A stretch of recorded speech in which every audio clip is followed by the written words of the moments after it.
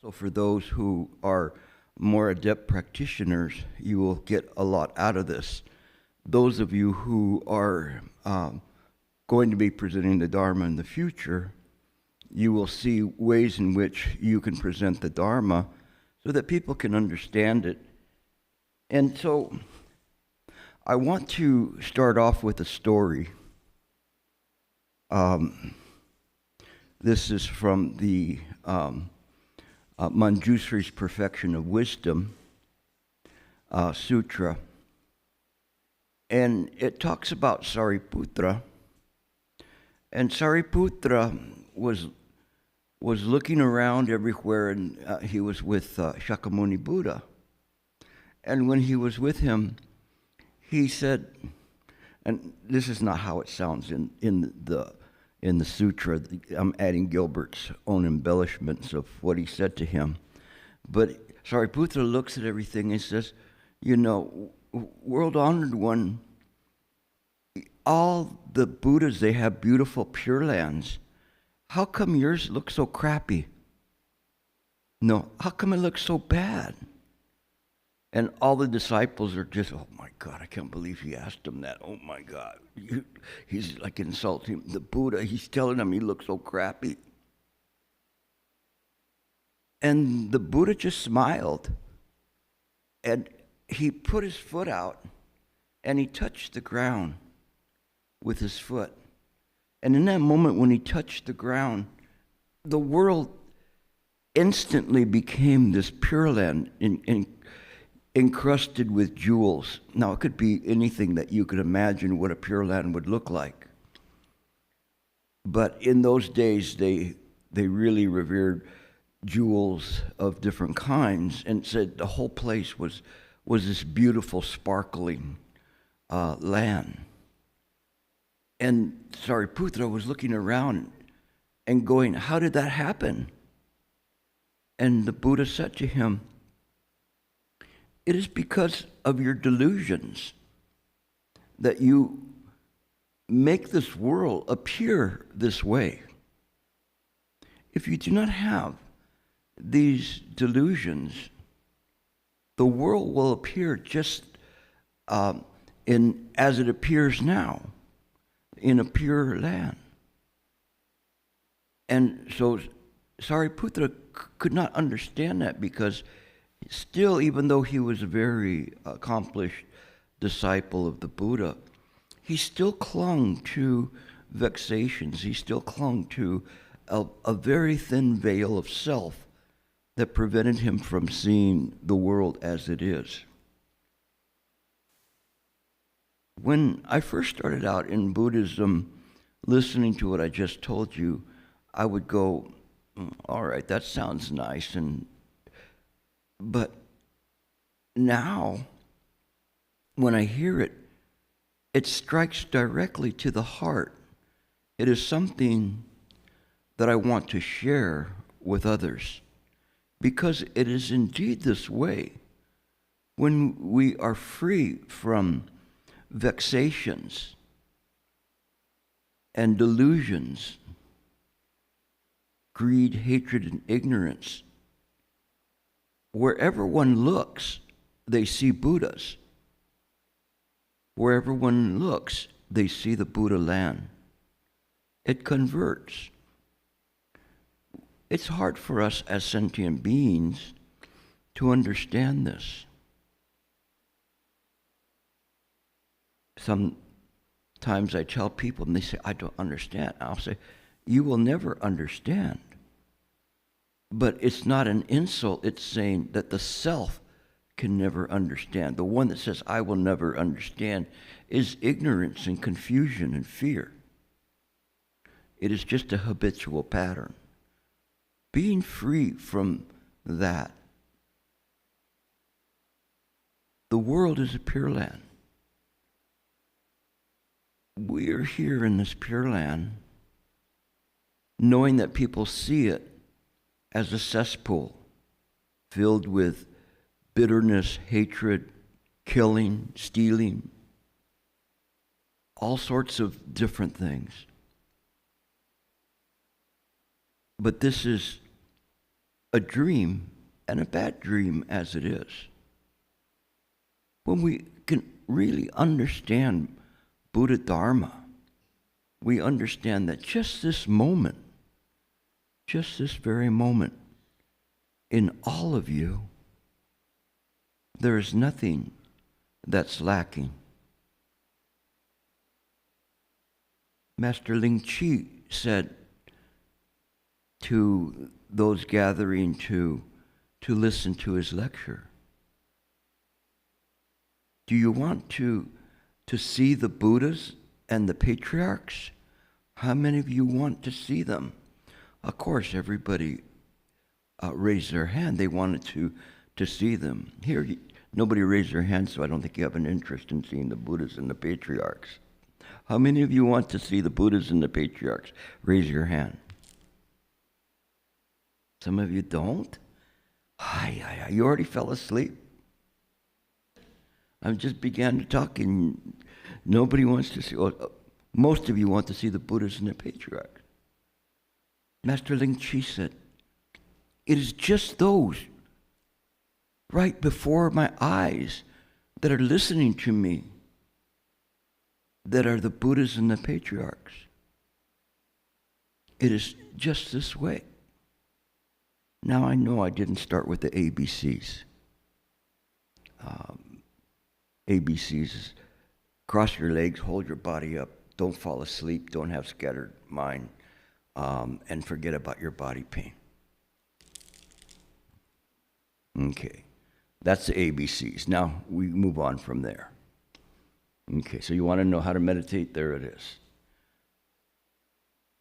But I wanted to start to giving you a taste of Chan, to giving you a taste that just this mind that you're listening to with me, what we call ordinary and mundane, and truly the Buddha mind is ordinary and mundane. It's like one of those Swiss Army knives. The Swiss Army knives, sometimes they get so big and you can pull out and there's a wrench and there's scissors and there's a knife in there, a screw thing, all sorts of different things it is. And that's the Buddha mind. The Buddha mind adjusts to whatever is happening in the present moment, whatever needs to be there. It is that. It doesn't add extra things. It doesn't pull out other parts of the knife that aren't necessary. Just what needs to be there in that moment is there. Now, how many of you have been Buddhist for more than 10 years? Raise your hand. High. No crocodile arms. You have to put your arms up high. Okay. Okay. How about 5 years? 5 years. 2 years? Okay. 1 year? Okay, good. You're right in the right place. Right in the front, too. So it's good. What I want to do is go through, I haven't even started the lecture, actually. This was just something that I wanted to tell you first, is to start from the very beginning. Some of you have been practicing for a long time. I would like to know, what do you think? Let's say that I came here from a different country or even a different planet, and I asked you, what is a Buddhist? What would you tell them? This is a question. One of you has to raise your hand and answer. What would you tell them? You're here. How about some of the volunteers in the back? You're here to support people. What would you explain to somebody coming in, walking in the door and going, wow, this is a pretty place. What do you do here? We practice Buddhism. What is Buddhism? What is Buddhism? Oh, this is going to be a long time. Somebody has to talk. What is it? What is a Buddhist? You're here, you're learning, I guess, but you don't know. Anybody? The young one. You're, believe me, you're young compared to me. So, if someone asks me what is a Buddhist, I would say I am a student and a follower of Buddha and Buddha Dharma. And what does that do? Is the Buddha like a supreme being? He's our teacher, and he finds his methods to become Buddha and achieve Buddha mind. I mean, everyone has Buddha mind, but so he reviews it. So he's trying to teach us how he became Buddha, so that if we learn with his past, we can all become Buddha. Okay. Because you just started, I'm not going to like press you, but it was a sincere answer. So we say, okay, so actually my first question, well, first of all, what are the three jewels? The Buddha, the Dharma, and the Sangha. I told you this is going to be ABCs, right? So, what is the Buddha? Could you define that to somebody? What is the Buddha? You're studying Buddhism, so you should know what Buddhism is. If you're a Christian, it's Christianity, right? So you would have to know, well, we follow Jesus Christ. So here we say we follow the Buddha, but okay, so what is the Buddha? Is the Buddha a man? Is the Buddha a god? What is Buddha? What is Buddha? And then, Gilbert, you're saying that we all Buddhas. I don't feel like a Buddha. The Sanskrit word Buddha translates to awakened one or the enlightened one. It comes from Sanskrit verb bud, which means to awaken, to know, or to observe. This aspect of to know and this aspect of observe and awaken, those three words are very operative. One is to awaken, means that one awakes to see. What do they see when they awake? This is a very simple answer, and it is implied in the term awake. Nobody knows? Okay. It's like I'm going to be like a dentist pulling teeth. You guys are going to have no teeth by the end. Yes, go ahead. Wait, hold on, let him get to the microphone.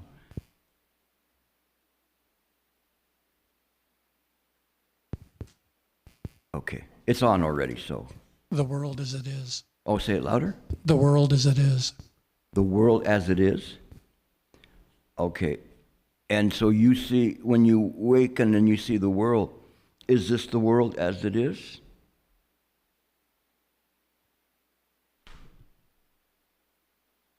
In the, another one here. Go ahead. So he says it's the world as it is. We awaken to the world as it is. I guess it's the world as it truly is, beyond what we're seeing in our human eyes or our human way of sensing it. There's more to the world, and there is another layer of truth that we are not able to see if we just behave like a normal human being. Okay. So when we see the world as it is it the world of Sariputra, or is it the one of the Buddha? The one of the Buddha. So the world as it is. So when we say to awaken, in order to be awakened, what would one be doing before they awake? This is simple. Come on, kindergartners can get this. They would be sleeping. So to awaken, one must have been sleeping. So who awakens? Do you awaken? Do you awake? If you're dreaming and you're going somewhere, let's say you were in the Olympics and you just won 4 gold medals, and now you wake up, would you have your medals with you? No, you wouldn't have them. So what awakens? Yes, go ahead. Mind. Again, you guys probably want to be in the middle so that we can. So a mind awakens. Go ahead. To what? To the illusions. And what are the illusions? Created from the mind. Creating something. But then it says, to know the Buddhas of the past, present, and future, perceive, and perceive is a very important word here, that all Dharma, Dhatu nature, all phenomena is created by the mind. So then, what creates the illusions? The mind. There you go. Mind creates the illusions. So it is in this way that we understand, we're awakened to the fact that this world here, this very world that we think is solid, is an illusion. So how do we know something is real or not real? What do you think? The ancients, they were very good. They started from the ABCs and worked their way up. Nagarjuna from the Madhyamaka school, middle way school, he was clear about this.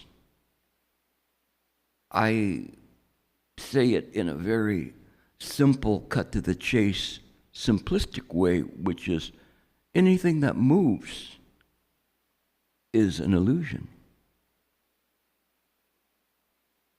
The Buddha moves all day but yet doesn't move.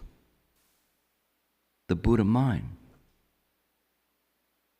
And say, that doesn't make any sense, Gilbert. How could it move and not move? Because it creates everything. Even the delusions, even your fear, even your confusion, even death, old age, sickness, is created by the mind. We don't understand that. We come apparently to be born into this world, and clinging to the world, we die in this world, and only to become born again. We don't know where we're going to be born. Maybe we'll have a good rebirth. Maybe we will have an interest in eating hay. Then we know we messed up the last lifetime. It's all an illusion. The Diamond Sutra says all that you should think of this fleeting world is a morning star, a dewdrop on a leaf, a flash of lightning in a summer cloud, a bubble in a stream, an illusion, a phantasm, a dream. That's all this world is. This is not easy for us to understand, because when we get home, and we go, how am I going to pay that bill? Or what am I going to do with that? Or, I wonder if I fed the dog or put out the cat. Whatever the mundane things are, and we take those to be real. We take them to be our world that is filled with joy and suffering. The Chan liturgy says joy will not last. Even if you're really happy, the next moment, it can be gone.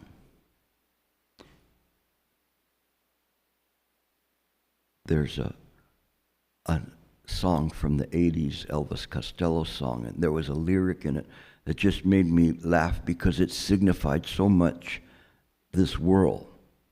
And the person's talking about his girlfriend, and he said, I'm so happy I could cry and then she left with another guy. That's this fleeting world. There's joy and then there's sorrow.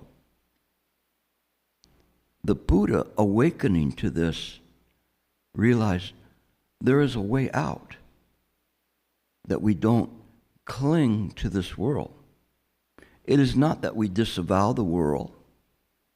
Nagarjuna, from the middle way, the Madhyamaka school, he didn't negate things and say these things are non-existent.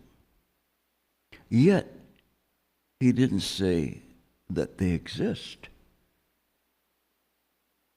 The Prajnaparamita Sutra, Manjusri advances that it is the extinction of existence and non-existence. Now I've just taken you to the point 2 side of the 101. The extinction of existence and non-existence. What's that? That's the middle way. So if you want to impress your friends and just try to remember that and say Nagarjuna, and they'll go, who the heck is Nagarjuna? Says it's the extinction of existence and non-existence. You understand the words, but it takes the heart to penetrate that. That is about as deep as it can get. So that's why I say this is the deeper part of the Chan 101. What is a Buddhist and what is Buddha? Buddha is awakened to the fact that coming into this life. Now you think if the Buddha was a Buddha coming into this life, that the Buddha would know all of this. But he didn't. He spent a lot of years practicing, starving himself, depriving himself, and realized that that wasn't the way to at that point he didn't even know what awakening was. He just knew it wasn't it. And so he kept going until he awakened to the fact that this world is an illusion. Because he wanted to know, what is this issue of old age, sickness, and death? It was a problem that he saw. Awakening, he saw this is an illusion. That the Buddha mind, in its essence, is perfect. The reason we suffer is because we cling to the environment. We cling to our appearances here. And if you're a very rich oligarch and you're on your yacht and you're floating in there, you think you've got everything until the ship sinks in the middle of the ocean and there's no one to save you. Then even if your yacht was filled with gold bullion, it could not save you. The sutras talk about this, and the ancient masters talk about this. And they say, it is as if you're trying to save yourself from drowning, clinging onto sea foam. How are you going to do it? You can't. Nothing can save the body. Being born into this world, it's destined that this body will give up its last breath. Shifu used to say that, Master Shen Yang, he used to say, we only have a certain amount of breaths to take in this world. So every moment you count one less breath you have. The trick is this. We don't know how many we have left. It could be that you have a lot. You could go and live until you're 86, 87, or live to an age where you wish you would just stop breathing. Or you could get struck by a bus. And that's the end of your breaths. We don't know that. So you being here, there's an interest from this lifetime and perhaps lifetimes before that you want to figure out what's happening before this whole thing collapses. You want to practice. You want to set it into motion. And by the very fact you're here, you've probably heard the Dharma before. And you want to know. This year I've been telling all of my students, please listen. Never before have you been this close.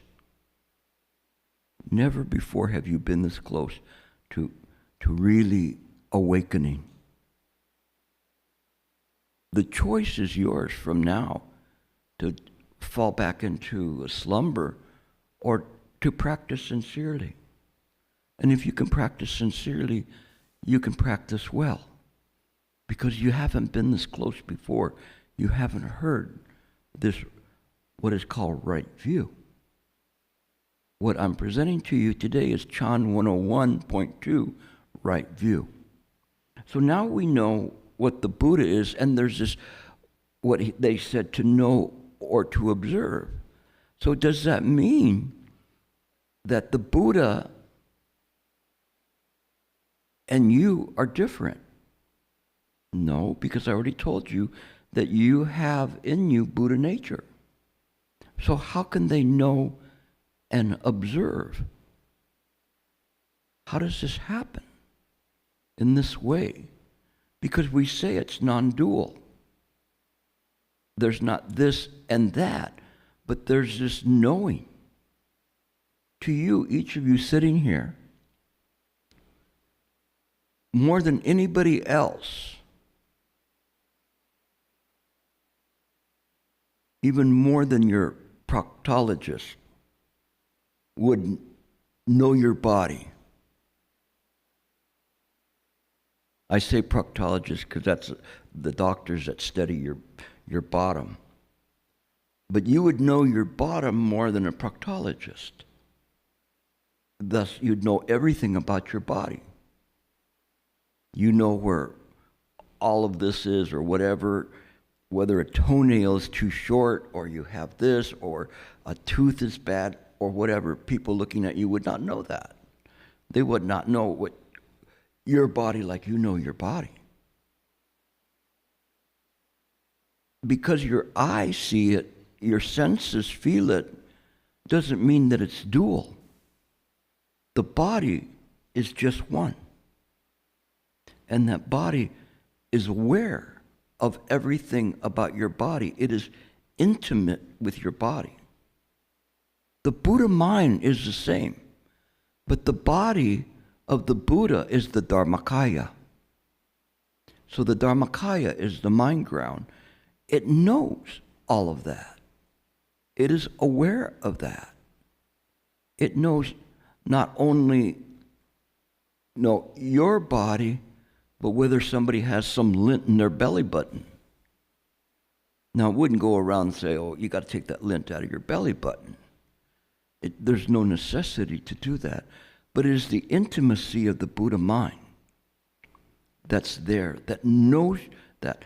And so it is not dual because it is the mind's own body to do that. So here, we'll get to the, I have to use this one.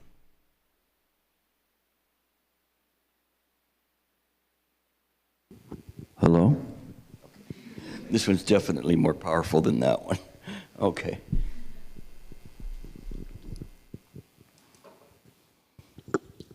We see things.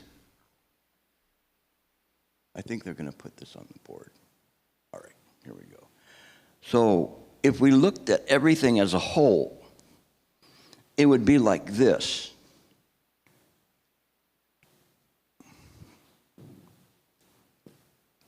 Everything with the arrows, meaning everything is expanding because it's infinite. Infinite is a very interesting point because how would you define infinite?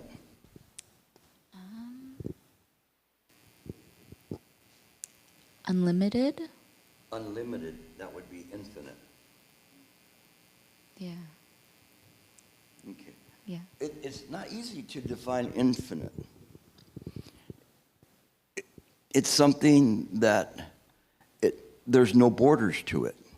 That's why I put it with the arrows, because there really isn't anything that we call mind. So it is said that everything returns to the one. I was once in the University of Redlands at a multi-faith conference, and I was sitting in the front, on the stage, and it was so many different religions. There was Presbyterians, Quakers, Christians, Catholics, and one Buddhist. And somebody from the audience asked a question. They said, "I'm sure we all understand that everything returns to the one." And they said, "So what does that mean?" And I go, I know. So they called on me. They didn't know who I was. And I said, we have a saying, in Chan Buddhism that when everything returns to the one, where does the one return to? And I said, think about it. It's very interesting. Where does the one return to? To mind.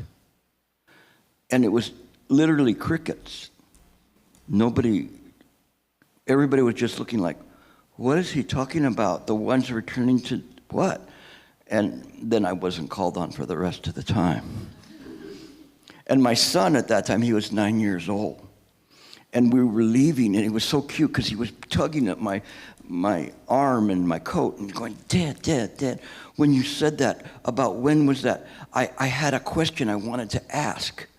And he said, I wanted to ask, who created God? And I said, that was what I was asking him.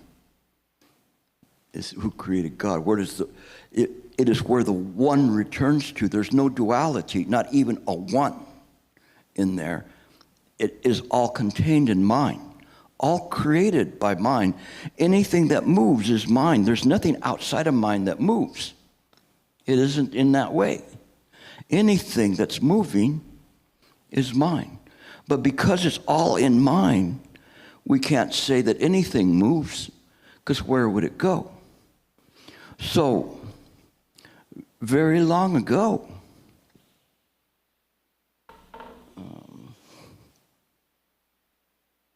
I forgot to ask.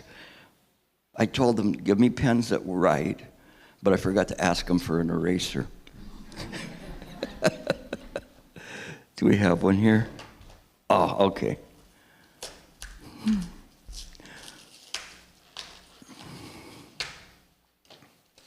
So, this story concerns two masters, one a master to be and a master that, yeah, go ahead. Oh, no, wait. I'll leave that here for a moment. So these masters, Matsu was with Baizong. Baizong was his student. And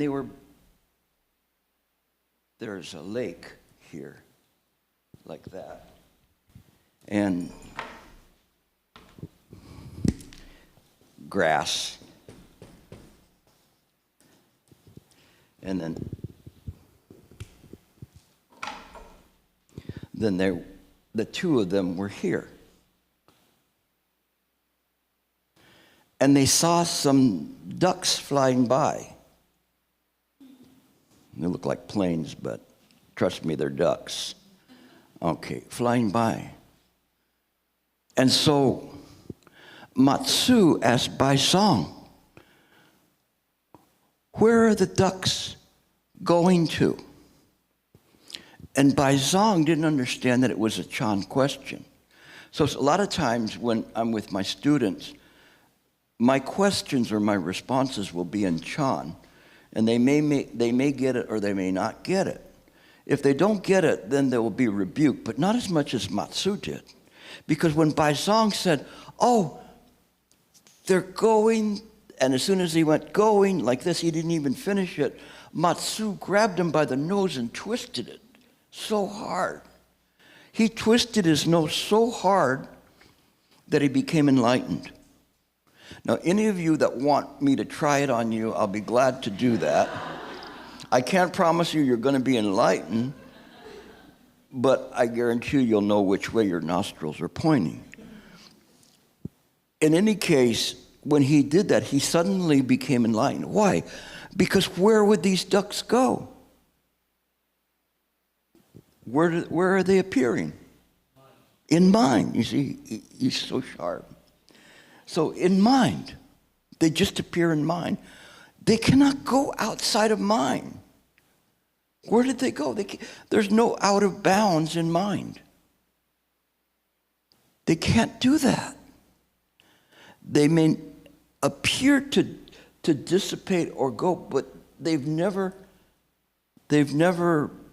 gone out of mind. They were created in mind, and they stay in mind.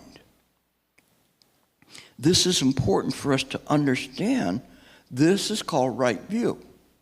So when we understand this, then we understand that all of this is constantly changing. No matter what happens, it constantly changes. The next day, when they went for the master to give a lecture, Baizong came in and he picked up his cushion and left the room and went to the master's quarters. And the master followed him there. And Baizong, he says, "How are you?" And he said, "Yesterday my nose hurt." And he says, "Well, what about today?" And he says, "It wasn't until yesterday that I noticed that my nostrils point downward." This, you have to think about what this means. He noticed right before his very face was the truth, that everything is mind. And he knew exactly why his nostrils pointed downward. Why do you think your nostrils point downward? Because you're not like a shovel nose where dust falls into your nose, right? If you're that way, you'll be blowing your nose all the time. Things will be falling into it.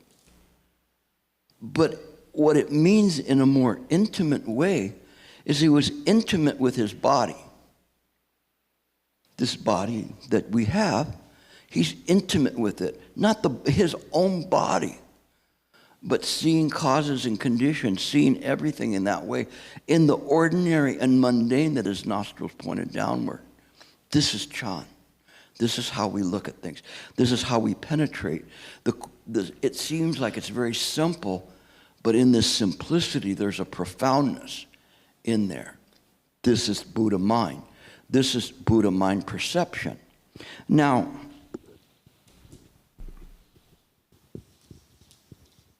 I know I'm going to be in trouble because I've only gotten to the first line of 6 pages. When we see things, now I'm going to take you a little bit deeper. Well, not a little bit, a lot deeper. Okay. So we have our mind's eye. And so this perception, we see things, and this is the Dharmakaya, the mind ground. And then there's another part over here. This is I, looking at the mind ground. It is not two things. When you see, you're over here, and let's say you're looking at a mountain. You see this, and you think and you perceive that the mountain is there and you are seeing it. Sariputra, form is not other than emptiness, emptiness is not other than form. So our sensation, perception, volition, and consciousness. Everything is empty. This is not you. This body is not you. The intimacy I'm talking about is the intimacy with the mind ground itself, how the mind works. Everything is your intimate body. But you perceive and you demote your mind to this tiny little red meatball. And you think that the red meatball is you and carrying around all your suffering. But it's not. You're mind king. The perception here when they say to turn the mind's eye inward is this perception of the whole. It's one. The one is here. Everything is returned to this, where even the one returns to. Mind, your mind, is perceiving things as it is and clear, aware that its body is this. If you have a dream, is that work? Yeah, pretty good. If you have a dream here, actually I should do it this way, that this is a dream. All of the appearances are dreams, but you think that this is real because you haven't awakened. Awakening means that no longer do you take this body, this corporal body, to be real. You see it to be part of mind, a creation of mind. The Buddha awakened to this. The Buddha awakened to the fact that everything is created by the mind. And seeing here, this is the mind's own eye. How many of you know the Heart Sutra? Raise your hand. I mean, you don't have to memorize. How many of you read the Heart Sutra? Raise your hand. Okay. Anybody can recite the first line of the Heart Sutra either in English or Chinese?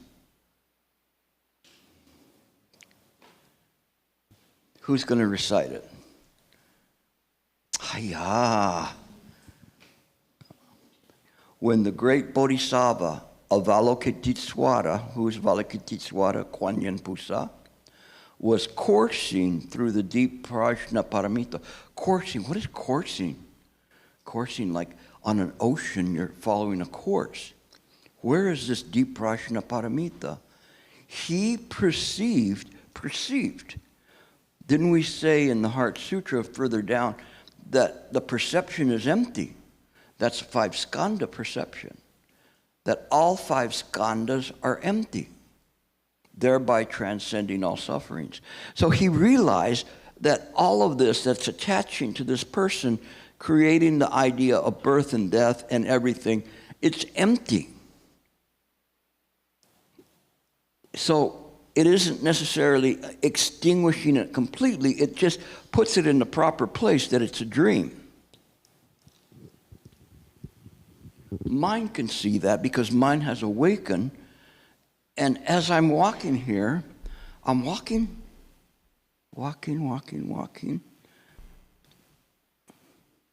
in a dream. This is a dream. You go, no, if I hit you on the head, you'll feel it. Yes, I will. I won't suffer. I may hit you back, but I won't suffer from it. I will feel the discomfort of being hit in the head. It is how we see things. My circle's not too good. It's how we see things. This is important. This is what the Buddha realized. Why they call him the Buddha is awakened one, knowing and observing the mind ground, observing how things happen. Everything is created by the mind. And when we understand that, then it makes things much easier in our world to live in. Now, what is the Dharma?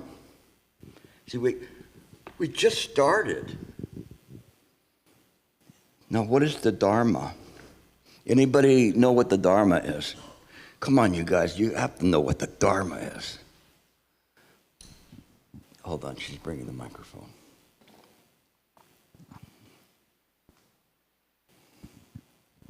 Dharma is what's happening in that mind ground. It's what? It's what is happening in that mind ground.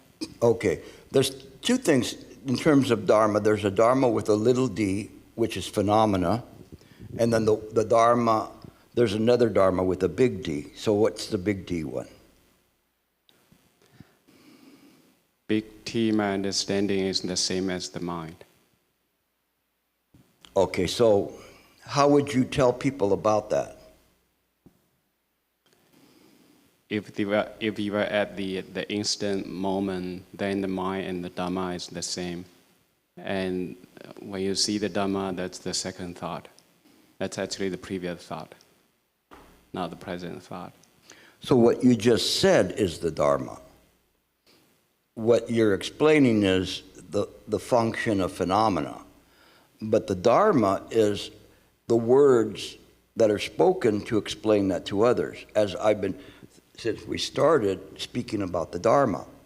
So the Dharma is the teachings. So let me explain that. And so it says, the root word dhr, dar, means to bear, hold, sustain, support. And I wanted to go through different definitions of the Dharma because I think it's really important for us to understand this. Because this is one of the three jewels, the Buddha, the Dharma, and the Sangha. Again, we're back to Chan 101. Okay, am I getting an echo? Okay. So then we go, Dharma is often translated as the law. In the ancient Vedic texts, those predate Buddhism, Dharma is described as the laws that bring order to the universe. Another term is Dharma is often translated as righteousness. So what is righteousness? Righteousness is things as they are naturally with a morality that's without someone that's giving down a law of morality. It is just simply the righteousness of things. We don't steal from others, lie about others, kill people, sexual misconduct or taking drugs. There's a righteousness to that. Those are the 5 precepts. Dharma is often translated as truth, and it is. There is a truth there in the Dharma as to how everything functions. Dharma is often translated as religion. So we practice this, and we practice this in a way of that we hold this to be how we behave and how we act and how we think and how we speak in this world. And so in a loose way, it's a religion. If religion is that which upholds righteousness, then that's fine. If religion is one that worships a supreme being, it's not that. It's not that. In Buddhism, there's gods, but they belong to the 6 realms, the top realm.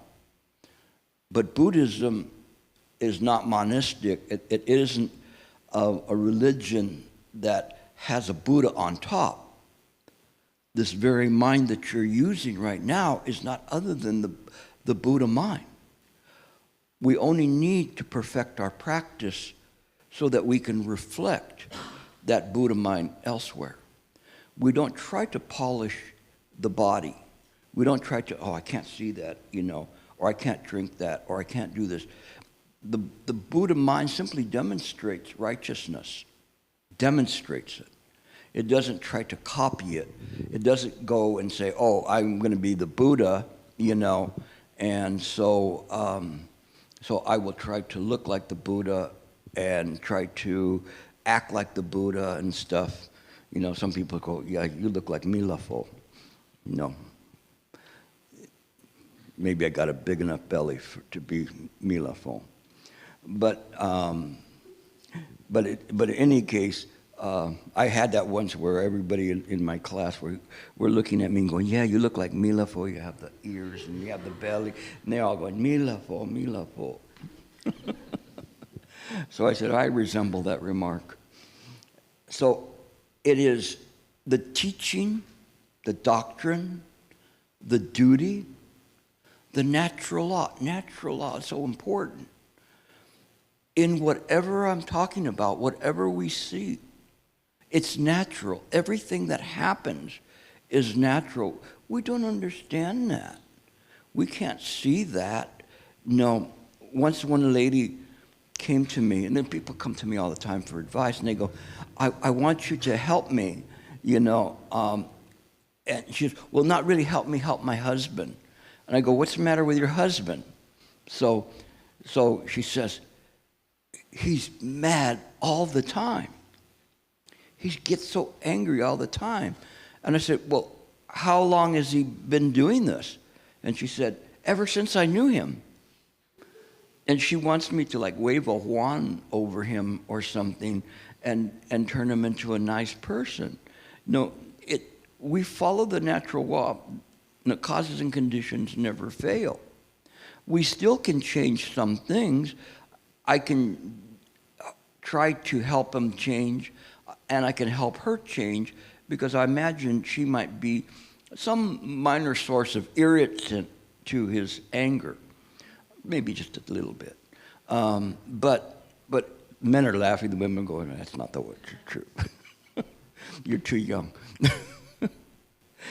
But in any case, and it's saying good qualities. We have to have good qualities.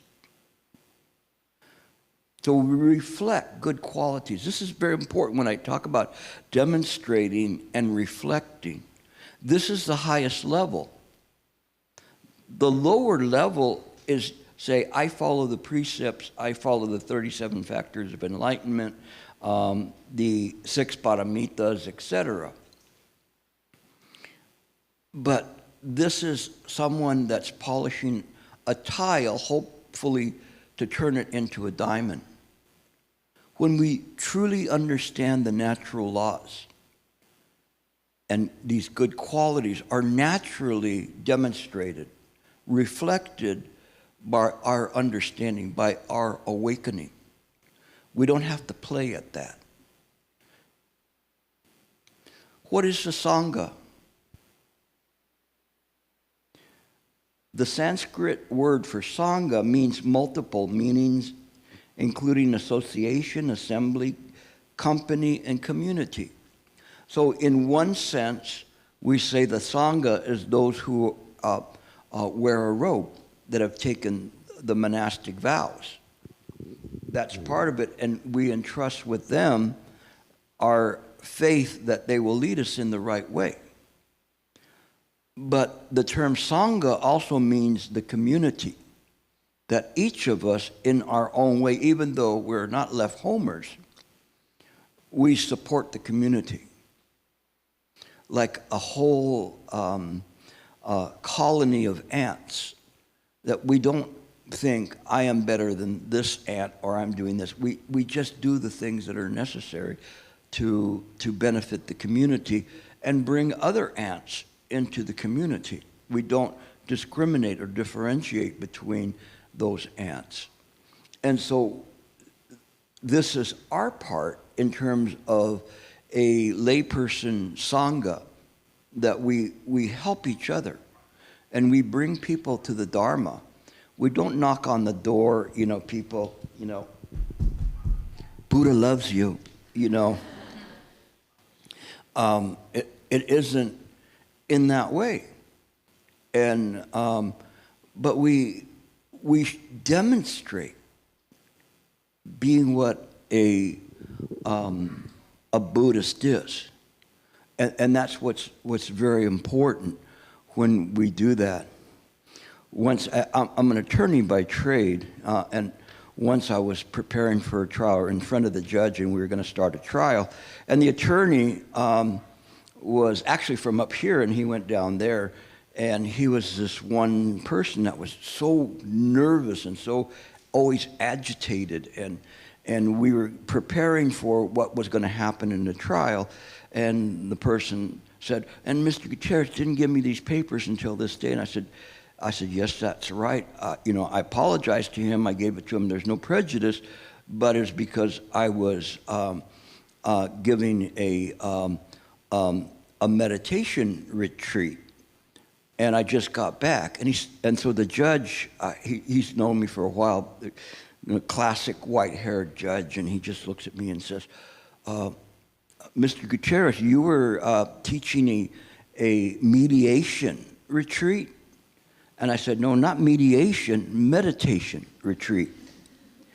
And so he looks at the other attorney, because he goes, oh, I see. He goes, Mr. Jones, you need to take his class. And the humor was lost on the other attorney, but not to everybody else, because it was something that you could see that I was demonstrating a calmness, a compassion, a clarity in what I was doing, where the other person was demonstrating all the things of impatience, anger, all the things that create this samsaric world. So it is in this way that we practice, in this way that we moment to moment demonstrate our understanding. For a while, it hasn't happened that much lately, but if I lost my patience or would get mad at somebody, I would just start saying, Namo Amitofo, Namo Amitofo, Namo Amitofo, in my head, not to the people, because they go, what the heck are you doing, casting some kind of a spell on me or something? But Namo Amitofo, Namo Amitofo. And then my anger would subside immediately. It would just be gone. How could I be angry at a Buddha? So I let it go. No matter what the people did, I would let it go. I can't say I do this 100% of the time. There's those certain dividatas in your life that test you all the time.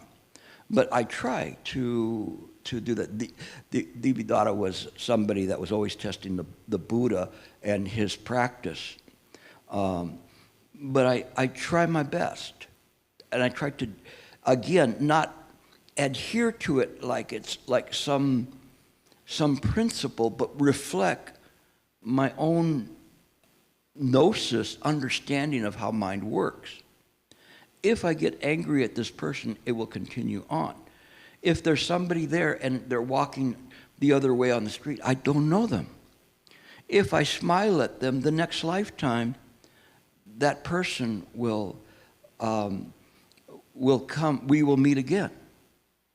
We will do this. We understand that every moment you're setting into motion something.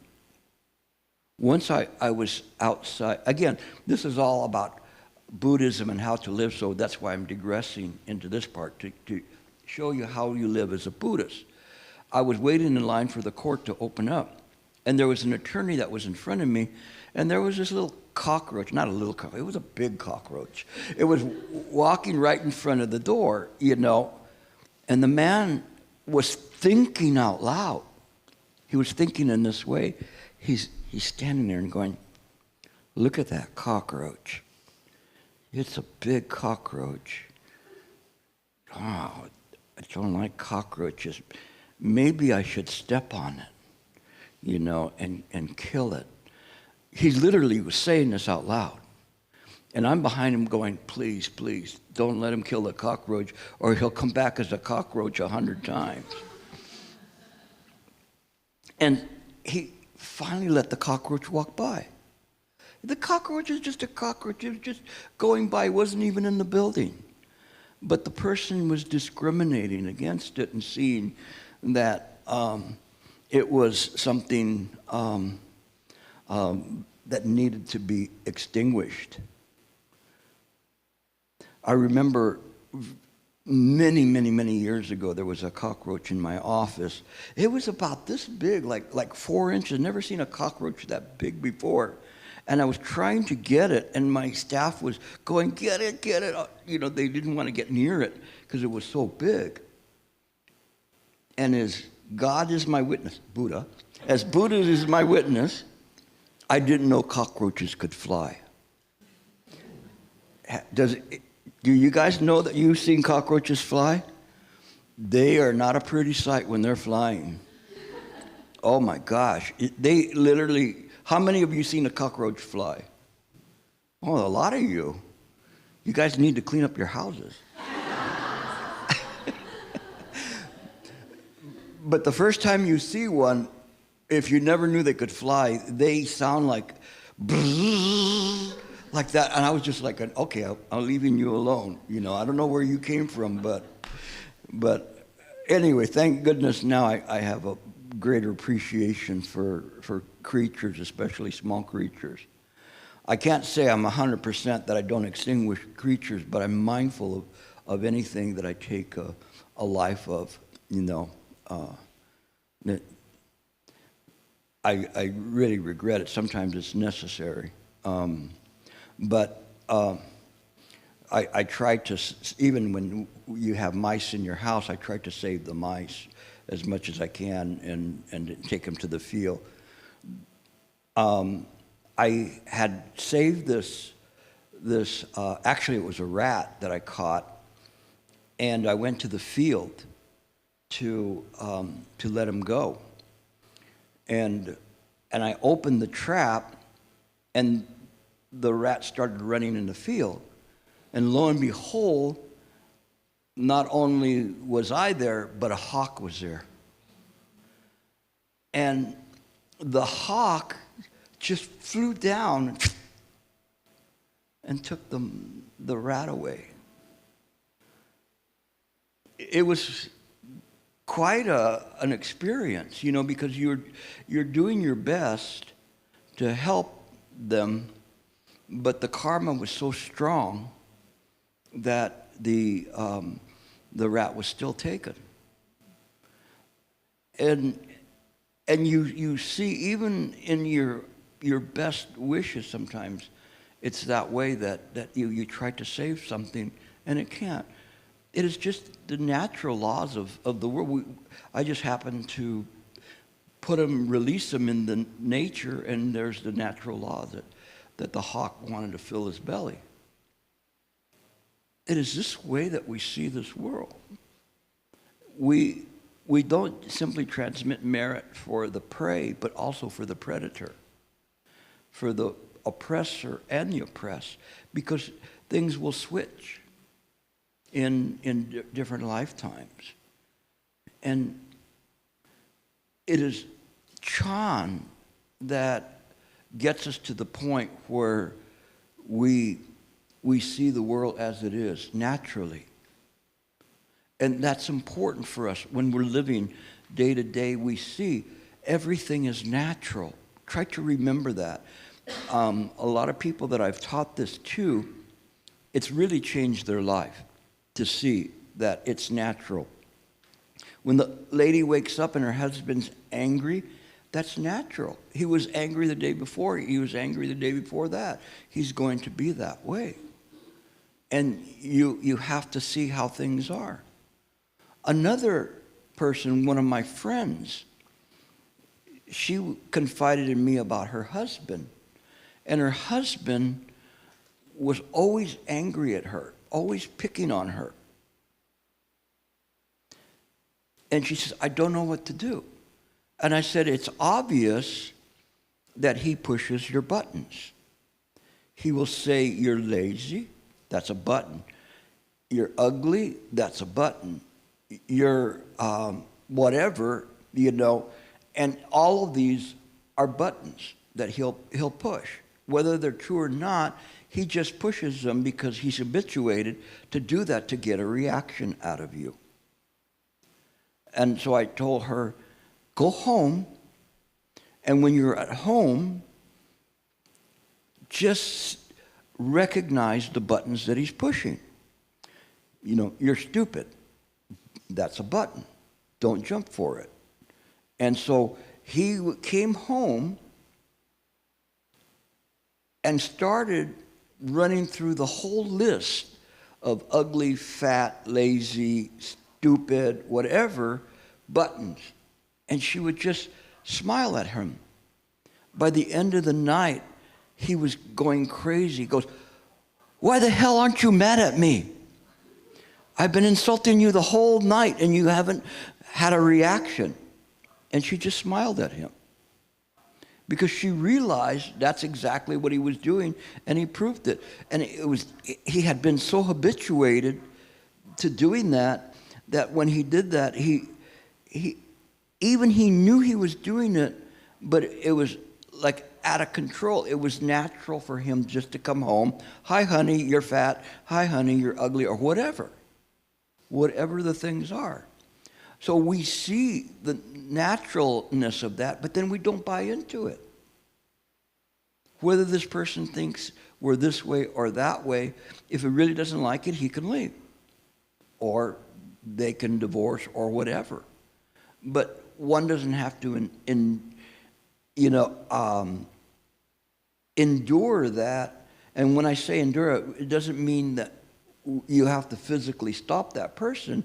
It's just that you disable the reaction buttons. Has anybody had people that sound like this husband? Raise your hand. And the rest of you are lying. Everybody has what is called a petty tyrant. And once one lady went to Master Shen Yang.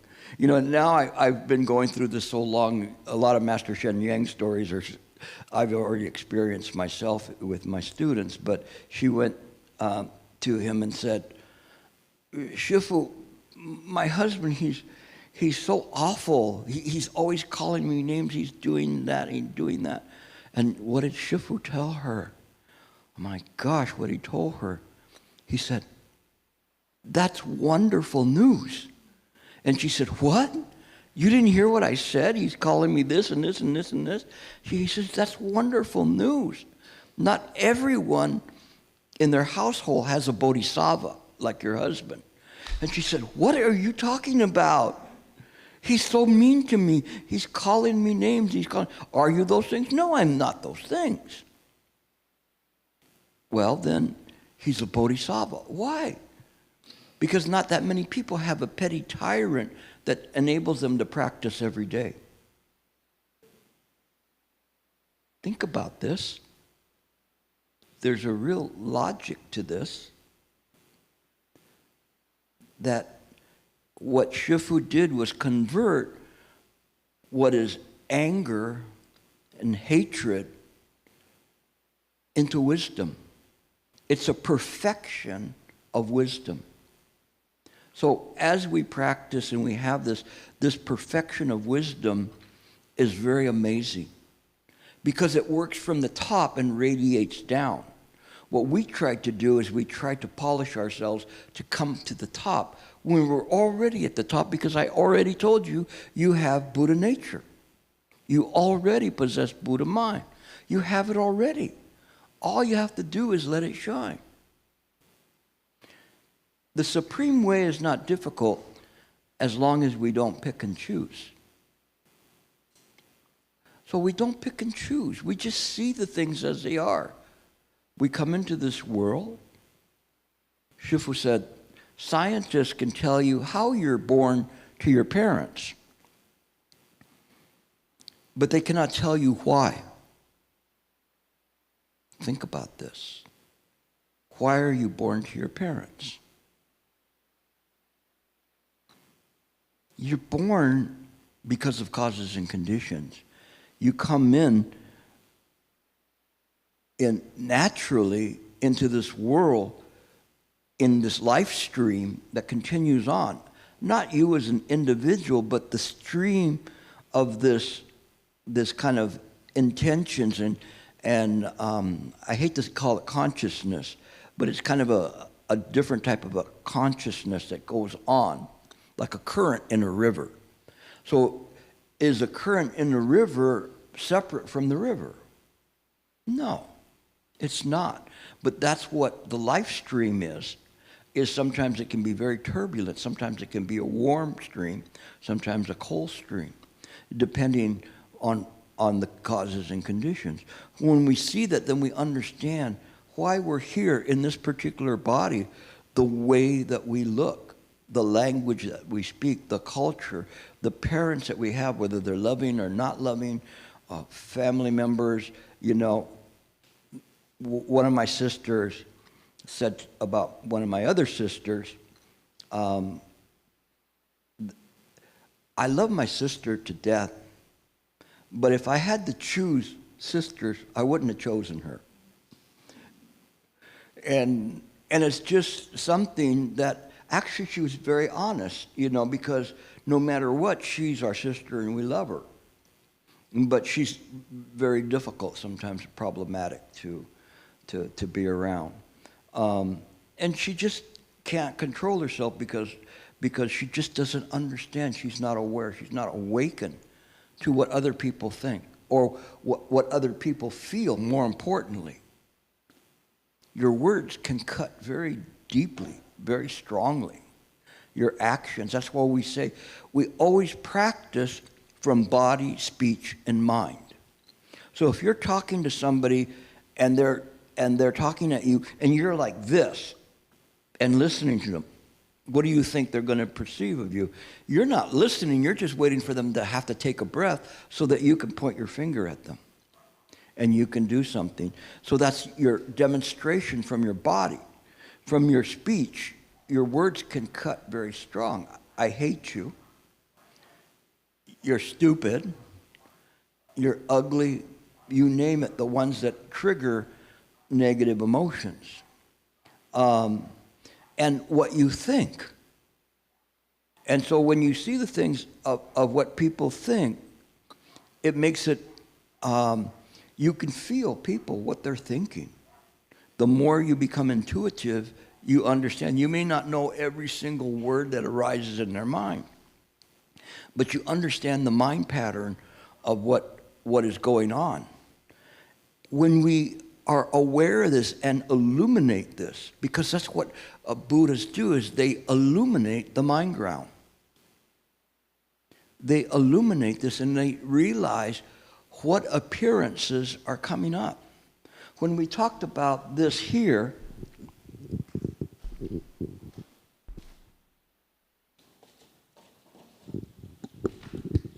what we're doing is the mind is illuminating all of this. It is aware of this. It is aware of this person. It is aware of the causes and conditions. It sees everything equally. It is in this way that it is aware of all of this. And in this way, where it is aware of it, it is in a state of equipoise or equanimity. Equanimity means that it sees everything of equal value. It is aware that it is arising in mind. It knows exactly why it's arising in mind. So when we understand this, we understand first there is a stabilization of appearances in mind. And then we continue to practice it. We get to this joy because we go, this is how it works. This is so good. This is the way that mind works. And we're very, very happy about that. And we see the world differently. And then we get to the state of equanimity or equipoise, which is the highest level. And it is just shining everywhere. So the moon doesn't discriminate and say, oh, I'm going to shine on this part of the world, but I'm not going to shine on that part of the world. It shines equally on everywhere that's there on that side of the earth. So we are clear about that. And this is how we practice. This part, I cannot tell you any more words other than that. You have to feel it through your own and demonstrate this in your practice. And this demonstration in your practice will lead you to see clearly how this works. This is the important part is that you have to practice. So it's not enough just simply to listen to it. A musician cannot just listen to a musical piece and know it. They need to practice it. And it is in the practicing of it that they truly know that musical piece. So it is this way that we practice, and it changes the way we look at the world. So those of you who are beginners, it gives you an opportunity to see the things as they are and understand and to accept it, and use your heart not to be moved towards greed, hatred, or ignorance, but just simply display an understanding of why these things are happening. And even if the things are happening to you and the people are telling you, oh, Gilbert, you're this or that or whatever, you can endure it. You understand that. You can overcome it.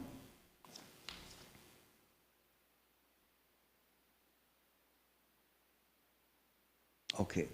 I'm going to stop there for a moment. And then, is there any questions of what we're talking about? No questions? Yes, one up here. You guys think of a question.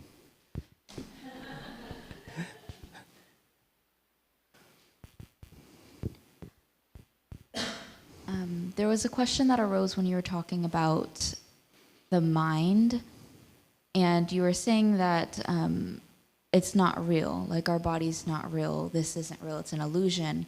But how do we integrate that concept when we have mundane things that we kind of have to worry about, like bills or an exam, or things that we can't just ignore, and we can't pretend they're not real, because if we don't pay a bill, bad things happen. How do we integrate the idea that it's an illusion, but also being grounded and connected with the things that we have to do to survive in a physical world? Okay. Yeah, you can't go like if you don't pay your rent, and the landlord comes up and say, you're an illusion. You go.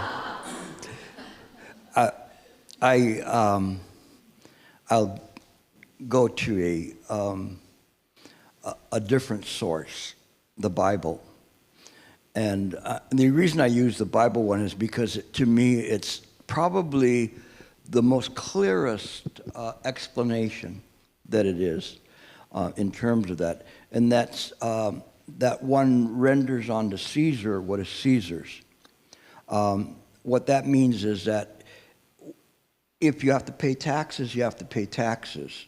You can't be, who are the people that think that they don't have to do anything anymore, and they have a card and they say, you can't arrest me, I'm a citizen of the world or whatever, and they're taking them away. I forgot the name of those people, but there's some very strange people like that right now. They actually printing out cards saying, like a get out of jail card, saying I'm a sovereign citizen. Well, it doesn't work. Okay, so we can't say, I'm a sovereign Buddhist citizen, you can't do anything because you're an illusion. It doesn't work that way. We render on to what we need to do. So unless you want to shave your head and put on a monastic robe and do that, you won't have to worry about anything. I mean, think about that. This is a plug for being a monastic, because you don't have to worry about your clothes, because you go, what should I wear today? The same thing as I wore yesterday and the day after. So you don't have to worry about style. And, you don't have to figure out whether you had a good hair day or a bad hair day. At this point in my life, they're all bad. So, but in any case, you still do the things that you have to do. Okay, you still function in the world. You just function better, because when you have a problem, Shifu used to say it this way: we all have problems. Does anybody here not have a problem in their life right now? Okay, if you said yes, then you'd probably be a liar. Either that or like a true Buddha. But the thing is that he said, if you have a problem, you face the problem. whatever it is. 6 a.m., I got to go to work. No, I don't want to stay in bed. No, you face the problem. What's the problem? I got to go to work. Well, that's why they call it work. You know, you don't get money for playing video games. Very few people do anyway. But in any case, you have to go to work. So you face that. So if you have a bill, you face the problem. If you have a problem with somebody, you face it. You look at it and resolve it the best you can. And there's a lot of problems you can't really resolve. You say, well, should I pay the light bill or should I pay my phone bill? You know, and you go, well, if I don't pay the light bill, then, you know, I'm going to be in the dark. And if I don't pay the phone bill, you know, nobody's going to know that I'm in the dark. But so sometimes there's those choices. They're not easy. So you just pick the best that you can. Sometimes you know that they're not satisfying choices, but that's the way the world is. I'm sure all of you have gotten to a point where you go, which one should I pick? And they're not easy ones to do. And so but we do that. And then the last part that he said that was very important, then you put it down. Okay? So the best you can do is try to figure out how to resolve your problem, but you don't carry your problem around you because that's suffering. If you've already addressed the problem, that's all you can do. Everything else is unneeded worrying. Yeah, it's there. You know it's there. You're doing your best, but you don't carry it any further than that. Many people carry around worries of things that never happen. They're holding on to them, holding on to them, and holding on to them, but then all of a sudden they don't happen, and they're going, well, I worried for nothing. And so we see the world as it is. We understand this world. We understand we will get sick. We understand what's the worst thing that can happen to you in this world. This is like a kindergartner question. What's the worst thing that's going to happen to you in this world? That you die. The thing is, it's not really the worst thing because you know, taking a breath, that you are destined to die. The only thing is we don't know when we're going to die, so it's not really the worst thing. Even the worst thing that we can conjure up isn't the worst thing if we understand this world. Now, I don't, try to say, oh, I'm not afraid of death or whatever, because you could be tested and the bodhisattva will say, oh, well, let me run you over with a car. But it's something that we look at and we see exactly what's there.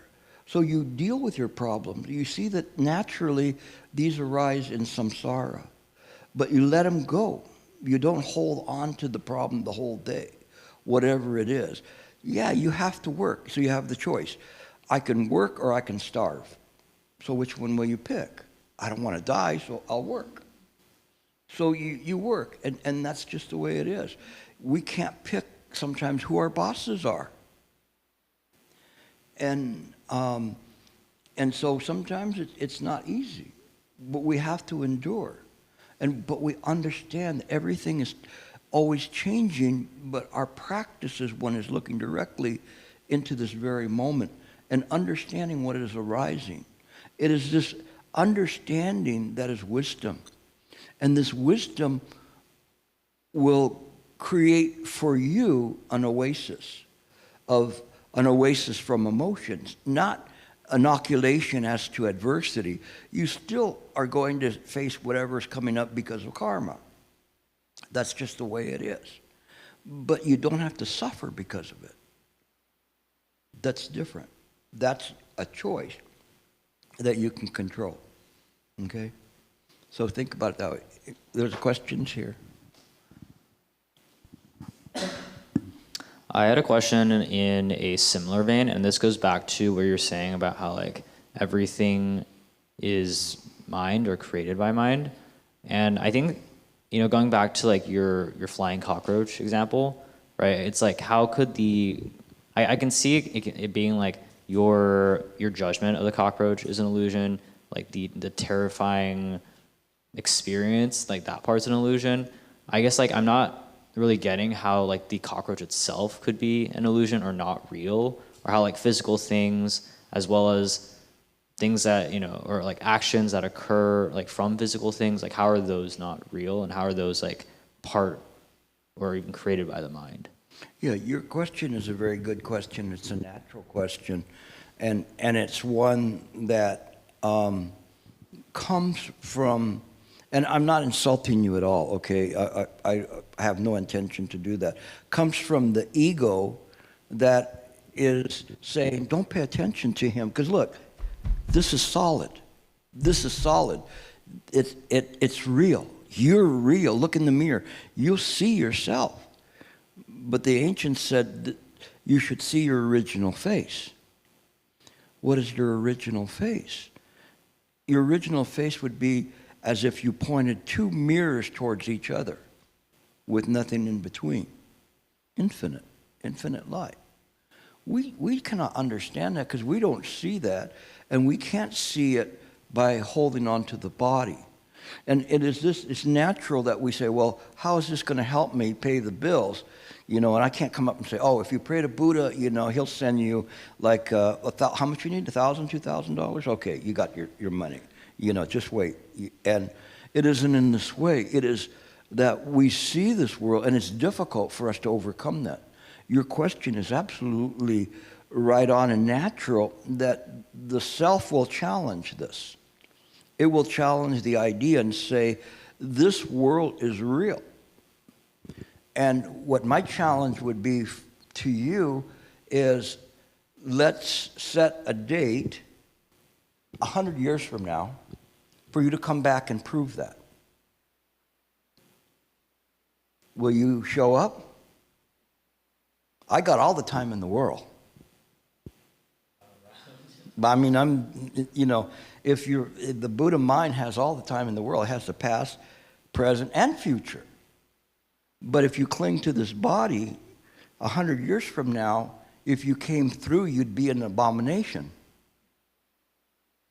You would be like, what's that smell? It smells like a guy that died 100 years ago. It is because we see the world and it's self-proving. We say, I think, therefore I am. I see these things and I see it as real. Have you had any dreams recently? Yes. Okay. Did in the dreams? Only the PG dreams. I'm just kidding you. But the thing is that, did you believe that you were in that dream? Yeah, or like when I was in the dream, yeah. Yeah. What were you doing? I don't remember like the last one. I think you usually forget it pretty quickly after. You forget. Okay. But when you're in the dream, you think that you're in the dream. Yeah. There's nobody that's going, hey, like, you're in a dream, this isn't real. No, yeah. Like, you ever been in a dream where something's chasing you? Oh yeah, I've definitely had those, yeah. Would you, when something's chasing you, would you, if you had a button to push, a truth button, that some voice would come up and say, this is just a dream, just wake up. Would you like that option?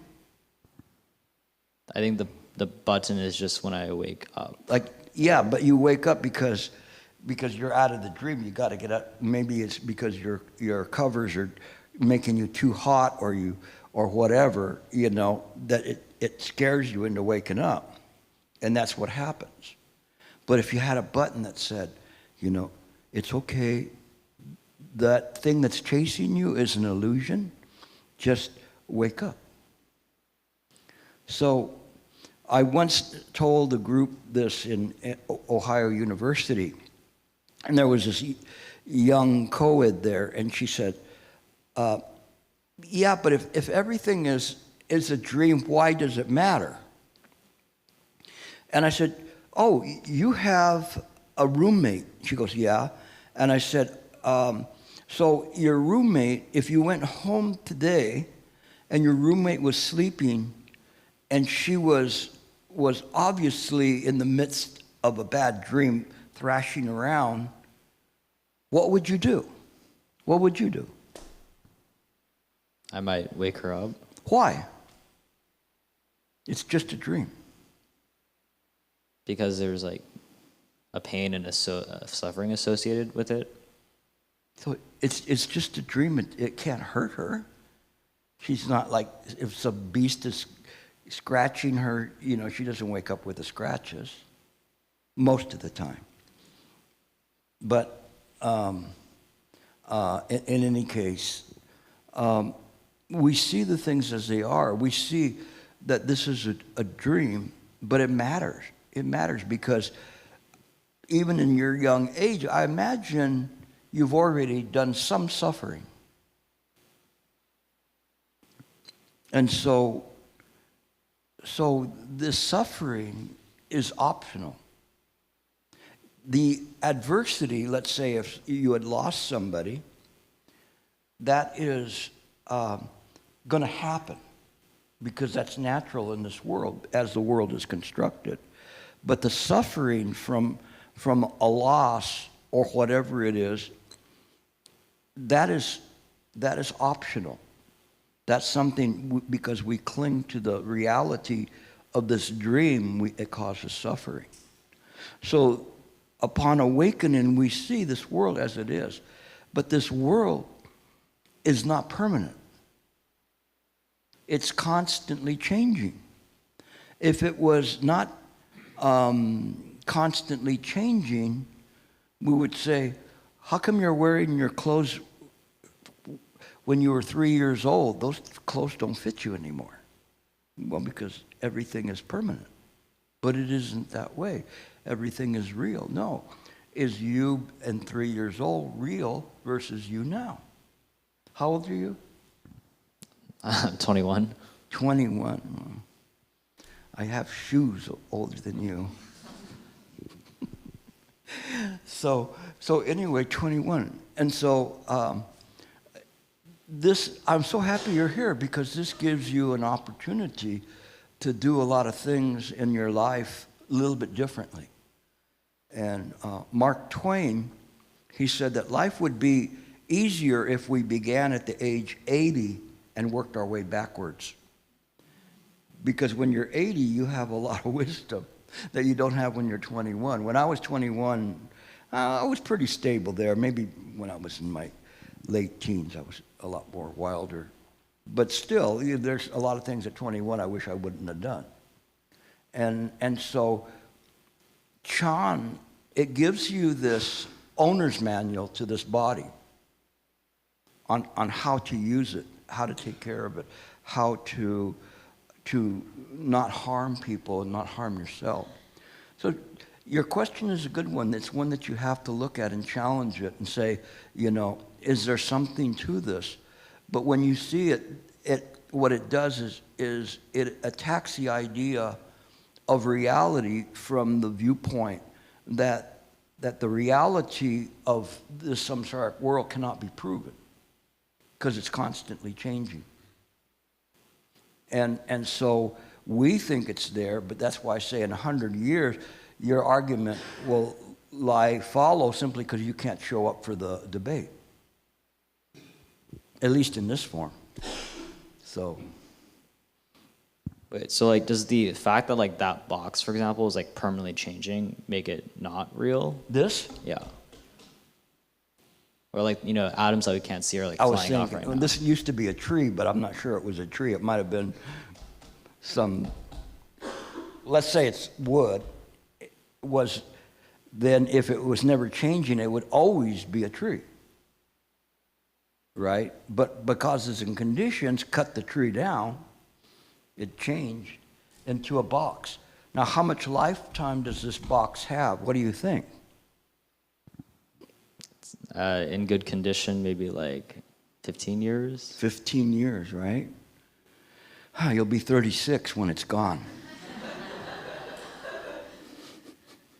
I'm taking the time to do this because I think it's important for us to look at these things and see them, because this class is about living in Chan and seeing things exactly as they are. So some of you are new, some of you have been doing this for a while, but I'm giving you a chance to pause and reflect on what you're doing here. What's the purpose of this life? And to understand that. And how to live life so you don't harm others. So we have to see this in a way that we protect this environment. We improve the environment. We uplift humanity. So at the very worst, assuming that I'm wrong, and this is real, and you come back 1,000 years from now, and it's still here, and I'm wrong, and I'm still talking here to a bunch of cadavers, then at least there's something here that you can take and use in your life. Even if I'm wrong, just uplifting humanity is not bad, right? Letting go of your problems is not bad. Doesn't mean you don't have problems. It just means you don't suffer from the problems. And more importantly, you don't make people suffer from your problems or you become their problem. So even if I'm wrong, that's why it was said that if I died and I was wrong about this and I go to heaven and there's God there and he looks at me and I go, Jesus, I was wrong about that. If he condemned me to hell for what I'm saying about telling people to uplift humanity, then I don't want to be in his realm anyway. I don't want a jealous God. So even if some things will take time for what we call maturation of the practice, and that will come in time. I was one time asking those questions. And in the maturation of the practice, there was a lot of things I never believed in, but because of the practice itself, I saw how they work, and sometimes it's very incredible. Then it will help you, and it will help you so that you will not have problems in your life, that are needless problems that caused by the ego, okay? And so all the suffering that you have is caused by the ego. The bad things that happen, that's just part of this world. It's an up and down place, but that's what makes it a great place to practice, because it's not always satisfying. If you practice in heaven, you got all the time. You think you have all the time, but little by little the clock is ticking there too. But you have no reason to practice because every day is a good day.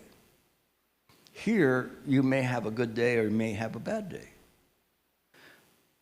We see that. We understand that. And we don't live by those moments. We live by the practice. And that makes a difference. Any last question? Yeah.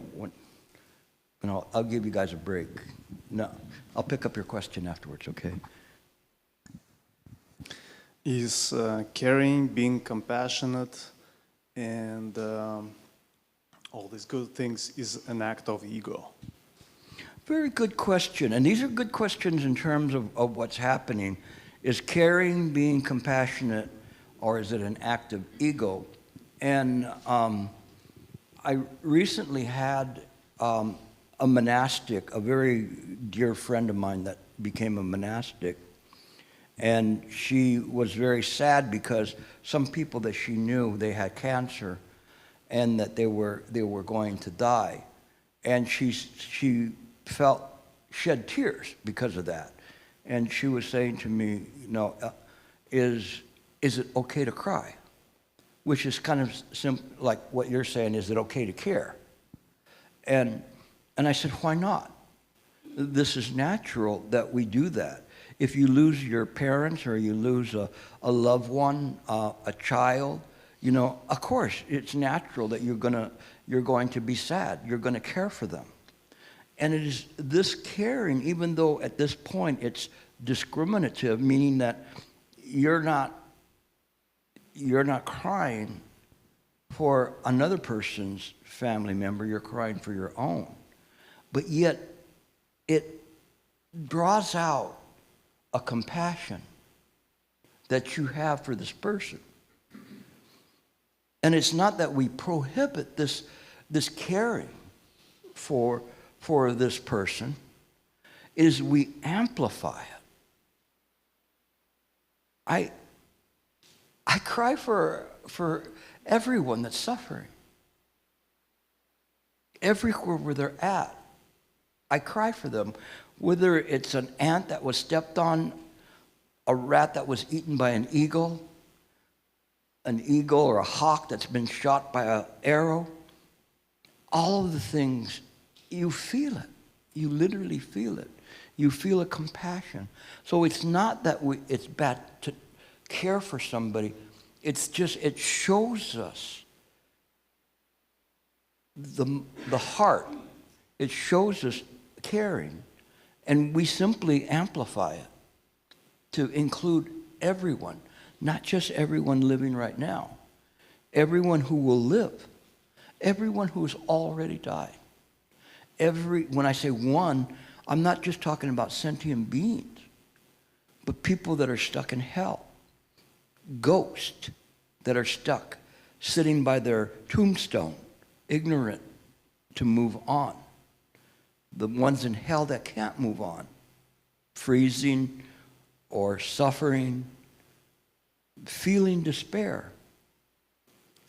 The thing about hell dwellers is there's a hopelessness. They've lost hope. There's no hope. Can you imagine if you don't have hope? How awful that is. If you're sick, you may say, I hope I can get better. But when you're sick and you don't have any hope, what is that? Horrible suffering. So it's how we look at things, and we use this care for the people close to us and just amplify it to everyone around us. And then it will work that way. So you shouldn't feel guilty to care for people around you. We see it in this way. It is what we do. It is the purpose that I have this body, to share this kind of a hope with others and caring for others. So it's a good question. Okay, we're going to take a break. We'll do a quick break, and I'm going to switch off of this for a moment, and we're going to talk about meditation afterwards. So go and do your business, and then come back right away. Don't linger, don't go out of bounds. So we're going to start real promptly. So we'll do that. Hold on. Meditation. I'm not going to go over particular methods of meditation, but what I'm going to do is give you the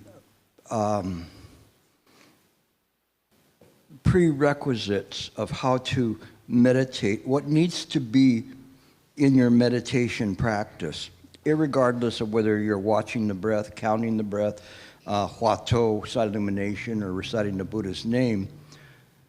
They all will have these components to them.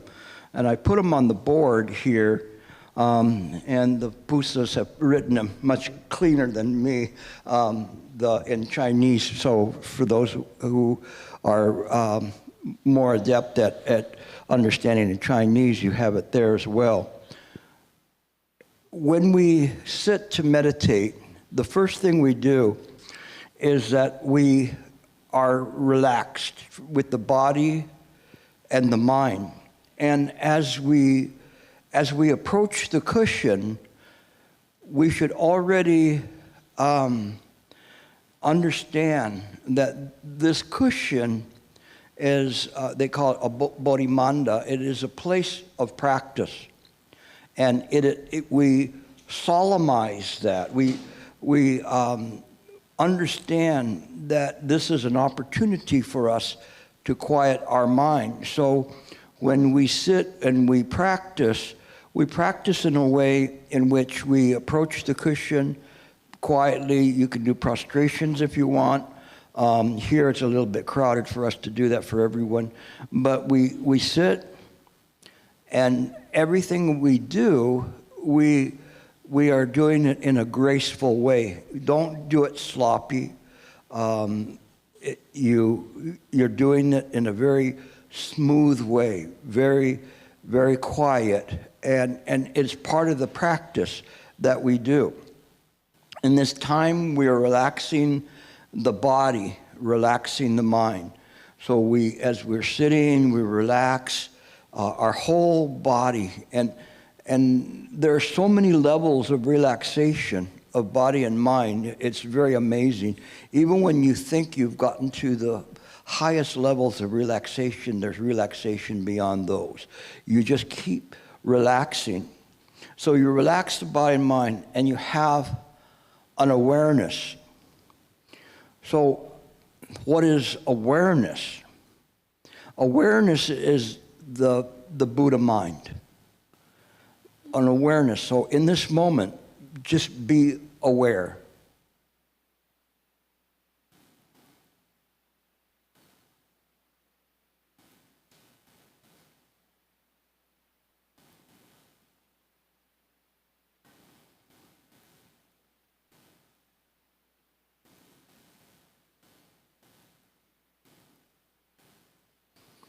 So it is with this stillness that we proceed to practice. This puts the Buddha mind in the Buddha mind. We are in the present moment.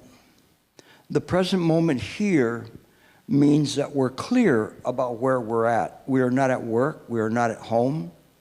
We're not at the beach. We are precisely in this room at this very moment. We are aware of that. So if in the event when you're meditating, all of a sudden you're at the shopping mall, you know that you're not in a shopping mall. The present moment is here, seated, and everything that's before you right now is precisely in its place. So this present moment is very important, because later on that present moment, along with space, will expand, but in the moment we want to keep it very pointed at this very moment. We pick up our method, so whatever method you have, you pick it up. When you pick it up, you don't put it down. You hold the method continuously. You don't break at all. You don't give rise to anything other than the method. The only thought that's in your mind is the method. You're contemplating the method, so you're using a concentration which is the right concentration. So the right concentration is you're just holding the method just enough. But this part about contemplating the method is very important. You are not sitting on the cushion meditating. All that will do is just polish the tile in hopes of making it a diamond. You have nothing to do with this. What you do is you park the body, you sign out, and you let mind contemplate mind. The method is mind, projected on mind, and the mind is looking at mind. This awareness that you have, you already have brought it up, so the awareness is there. And contemplation is not cogitation, it's not thinking of something. It is simply mind looking at mind. So you have the method that's there, but just imagine that if you, this knowing mind, is looking at a method that is suspended on a mirror, and your knowing mind is a mirror. Can you picture that?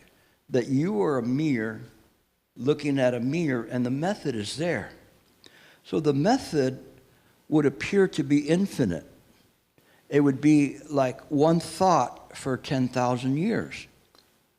Only that would appear in mind. Just infinite. Just keep going. So there's no thinking there. No thinking at all. It is just the mind, this awareness, looking into mind. And it's seeing the method. If the method is silent illumination, there's no method there. That is just simply a reflection of this moment, infinitely. Very clear. Quiet. Nothing interferes with it. If thoughts arise, which they will, because it's natural that you will have thoughts, don't be perturbed. Those thoughts, they'll be reflected in the mirror, but because they're appearances, the mind will not pay any attention to them, so they will slowly dissipate on their own. They'll be replaced by other thoughts because that's the way it is. Habitually, thoughts will come up, thoughts of work, thoughts of family, thoughts of pets, thoughts of vacation, you name it, different kinds of thoughts, thoughts of food, thoughts of my legs hurt or whatever. But it's okay. From this, you just relax, stay relaxed, use the concentration to contemplate. Contemplation is not thinking, so the method is just projected on the mind, and the mind is directly contemplating the method, just looking at it. It doesn't have to do anything more with it. It doesn't have to have any thought process. Just the method is there, watching the breath in the present moment. The ancient sutra says, the Buddha says, I am aware I'm taking in the long breath. I am aware I'm exhaling a long breath. I'm aware I'm taking in a short breath. And I'm aware I'm exhaling a short breath. It means you don't regulate the breath. If it's a long breath, it's a long breath. If it's a short breath, it's a short breath. But the mind is aware precisely where it's at. It's aware that it's inhaling. It's starting to inhale, in the middle of inhaling, to the end of inhaling. Slight pause, and then exhale, beginning of exhaling. And it's aware of that moment. It's not judging it. It's not controlling it. Not regulating the breath at all. It is just simply aware.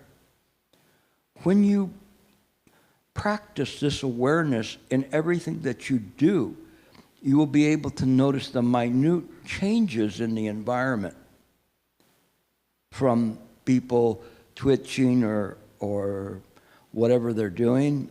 You'll be aware of it. You'll be aware even of thoughts arising, even thoughts arising in other people. It's clear. And you will just simply sit. Don't think about time. Just sit. So your body's relaxed. Okay, let's take you through this, okay? Pick up your method.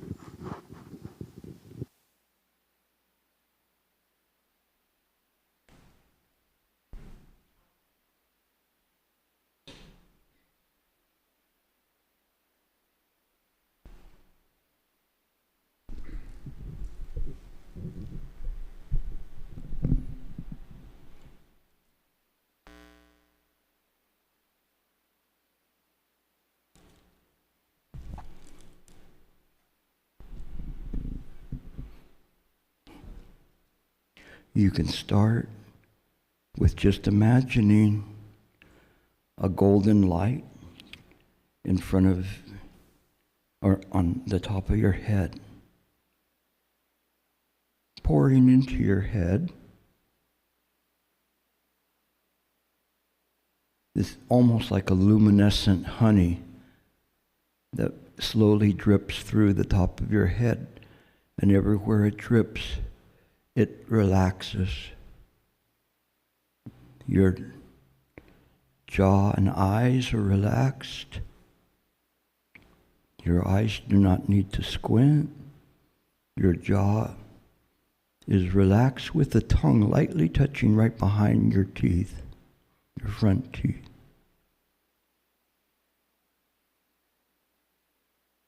Your neck is relaxed as you see this light pouring into your body, down to your shoulders, relaxed. You inhale and your lungs lengthen and become relaxed. You adjust your posture and you find it pleasing and relaxing to get the correct posture. Your heart is relaxed, calmer, not working hard. Arms, fingers relaxed.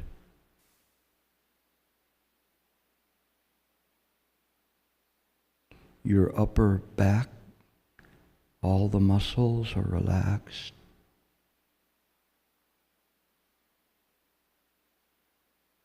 Your liver, spleen, gallbladder, stomach, all relaxed, all calm. Stomach not producing acid. Everything calm. Middle of your back is relaxed as you adjust your posture again to hold your body lightly erect. Your large intestines and small intestines, all your belly muscles relaxed. And your lower back releases all the tension, allowing you to straighten up even more. And relaxed. Straightening doesn't create tension, it relieves it, so that your spine is properly aligned through to the top of your head, through to your bottom. Your kidneys are touched by this light and relax. And so the bladder is relaxed. All the way through to your reproductive organs are relaxed. Your hips, your thighs relaxed. Your knees, your lower legs, to the ankles, to the feet, to the toes. Your body is very relaxed. You're aware of this moment, clearly aware. The mind so relaxed, not sleepy. It's aware. It is resting in this present moment. Entire body and mind are resting, not sleeping. Simply aware and using the method.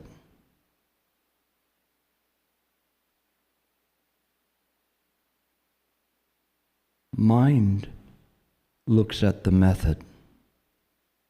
Mind watching the breath projected on mind. It's like a mind sandwich of infinite projections. It is aware of the method. Mind is holding the method.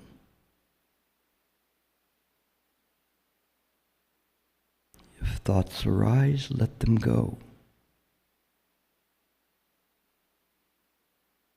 If ego arises, let it go.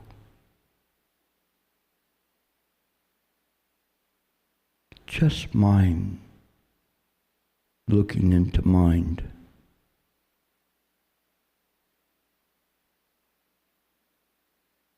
continuously.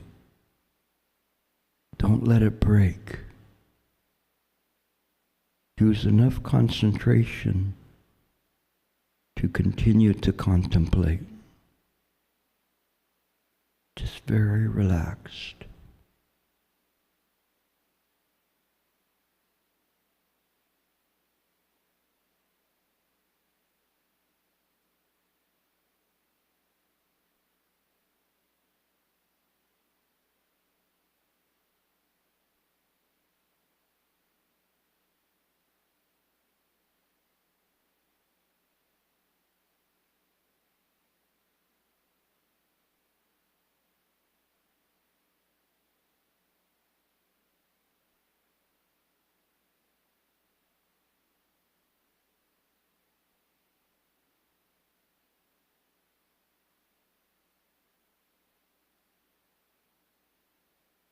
Don't abandon the method.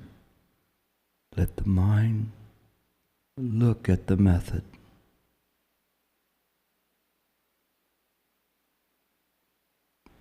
The method projected between two mirrors, infinite. In this moment, no time. Just the method, just awareness, contemplating.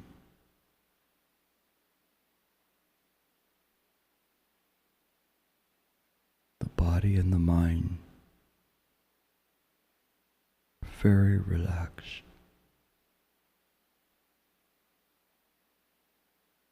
Mind looking at the method.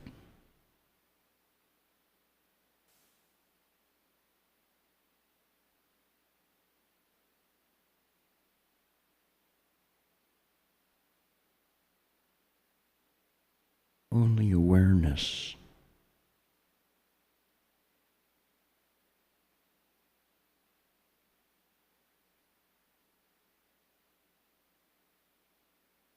Let go of any other thoughts. Only lightly hold the method.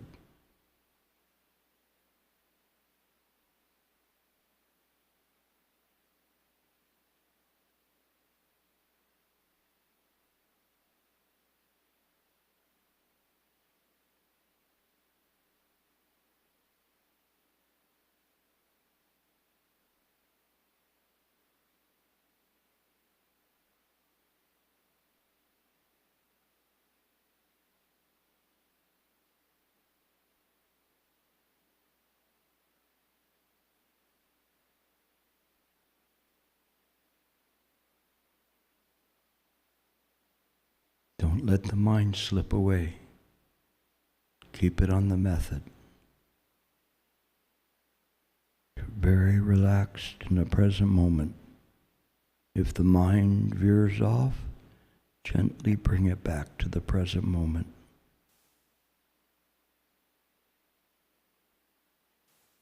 Body relaxed. Mind relaxed. The more relaxed, the less disturbing thoughts will arise.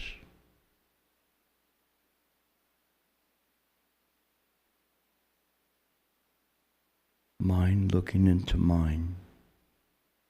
Infinite projections of the method.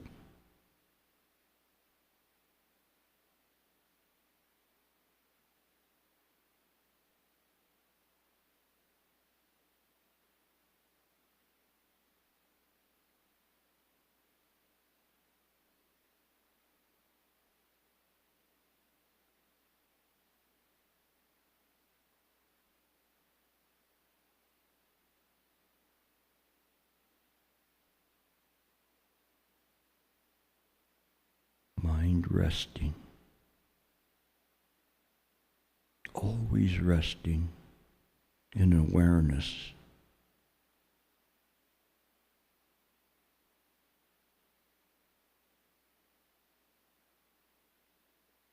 Ego is a projection. mind is the awareness that sees it. If ego arises, pay no attention. Gently return to the method. But the mind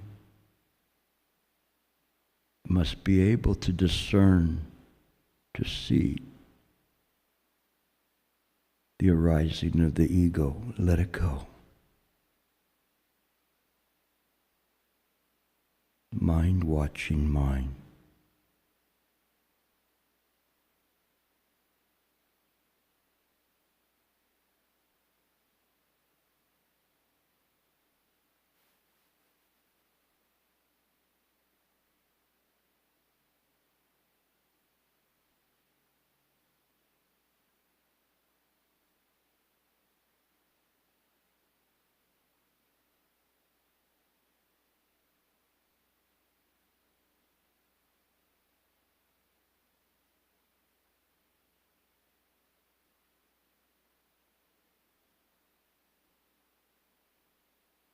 Body relaxed, posture correct, very lightly being elevated, like a helium balloon tethered to a cord. The body feels buoyant, as if it's floating.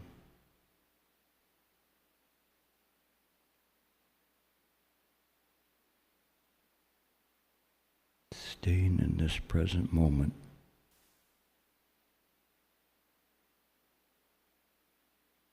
Observing the method.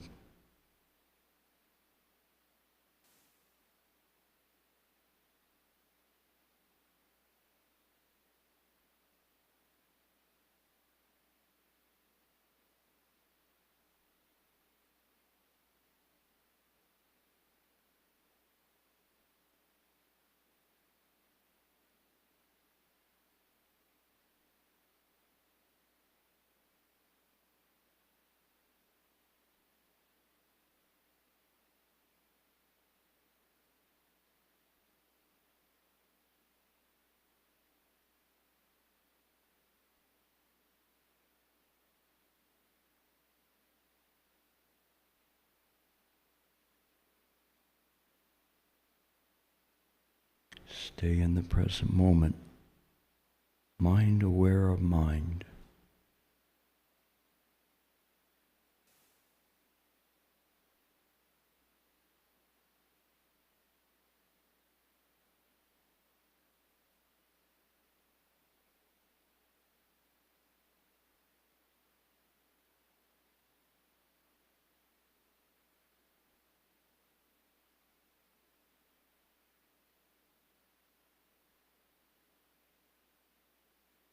Mind is very calm, resting.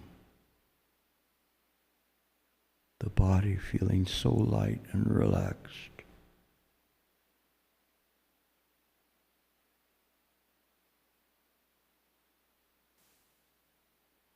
The mind is aware of the method and aware of its surroundings.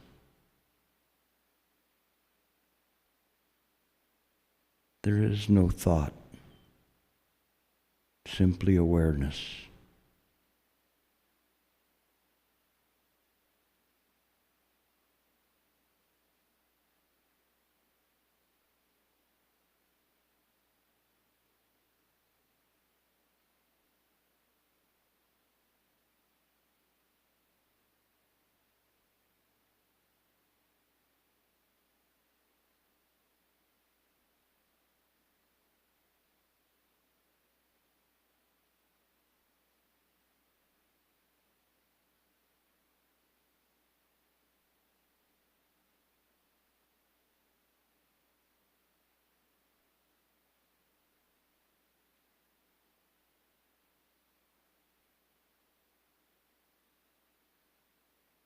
The only thought is the method. One thought for 10,000 years.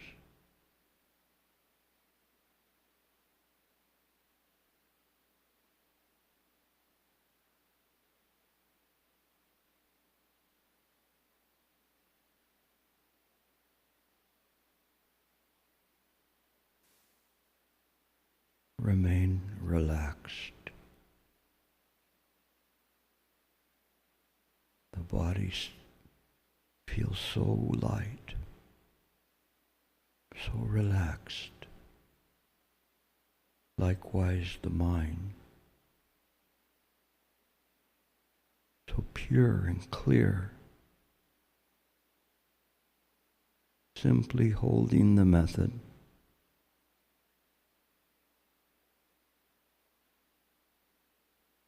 Mind looking into mind. Infinite.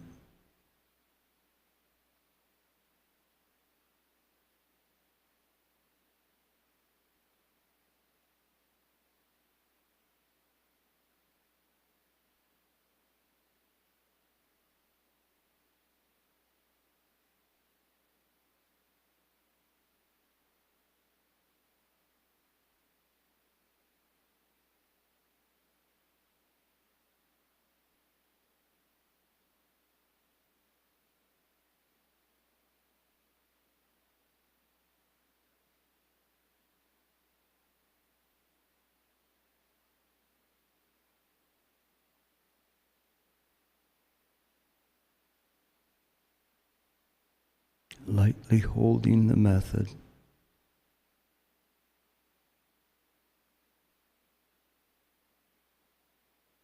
Beyond it, the infinite.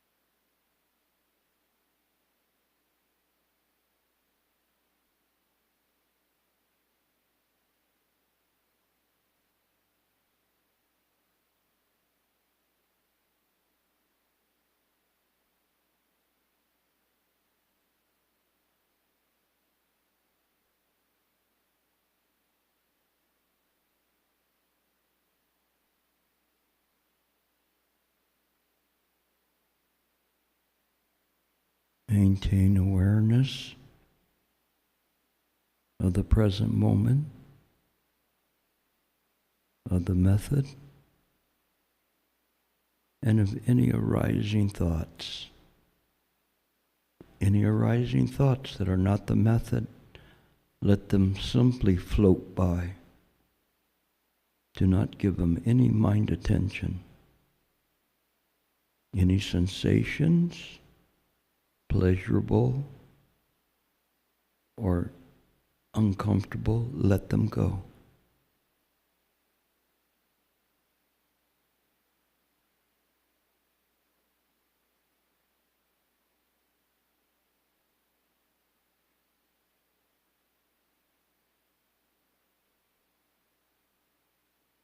The body feels light and relaxed.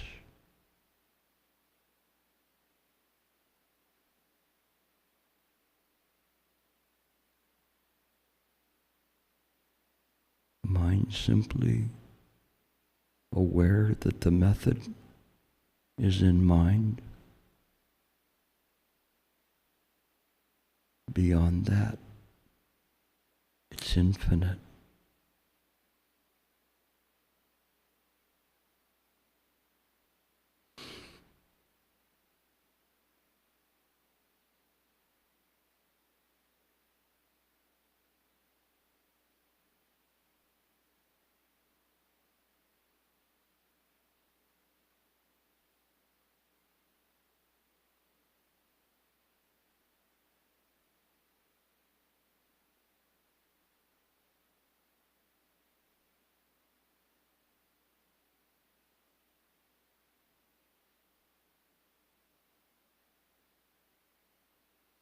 Do not follow illusion. Stay with the method.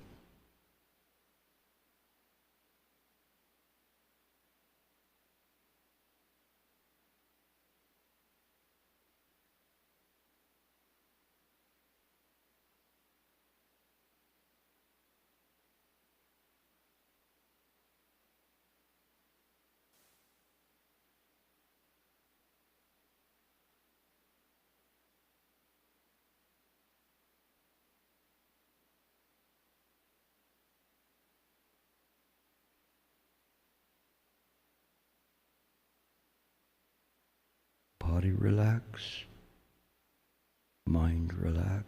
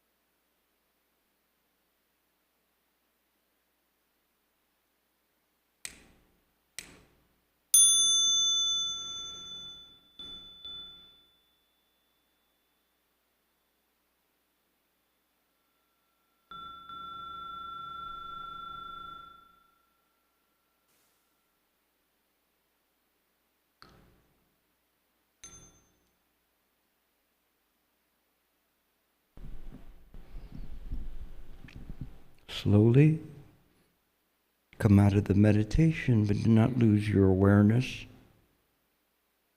or your relaxation.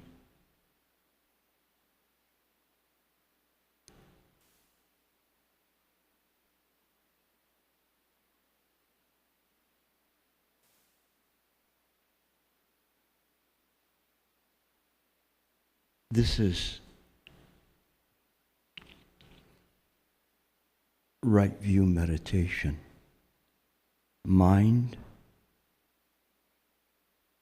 meditating on mind. There is no you in the equation. It's simply mind resting in mind. Master Shen Ying said something once that was so valuable to me. He said, every moment you are taking a rest. So now you're taking a rest from meditation and listening. So you're resting in this moment. Before that, you were resting at your break. When you drive, you're resting. When you eat, you rest. When you work, you rest. There's no time that the mind is not at rest. It is only when we attach to the idea of an ego, a personality, a life, or a being, that we're not at rest. We're like this tiny hamster running on this wheel, generating illusion, generating the illusion of this world, the illusion of chasing after something.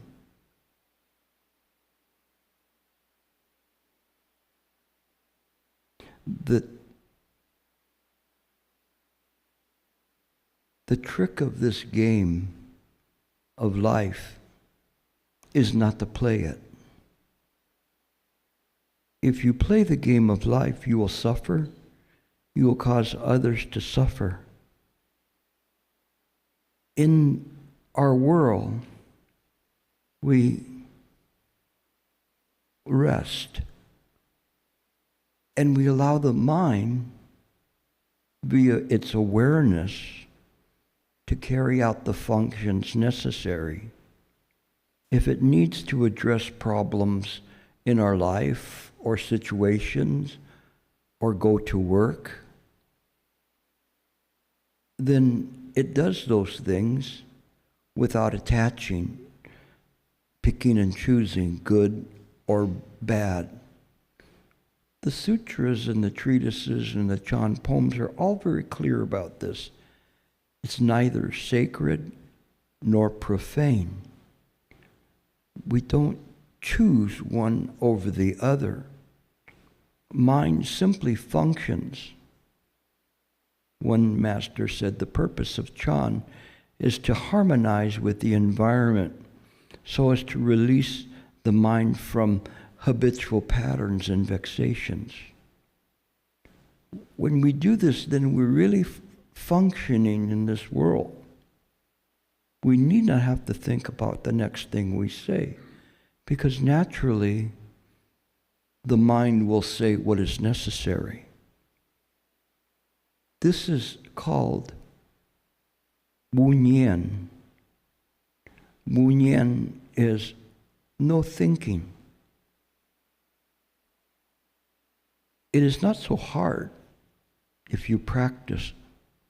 Before, people would say, Dilbert, don't talk about that or don't say that because that's too profound. No, it isn't. It isn't too profound. You can do it. You have to understand how to practice Wu Nian. It doesn't mean that we don't have thoughts. We have thousands of thoughts. We don't have to cut off the thoughts. We simply have to function. Everything is constantly changing. It is just in this way. But our bodhi, our mind, is never been enlightened because it has always been mind. There is nothing to attain. No bodhi to enlighten to, no bodhi to grow. It is just this way. Bodhi means a clearness of mind, an awareness of mind itself. You have that. Right now, this very mind that you're using, you have it. And sitting in meditation is evidence that it can be used properly. You can relax in the moment and maintain the method, not letting thoughts divert you from your function. If you can do this when you get up off the cushion, now you're in the game. Meditation is not a means to an end. Meditation is just practicing in a safe environment how to maintain awareness of the mind. There's nothing magical to you crossing your legs or sitting on a cushion. If it was so magical, then you could obtain enlightenment just by your seat time. We could put a butt meter on you, and then after you get so many hours of sitting time, you would be enlightened. It is not that way. Yet people do that. Some people, they can sit like stone lions. But it doesn't matter because their mind is not being practiced. They're just simply sitting. Wow, I'm doing very well. At this rate, I should be enlightened before lunch. Did any of you get enlightened? So the thing is that we don't worry about those things. In my own practice, the moment that I put down the idea of any attainment, the insight came. And I remember I was sitting on a cushion. It's a long story, but I'll make it like really, really short. Certain things had happened, and I had resumed sitting on my cushion, and I said, it doesn't matter what Shifu thinks. It doesn't matter about anything. It's just this. And then all of a sudden I heard, Shifu wants to talk to you. It was that moment, that very moment, when I put down everything. And it was different when I talked to him. He's still my master. But here was talking to his here, and he knew it. There's no magic to it. I would think probably the greatest prerequisite to this practice of Chan, whether you're on your cushion or you're walking around, is sincerity. It is in this way. And I've talked about sincerity. I haven't talked about it recently, but the term sincerity, sincere, comes from a Latin word meaning sincera, Seen cera means seen is without, and cera means wax. And in the old days in Italy, they would carve the marble statues, and if the sculptor made a mistake, he would put wax to fill the hole. And so when the people came to buy the statues, they would go, is this statue good? And the sculptor would say, sin cera, it's without wax. You don't take it home and all of a sudden find that part of the face melted off. It's without wax. It's sincere. It is in this way that we practice impeccably. When we can practice impeccably, it is whatever we say, do, or think, we're abiding by the Dharma. We're abiding by what is the natural law, what is righteousness. A righteousness without something that is opposite of it. It is simply demonstrated. That's the difference. If we hold to it like it is the law, it is righteous to do this, it's a secondary practice. But when our heart reflects this, it demonstrates this wisdom in this world, demonstrates it. And that's what's important. It is not something of an adherence to this and prohibitions against this and that. The mind naturally does that because it does not naturally have an interest in greed, hatred, or ignorance. It is clear and settled.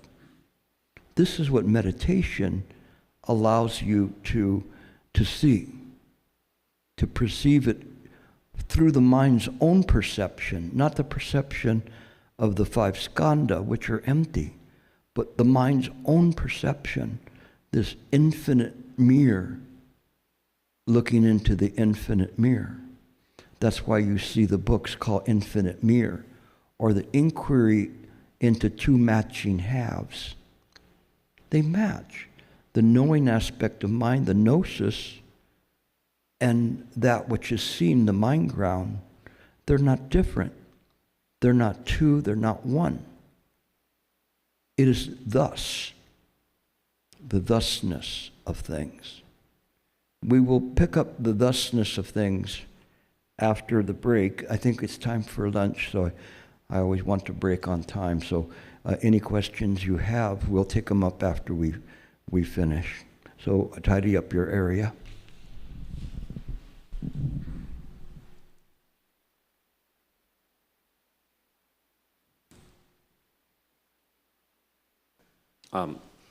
So if I understand correctly, everything is like in our mind, like it's some kind of illusion, right?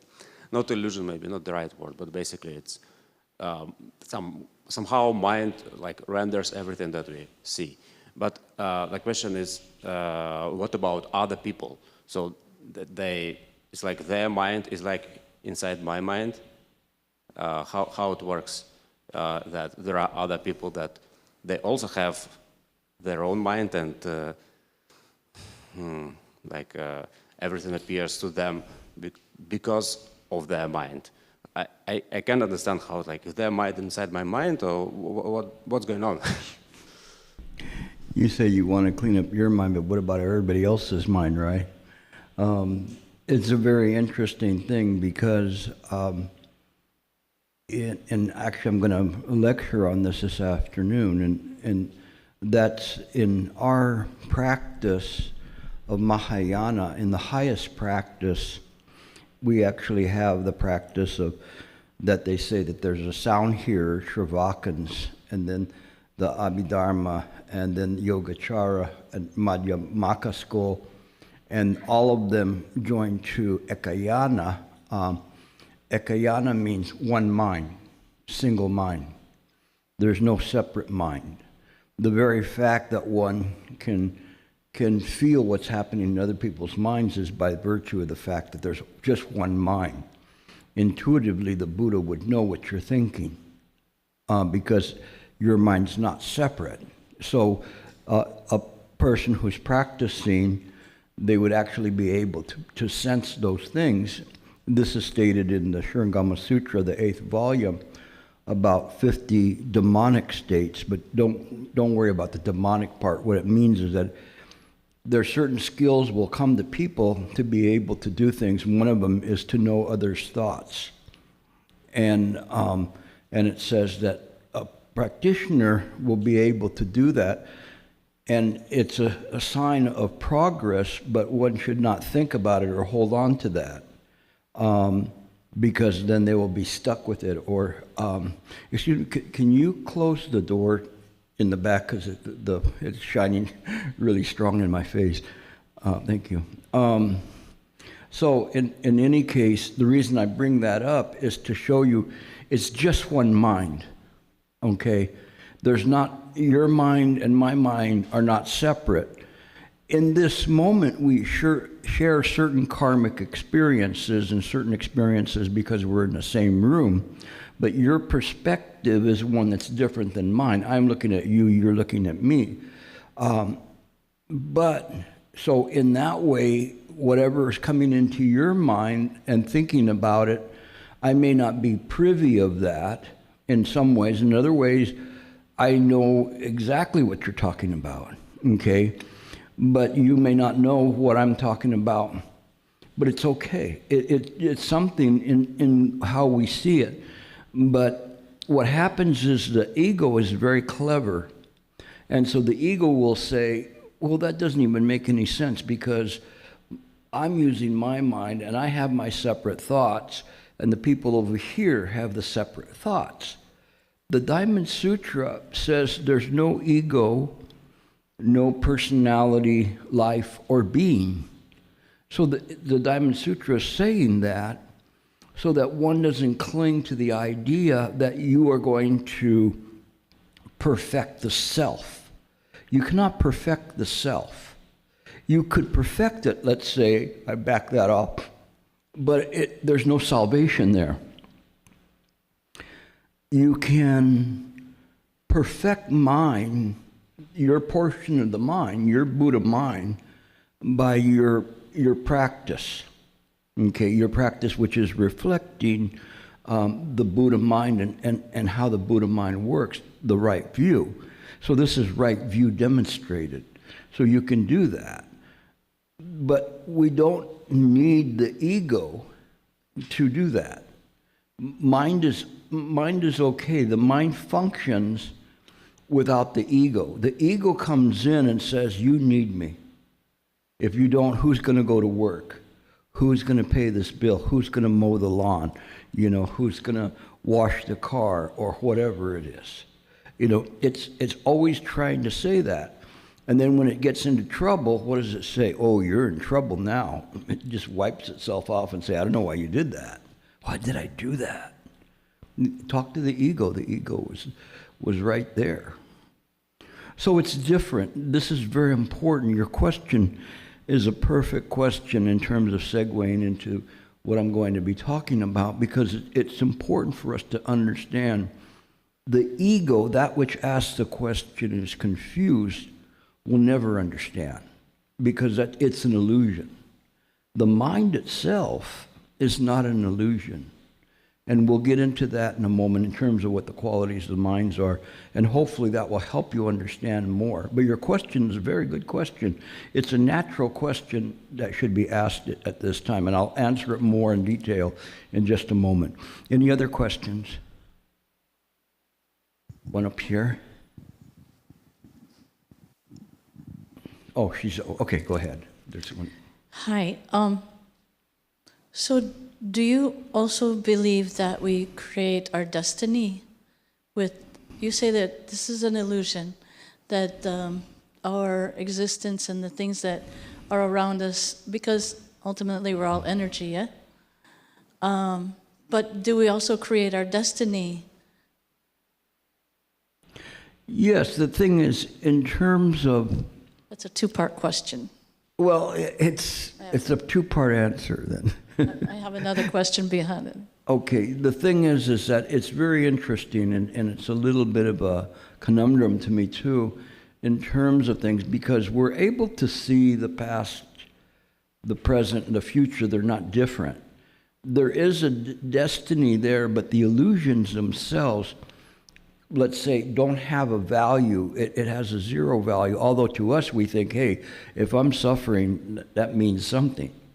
To the mind, it is just simply that the body is suffering and needs to be taken care of, but the body itself is like a self-healing tire. You know, the punctures, ones where they puncture the tire, you pull the nail out and it self-heals. It's not you, the puncture hole or the nail, that heals. It's the mind itself that heals, the body itself. And so bodhisattvas appear in the world to help do that. And again, I'll get into that, but in answering your question, I have to go and say, okay, this is how it works, because this idea of our own destiny, there isn't, Buddha said it's not the self. He didn't say there isn't a self there. He just said that the mind is not the self. And so this self that's concerned about its destiny is one that it's because it clings to the idea of a body or a life or a being or a personality or an ego. When that is not clung to, then the mind, the awakening is that one sees there's no part of this that is not mind. It's created in mind. So that question becomes a bit moot. In terms of it, you know, still things are appearing, things are suffering, but your purpose then is no longer to experience this suffering and to be delivered yourself from the suffering. The experience upon awakening is that one realizes that awakening, the samsara, this world here, is an illusion. And that when one sees it, the solution to that is to heal the tire. And so healing that little spot that's a defect in the tire heals the whole tire. So it's not just in one spot. And that's how a bodhisattva works, is no longer seeing it's my problem, my destiny, my this. It simply sees it and says, these things are an illusion, but if I work towards awakening, this is my vow to deliver others before myself, this is a selfless vow. And so we no longer worry about whether this is a destiny or not. Your destiny is one which we can say finishes at your last breath. You do not go on. Okay, we talk about past lives and things like that, but it's just simply, just picture it like a current in the ocean. Where would we cut it and say, oh, well, this is the previous current, now this is the new current, but it's still the same current, but we can't find a self there. We can't find a karma there. Master Ling Chi, he said that he searched for 12 years for this thing called karma, and he couldn't find anything of it, even the size of a mustard seed. What this means is that, and Master Ling Chi was so succinct in what he was saying here, because he's saying, we talk about karma, but karma only applies to samsara, only applies to the dream that's being generated in mind. But that's constantly changing. That's phenomenal. The noumenon, the mind ground, never changes. It is the phenomenal part that has good times and bad times and is affected by this thing that we call karma. But the karma, this pratika samappada, causes and conditions never fail, collectively, inclusively, is mind. So pratika samappada, the idea that causes and conditions never fail, which is the 12 nidanas, what the first thing the Buddha taught, is simply mind, how mind works. So we understand that, so we no longer think, oh, okay, well, this carries on to here. There's no you that carries on to the next lifetime, but the current will still remain moving. There will be another appearance in the world that will pick up some of that karmic forces, but it won't be you. You know, your ID doesn't go along with it. So it's kind of an interesting thing because it carries forth, but it's still mind. It's nothing but mind. And it's operating perfectly and precisely in accordance with causes and conditions, but all of that is only in the appearances. The karma then would have to presuppose that there's an everlasting being that's there to experience the karma. But upon awakening, we see that there is no self. So your question's a really, really good question. So I'm going to give you guys A's for your questions you're asking because they're good questions. It's something that you begin to take a look at and see it. You cannot posit an answer from the samsaric side. It's words, and it can only take you so far. But once you begin to get into what's called the esoteric aspect of mind, the part that's not in words, it becomes clear in terms of how this functions.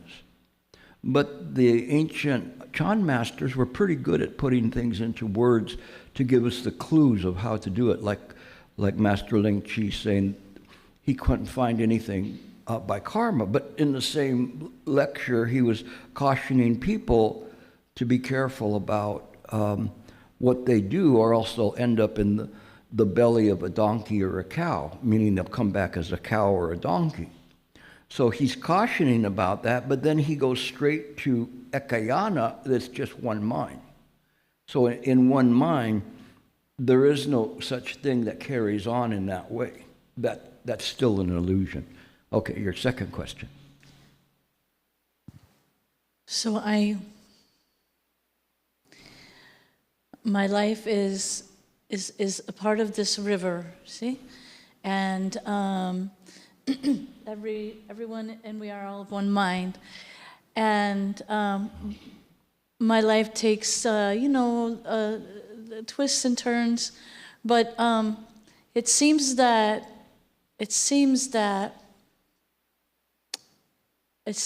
my life, or our lives, how do I word it? That our lives get better, for a better way to say it, when we become more aware of our oneness and more aware of our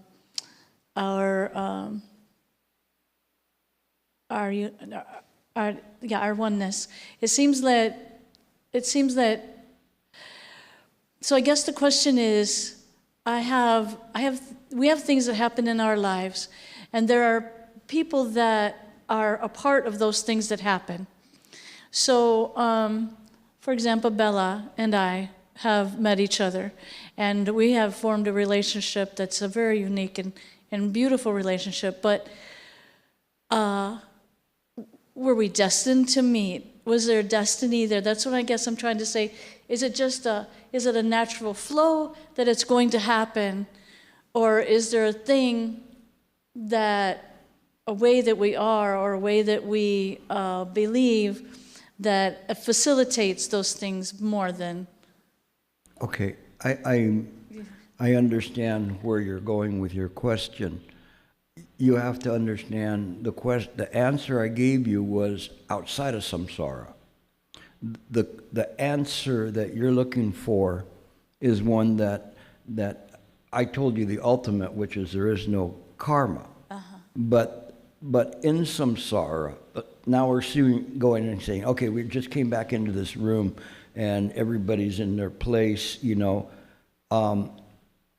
In your destiny, you are mindful of and you harmonize with that and you recognize there's certain karmic affinities, certain things that you do. You know, you smile at a person, you pay attention to them, you show them love and they'll show you love. And it may be from the past lifetime. You remember that, right? Remember what we were. Okay. So, you know, and you look at it and you see the people and you go, oh, you know, how are you doing? I see the people, you know, and I understand there's an affinity. There may be somebody, a clerk, that growling at me or whatever. I understand that can be an affinity from the past where I was short with that person. But we become aware of that, and the key here is we harmonize with that. So you have an affinity with her. You bring to her certain strengths and weaknesses, and likewise, she has strengths and weaknesses, but your affinity is one in this lifetime is to support each other. And you're mindful of that. So that is happening, and that's something that does happen. It is not by accident. It's by pratika samapada. There's nothing that happens by accident. It is a connection of all these things. The only way that could possibly happen is if everything is mind. If it's not mind, if it's not connected, there's no network there for those things to happen. It would just be some spurious happenings with nothing about it and no continuance. So you might as well be, what do they call it? Atheist, you know, or somebody that doesn't believe in anything. There's no faith there at all. There is a faith here, and we see this and we understand that we harmonize with the appearances in samsara. I harmonize with it. I try to put down the self and present to you something that's helpful, that will help you, not just in this lifetime, but in future lifetimes, not just in this lifetime for you, but who you will bring to the Dharma, who you will show that this faith is valid, is worth something. And this is how it works. So one is in this world, I'm in this world, I'm aware that it's a dream. I'm really aware of that. Yet I understand that I'm part of that self-healing puncture method to heal the tire, so that for the benefit of the entire tire. And it is in this way that we work. And again, it's where the one returns to. That the only name we give it is mind. Mind, if you go way out beyond languages and everything, what would there be to call mind? Mind is just mind, or even they take that away and they call it thus. Because there's really, what does thus mean? So it's a way of looking at things, and the reason I'm presenting that to you is because it's in this detail is because people have sincere questions about what's happening. So I'm going to answer your questions the best I can, so that to give you guidance, and everybody's in different places. Some are looking at things from the idea of self or his thoughts, you know. I'm okay with my thoughts, but what about her? She might have some really bad thoughts. You know, I don't want to be part of her. But it's okay. I know your thoughts aren't that bad. Okay. I shouldn't say that or else she'll quit. So, but the thing is that it is in this way. And then we'll get to that as I do the further lecture. Any other questions? Oh, yeah, she had one here. Last one, and then I'll... Oh, sorry.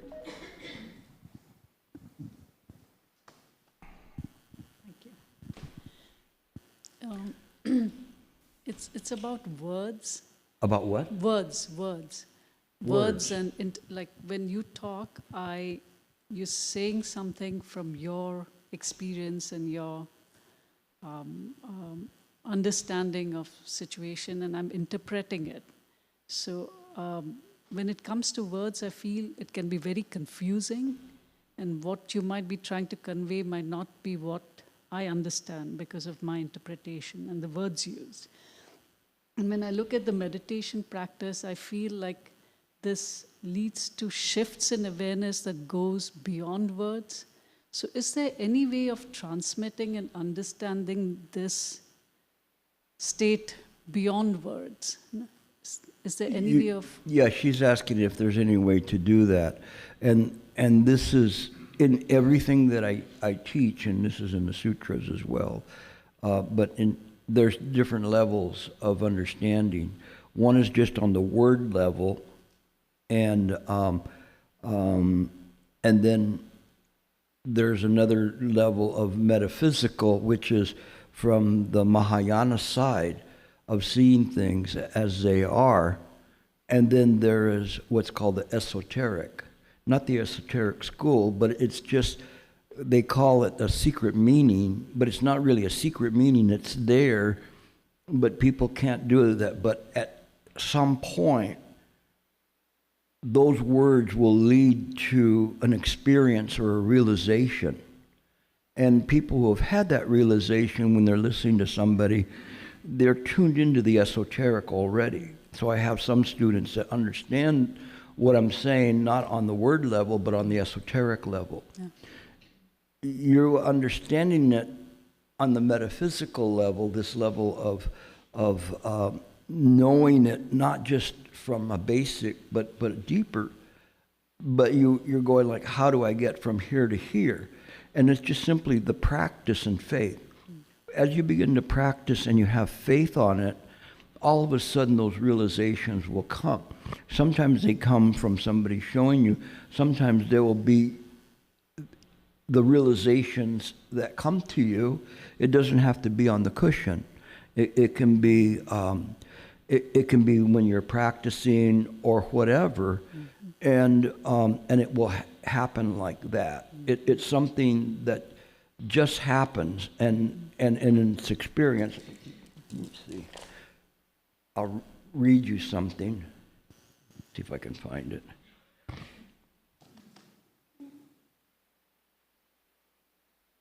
And I'll have to explain it to you because otherwise it will be difficult to understand.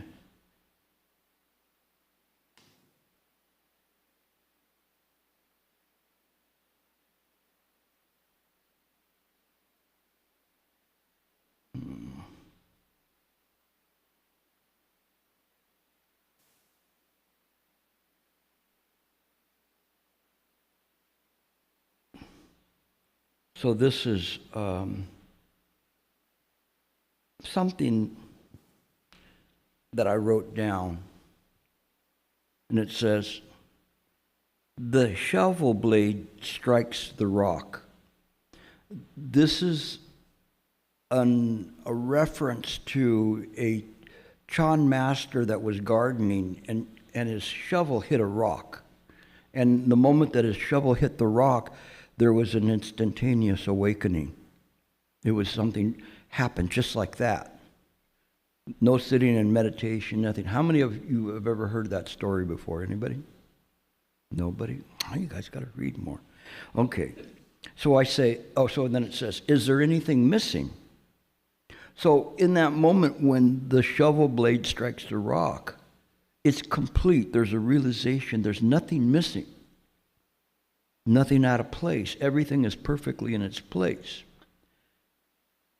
Infinity is at hand, meaning in that moment, if one goes into it, it means to leave the illusion, leave this dream, go. Return thusly. So come back, but when you come back, you return thusly, meaning it is mind coming back to mind. It is not you coming back as a sentient being that's trying to tell people to polish their self, but you return thusly. Thusly return, coming and going is a state of mind. So when we think of things and we say coming and going is a state of mind, there is no coming, there is no going. That's why they say that Tathagata or Tathagata, which is thus come one or thus gone one, but it's the same thing. It's a state of mind that one sees that it's coming and going, because originally there's no coming and going. That's why he said, return thusly. Mind is not a stage, so there's no level to mind. You don't go and you keep trying to pass and pass like a go-on, that you get a higher and higher go-on or something. Mind is not a level. Same thing. There's no level there. In stillness, mind may course through mind. So in stillness, the mind can go anywhere. When the great Bodhisattva was coursing through the deep Prajnaparamita, where's this deep Prajnaparamita that Kuan Yin was coursing? Just here. This is the deep Prajnaparamita. This is the Pure Land. This is the tap of the toe, that everything is just as it is. This is how you do this. Now, I typed this, but this came to me last week in my dreams. And this verse came in. I didn't think about it. I didn't do anything. All I did was I went, I'm not going to remember this in the morning. So at 4 a.m., I typed it out as best as I could remember it. That's how mind works. It's that way. If you have a self, then it won't work. But with a no self, mind is that self-healing tire, and it says, oh, okay, you're resting right now, so there's no Gilbert there. How about this? And it will give it to you. So this comes with faith. I don't pre-program and say I want to be taught. It just comes in naturally. That's just the way it works. Is mind teaching mind. And so it comes in that way. I probably, as Gilbert could care less of composing a verse at 4 a.m. in the morning, but it comes in that way. Even there's been times where I've been taught for several days, and each night I go to sleep, and it starts up from where I left off. How does that happen? But it's that way. I don't know how to explain that other than it's just mind teaching mind. But it's the sincere vow of wanting to explain to others what I'm trying to demonstrate to you, to give you faith to say, you can do this. You got this. Because you're already a victor. Everyone who's listening to me right now is a victor, because the very mind that you're using is the Buddha mind. You see, the difference in the way we practice Buddhism from right view is that, and what all the ancient Chan masters were talking about, is you already have it. You already have it. What happens then is that you lose it. And Master Ling Chi, he'd say, people cut off their head and then proceed to look for their head. What does that mean? Is that you already have Buddha mind, but then you dilute it with egotistical habitual patterns, and then you lose the fact that this very mind that you're using is the Buddha mind. Not bad. So when you go home and they say, what did Gilbert teach you? I'm the Buddha. And they go, who are you calling? I'm calling to have you picked up and taken to the doctor. You're cuckoo. No, it's okay. Just don't go around telling people that you're the Buddha, okay? I'm the Buddha. No, I'm kidding you. But the thing is that you understand those things. And so let that go through to your heart. And you'll pick it up. You're not far from it. Okay? Okay, let me get on to the regular schedule. program.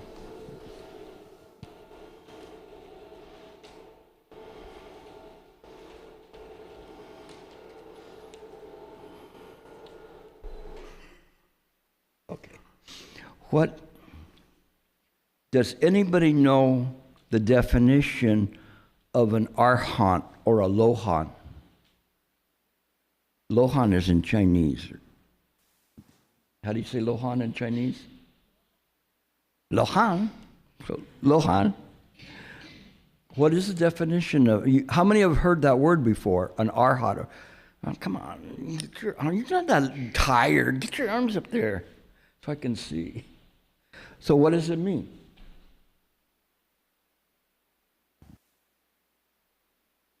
Hold on, she's coming with the microphone. I'm not sure if I understand it correctly, but it's like there's different levels, like 52 levels of Bodhisattva, and Lohan is like maybe the 52 levels. Is that okay, so correct? name the I'm first not 10. I'm kidding you, it's okay. So I think it's not yet attaining the highest level, but maybe the basic level, I guess. Okay. All right. An arhat is, the word means one who is worthy. And it says in Buddhism, a perfected person, one who has gained insight into the true nature of existence and has achieved nirvana. So, nirvana means a spiritual enlightenment. An arhat, having freed himself from the bonds of desire, will not be reborn. So, I remember one day in my first retreat with Shifu, he said to me, you can be an arhat. And I thought, wow, arhat. I didn't quite know what it meant, but it sounded pretty good. And I thought, wow, he's telling me I can be an arhat. And I went, wait a minute, did he just insult me? Because he didn't say, oh, you could be a bodhisattva. He said, you can be an arhat. Shifu to me reminded me a lot of my father. They were the two wisest people that I've ever known. And I'd come home from school, you thinking about Chinese mothers and fathers. My dad was a Chinese mother and a father. And he would look at my report card and it'd be all A's except for one B+. And he'd look at it and go, what happened here? So then I just had to work harder to get higher grades. Not because he was pushing me in that way unreasonably, but he knew that I had the potential to get that A. And the same thing with Shifu. He wasn't pushing me, just to be strict. He was pushing me to get me to the next level. And that was important. I always tell my students, if I correct you, you should rejoice because you're that much closer to it whenever you have a misunderstanding. So an arhat was something that was developed in the era of Theravadan, and in the Theravadan, which Theravadan means study of the elders, okay? And so the Theravadins were looking at things and saying that the goal was to reach nirvana. And from their Abhidharma, from the Theravada Abhidharma, there is the idea that everything is real. And Sariputra was the main proponent of the Abhidharma. Thus, that's why the Buddha touched and said, you can't even see the Pure Land, because that's a Mahayana scripture, and it's pointing out the limitations of of the Theravada theory in this regard. Now, the concept of a bodhisattva came on very early, and it was actually part of the Theravadan canon of discussing those who are progressing towards Buddhahood. Now, in this way, they reference bodhisattvas more so to Shakyamuni Buddha and his progress in becoming a Buddha, and so they refer to him as an enlightened being that's heading towards Buddhahood. And so they see that in that way and saying, this is how he was. He did a selfless act where there was this one Buddha that wanted to cross a path that was muddy. And he said that he would just place his body on the ground to let the Buddha walk on his body. And anybody heard that story before? Raise your hand. Nobody? Gee, my knees. Okay, these are good stories. So that story in the Theravadan means a selfless act of this person to do that, and so then the Dipankara Buddha said, you will be a Buddha in another lifetime or a few more lifetimes. Now that shows up in the Diamond Sutra, but as it has progressed from this idea of this kind of thing, because it transcends the idea of an arhat, and arhat only can get out for himself. Goodbye, see you, don't forget to write, I'm gone. I'm out. Okay. This is not the notion of Mahayana Bodhisattva. So when Dipankara Sutra said, oh, you will be a Buddha in another lifetime, it's pointing to something much more subtle and completely advanced from that notion of the Theravadins idea. And that's that to know the Buddhas as the past, present, and future, perceive that all Dharma, Dhatu, nature is created by the mind. Everything is created by the mind. He's saying you're going to be a Buddha in another lifetime, a realized Buddha. And showing this kind of a bodhisattva action, of a selfless action that's there, but it's not simply going to nirvana like a lohan or an arhat, but it's somebody that is going to return. And this time they're returning as a Buddha, but it is saying that each and every person has that potential. This comes from the Rulai Zong. How many of you heard Rulai Zong? I'm speaking Chinese, so anybody, how do you say it in Chinese? Well, that's different than what I said. The Rulai Zong is the Tathagata Garbha. So everything belongs to the Tathagata Garbha. So it is in this way. So when I was answering your question about predestined thing, I was answering it outside of samsara, so I had to go back into samsara to answer your question, because everything is within the Tathagata Garbha, the Buddha womb. The Buddha womb is not you becoming a Buddha.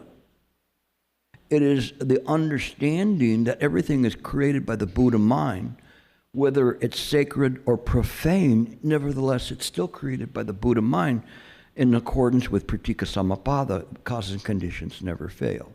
We just left Chan 101. But in any case, it is this idea of the Tathagata Garbha, the Buddha womb, that we see the coming of the notion of a bodhisattva. So the notion of a bodhisattva progressed through these, and this was very early on, where the bodhisattvas began to appear somewhere in in the 200 BC and then on, where these things would appear, and we'd begin to see these notions of a bodhisattva in what was now becoming Mahayana Sutras. Mahayana, the term Mahayana, is one in which it is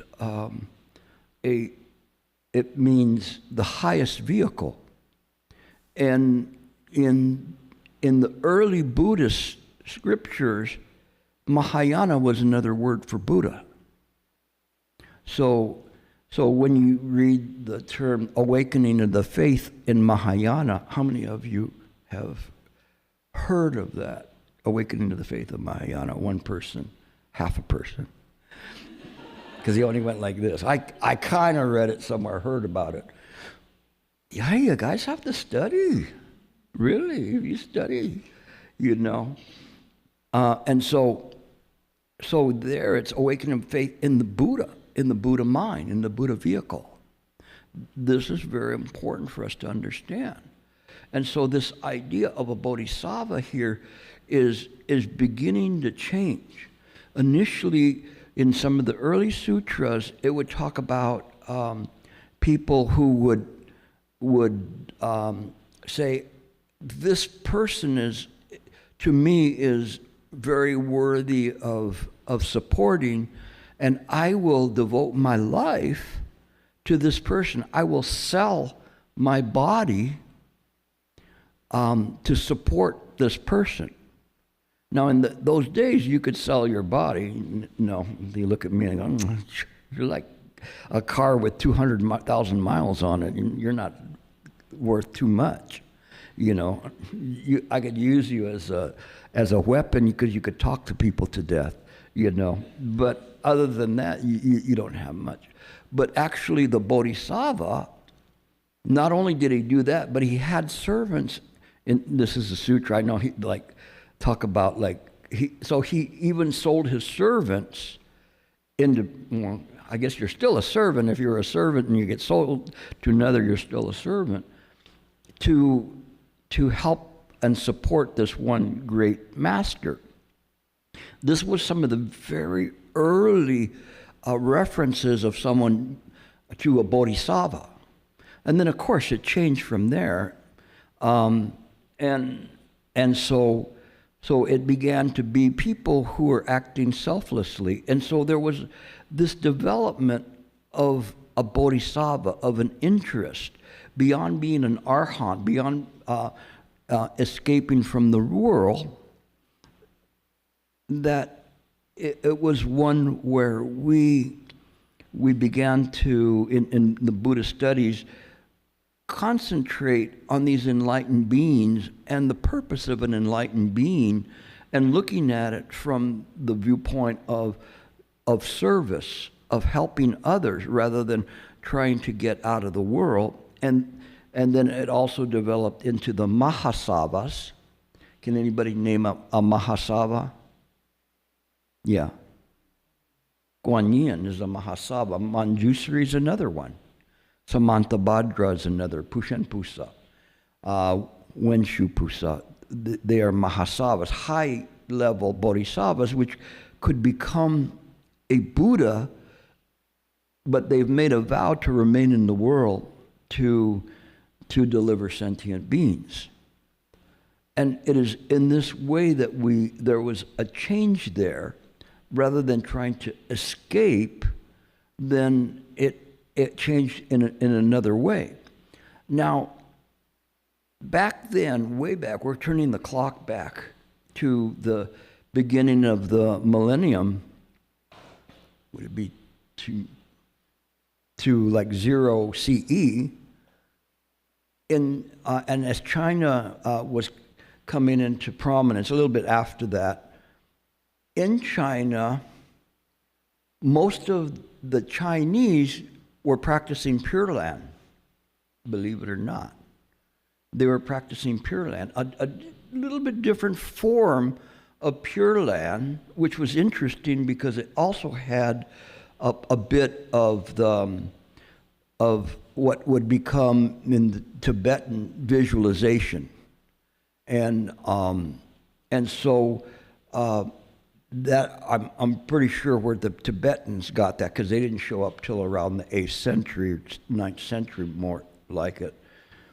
But this was Pure Land with this visualization. Chan was just a small pocket in China, but then it began to make sense, and this idea on the Mahayana was something that piqued people's interest. In this time period, the people that were looking at things that was predating Chan Buddhism was the Yogacara school, the Madhyamaka school, and the Abhidharma. Abhidharma, Abhi means the highest, so it's the highest Dharma. And this was more propagated by the Theravadins, although there's a Mahayanist Abhidharma as well. But in the Theravada, it said everything is real. And if you look at the Heart Sutra, the very first part of the Abhidharma and the Heart Sutra, they parallel each other, except the Heart Sutra is negating what's being said in the Abhidharma, so that there is no suffering, no cause of suffering, no cessation of suffering, no path. The Four Noble Truths are thrown out the window. Not necessarily thrown out the window, but caused to be revised to see clearly that if there is no sentient being, then there is no suffering.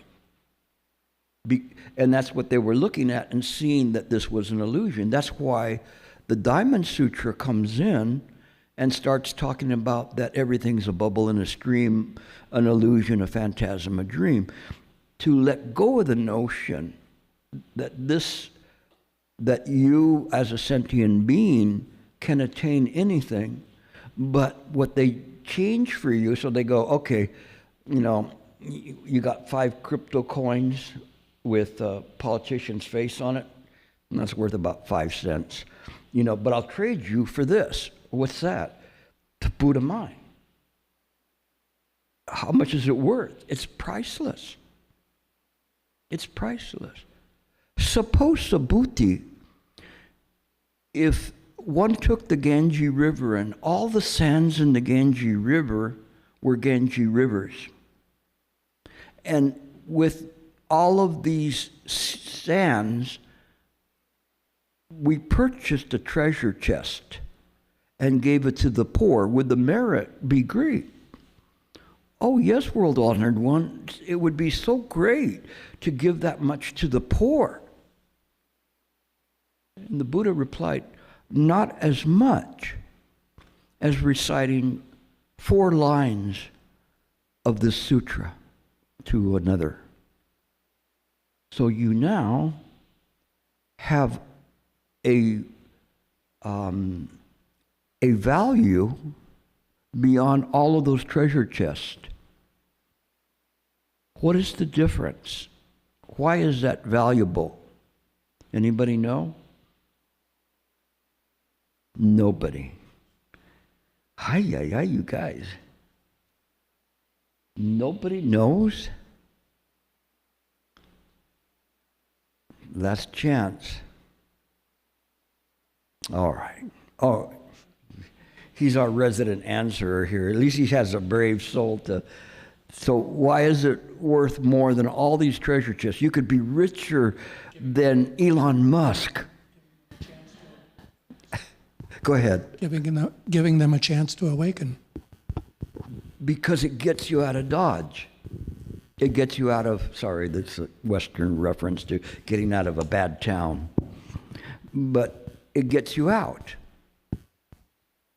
But what's ironic about getting out is that you go back in. The only difference is that this bad town is an illusion. But you're liberated from all of the suffering. And it's so valuable because you're able to start healing that tire. Wherever there's a nail, you're pulling them out. It is very valuable We don't understand that because we go, well, you know, I probably would take the crypto coin. No, don't. Everything like that is fleeting because no matter how much you have, no matter what you get, it's not that way. In a while back, I saw a sticker on a sports car in Orange County. And most of you know Orange County is down in Southern California. It's where a lot of rich people live. And it said, "He who dies with the most toys wins." That's so Orange County. and I wanted to put a sticker on it that said, "He who dies with the most toys still dies." You can't take it with you. And so when we see this, we understand that the way to play the game is not to play the game. So you come in here and, you know, of course I have to play the game when I'm retired now, but of earning money and feeding a family and doing all those things. But I'm not attached to that as much as my goal of doing this. And it's something that we understand, and it gives a purpose to this life besides our suffering. So, you know, it's easy to suffer, but if we understand the way to be free from the suffering, that's pretty valuable. How many of you would you like to cut off 50% of your suffering or more? But wait, yeah, see, now you guys raise your hand. That's worth something, right? But you've got that already. You've already got 50%. That's what I did. But I'll throw in, you know, if you operators are standing by to sign you up, you know, you can get rid of all of it. And not only that, people will like you. They will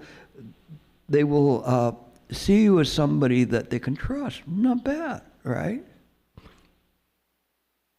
So,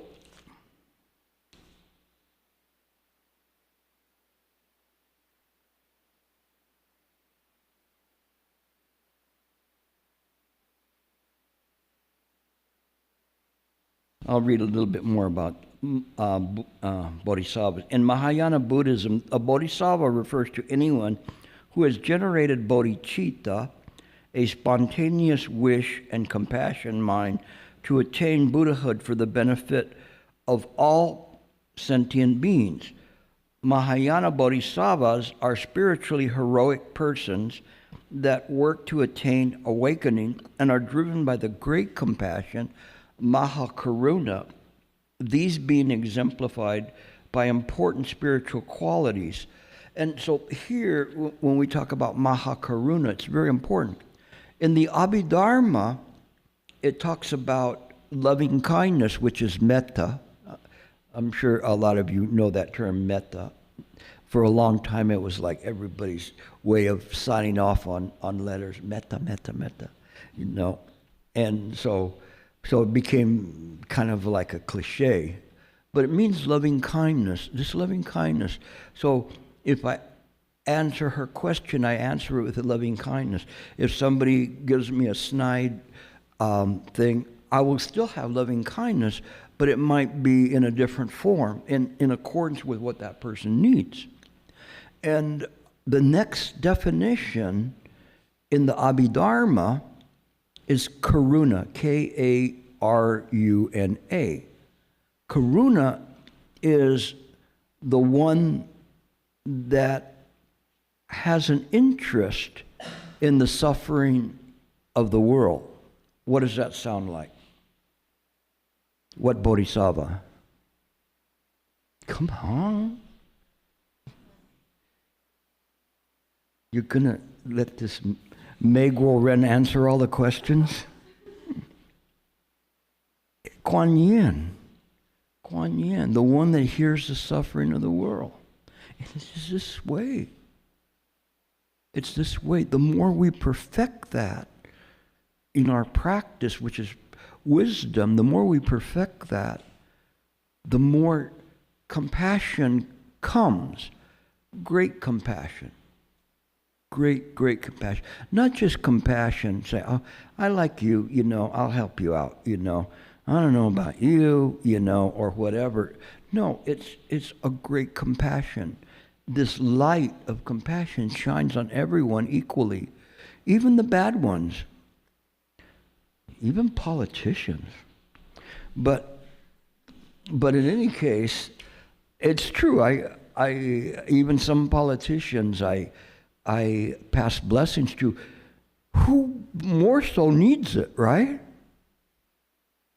You'd think, no, I'm not going to pass, blessings to this priest because he doesn't need it. The ones that need it, you want to give it to them more, because they are in a position to cause a lot of damage to people. So, in any case, off the stump. This maha means highest, and karuna, so this is great compassion. The Heart Sutra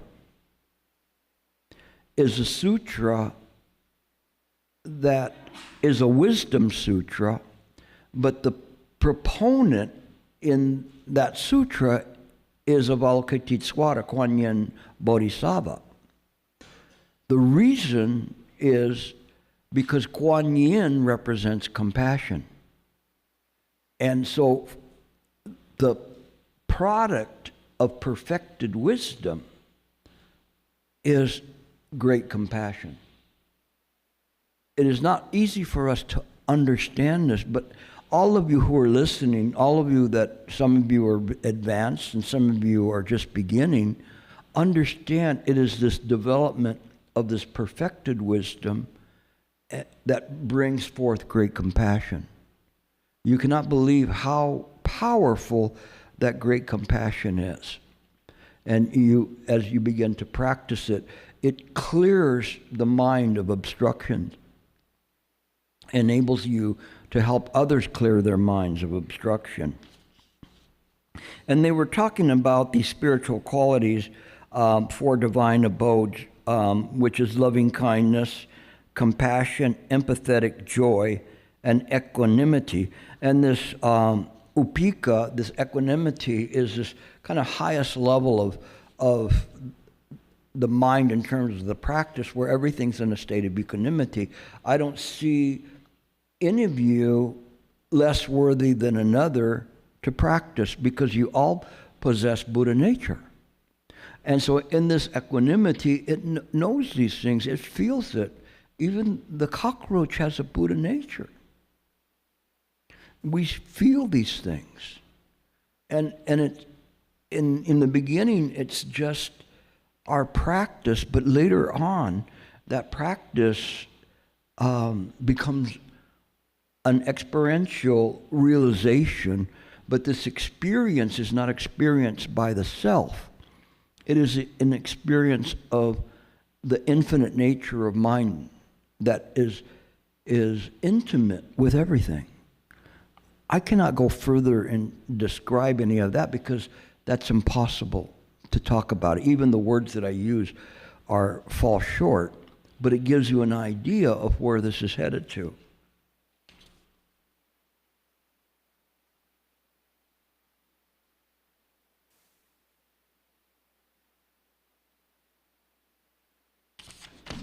And that's why in the Heart Sutra, you're going to run into, what's the word for highest perfected wisdom in the Heart Sutra?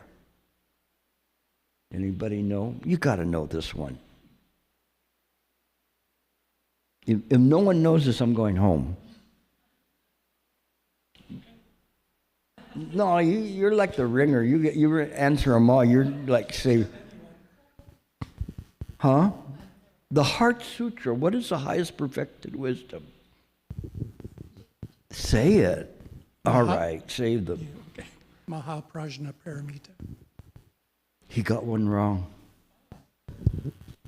That it is Mahaprajna Paramita, but what's wrong with Anuttara Samyak Sambodhi? Anuttara Samyak Sambodhi is the highest unexcelled wisdom.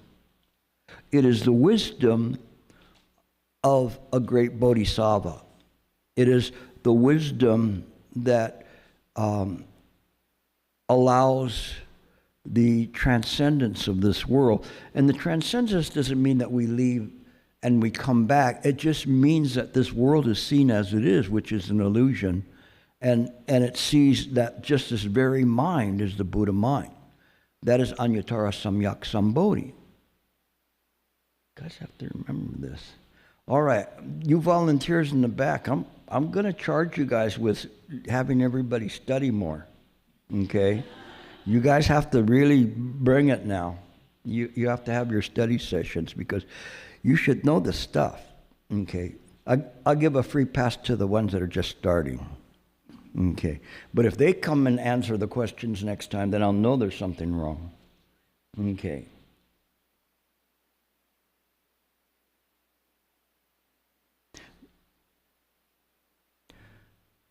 So this notion of a bodhisattva is very important to Mahayana because it guides our practice. We don't practice to try to get out.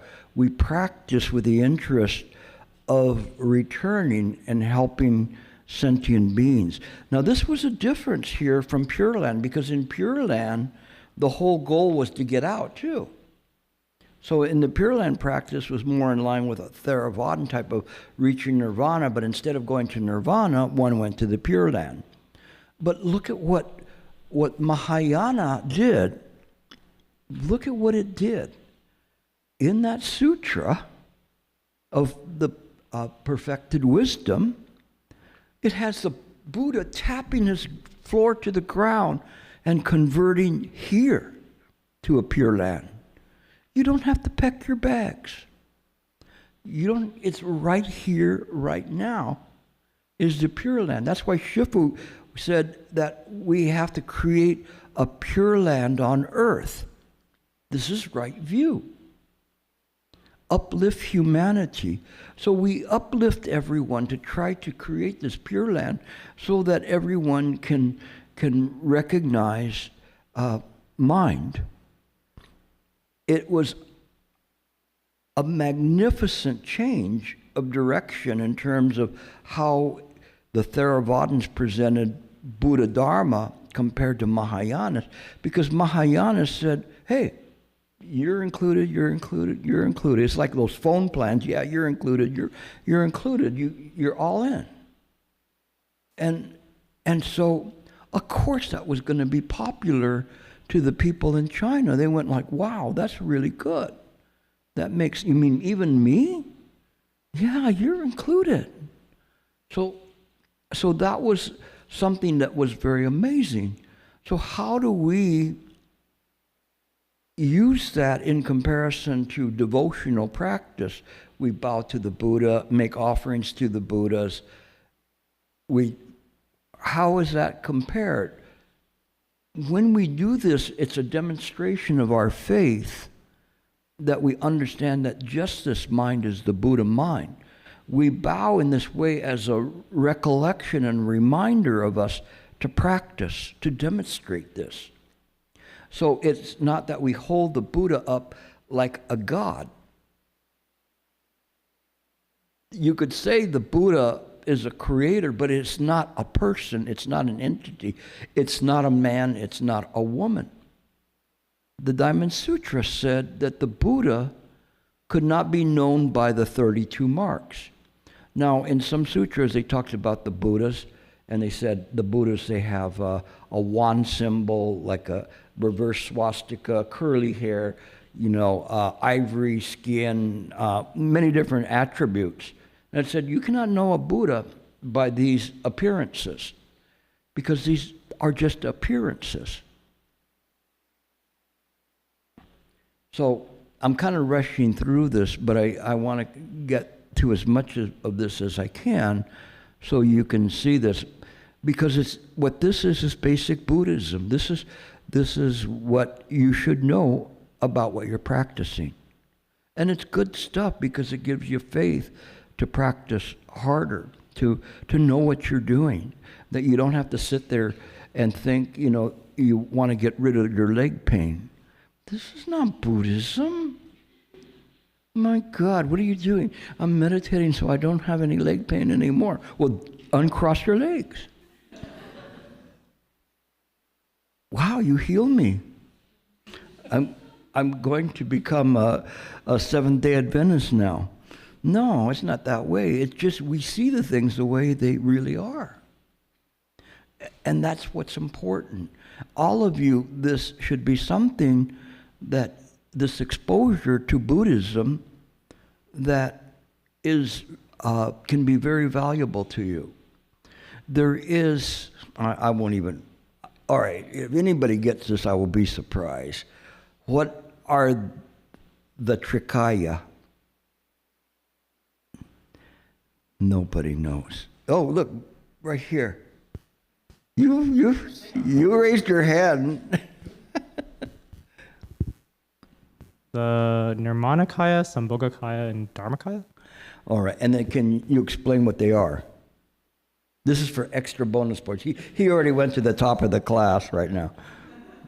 I believe the Nirmakaya is the physical body, the Sambhogakaya is the subtle body, and the Dharmakaya is the Buddha body, Buddha mind.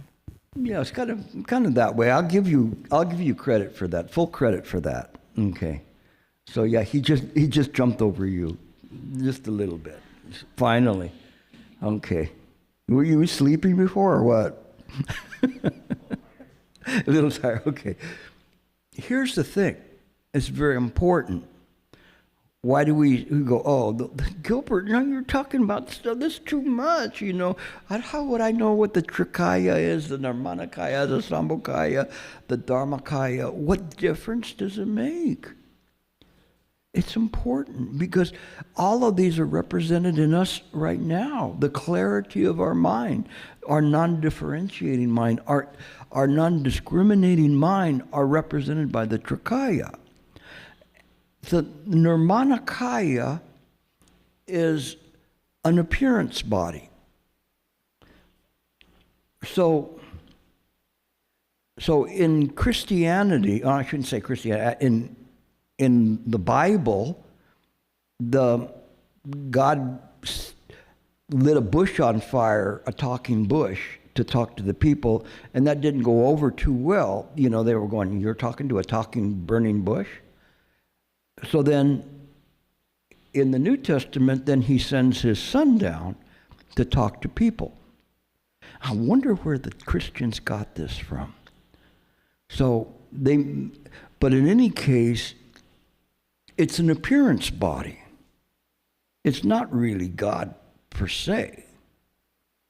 So, because he sent his only son, so that would mean that his son, I guess, would look like him. But when the Buddha comes, this body is an appearance body. It has to be because it's born and then it dies. But in between, the body is used as a vehicle to transmit the Dharma. This is the Nirmanakaya, an appearance body.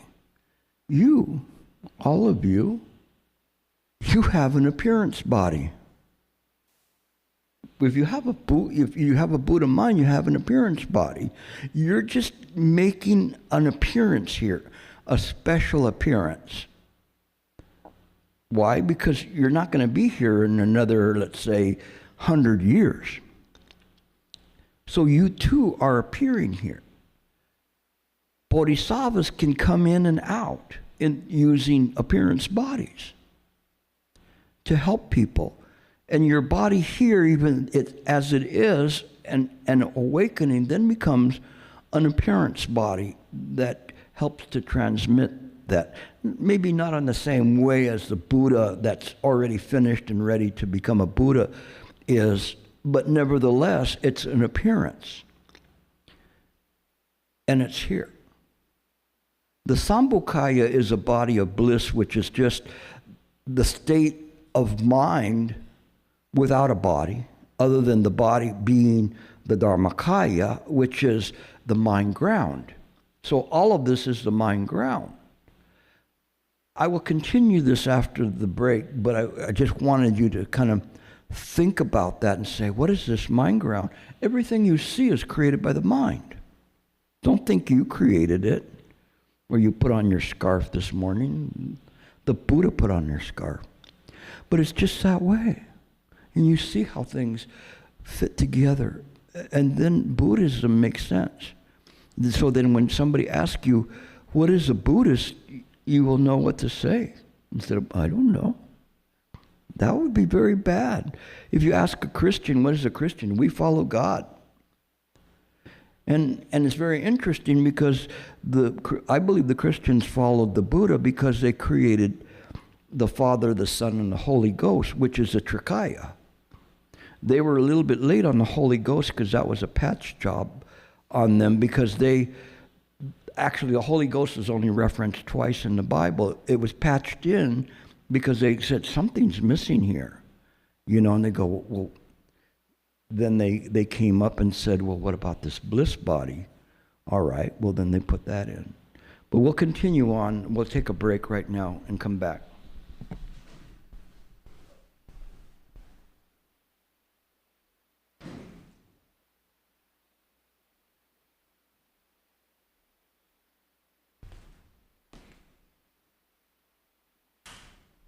Just joint palms.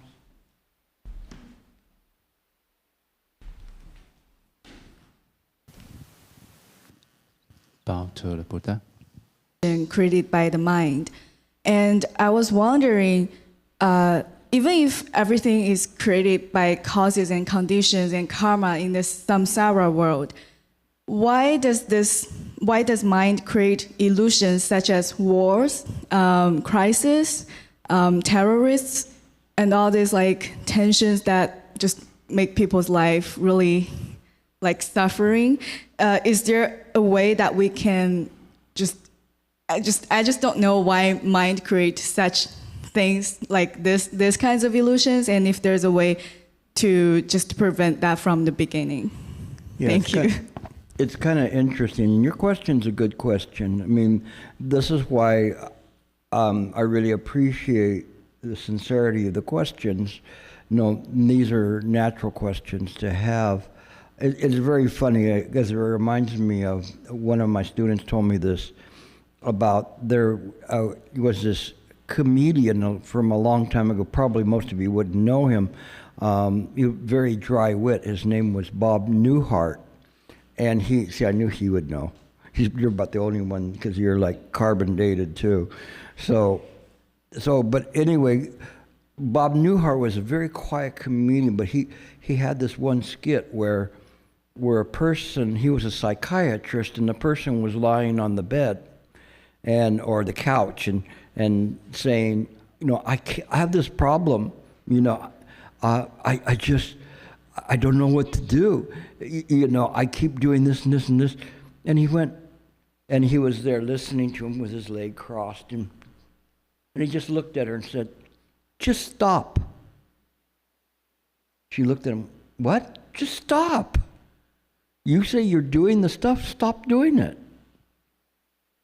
Stop killing people. Stop being mean to people. Stop hating people. What's so funny about peace, love, and understanding? We don't know. We don't know. It's so simple. That's what the Buddha came here and said, just stop. Stop doing this. If you do this, this is going to happen. This is the 12 nidanas. He told us right from the very beginning how to stop it. Our problem is that we don't understand that. For some reason, in all of this, even though it's created by the mind, remember, there's not a supreme being that we can fault for this. In Christianity, they say that God created everything, and He created the mountains, the chirping birds, the frogs, all these things, and wars and hatred, and the devil. And you have to look at it and say, if he created all of that, then he was an underachiever. Because why would anybody want to create all of that? It's created by the mind, but there's no supreme being that's in charge of it all and creating it and going, today you're going to win the lotto. Today this person's going to get a flat tire on the way home. This person is going to eat a hot dog and the mustard's going to fall on their shirt. I once said that in one retreat or lecture, and the person in the front row was stunned. I go, why are you so stunned? He says, because that happened to me. You know, I ate a hot dog and I had the yellow stain on my shirt, and sure enough, he had a yellow stain on his shirt. So it's very strange, you know. But nobody puts that into motion. It is simply this dream. And it's a bad dream. In this place in heaven, it's not a bad dream, but here it's a bad dream. It can be a good dream, but it can be a bad dream. But it is all set into motion by the 12 nidanas. And the very first nidana is ignorance. And in the Mahayana Sutras, it really worked and explored that, especially the Tathagatagarbha Sutras in the Queen Sharmala Lion's Roar Sutra. It talks about these latent deficiencies or defilements, latent and static ones, meaning that they're there all the time. Other defilements come and go. Maybe somebody wants to smoke or whatever, but you can break that habit. But these other static defilements, they stay there, you know. The most insidious of them, the worst one, is Nisyan entrenchment, which is ignorance. This ignorance has to do with attaching to the self. And when we attach to the self, that is a major cause of all the things that happen, because clinging to the self will cause people to think, it's okay. Here is a living being here, has a family, has maybe parents and children, and has a life. But it's okay that we can snuff that life out. But justify it because I want that cushion she's sitting on. It doesn't make sense. It's horrible. You're right.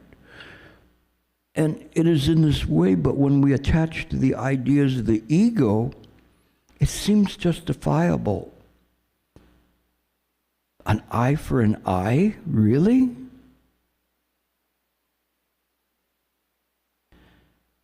It's difficult for us to understand that.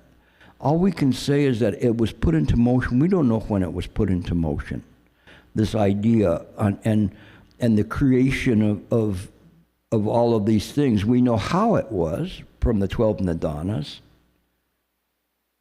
but we don't know where that ignorance came from. All we know is that it's there, and in our practice, there is an interest in the suffering of others. And these others just doesn't mean human beings, it's all suffering. And there's an interest of wanting to take care of it, kind of like a self-cleaning oven. How it got that dirty, we don't know. You know, we know historically how it did in this world, but where this ignorance came from. So we know that, but it isn't that something that the Buddha puts a seal of approval on it. The Buddha had for 3 days a headache. And when they asked him, why did you have a headache for 3 days. And he said, because in a past life, there was a fish that was caught by my village. And it was a giant fish, bigger than we could possibly eat. So we just beached it and put it in shallow water, and people would come and slice off pieces of the fish and then eat it alive. But I came upon it and I hit it with a stick 3 times on the head, like a naughty boy. And so I have a headache for 3 days. The purpose of this story is to show that even the Buddha is not above karma or any kind of retribution in the form of a sentient being. It's in harmony with it. So the Buddha knew why he had the problem and understood that and is in harmony, but appears here to understand and show people the consequences of their actions. The more they cling to the idea of an ego, a personality, and life or being, they will suffer, and they will cause suffering. We don't know when that started. All we know is that there is a way out of it, and that is to make a vow to deliver sentient beings, to change them so that they do not cause these kinds of problems. But it is very sad. But it is a way to do that. We don't do that, and we don't march a war against Christians or Muslims or Jews and say, oh, we're superior, we're going to beat you so that everybody will be a Buddhist, and that isn't our way. We're not going to engage in a holy war of killing people so we can save people. That doesn't make any sense. Indeed, this world is not a good place. It's one that I say that if the aliens came here, they would go and put like an X here and leave and go, don't go there. Those people are crazy. They kill each other. How can they kill each other? They kill each other. They're crazy. If you go down there, look at my spaceship, it's got a bunch of bullet holes in it. We can't be satisfied with this place. We have to understand it. This is what being a Buddhist is seeing. And so your question goes right to the heart of being a Buddhist, of seeing that this world is unsatisfactory. And it is a mind's dis-ease that when we aren't at ease, these things will happen and appear. So I wish I could tell you more than that, but that's what I'm doing here, is understanding that it is this way. Okay? Any other questions? No questions? All right.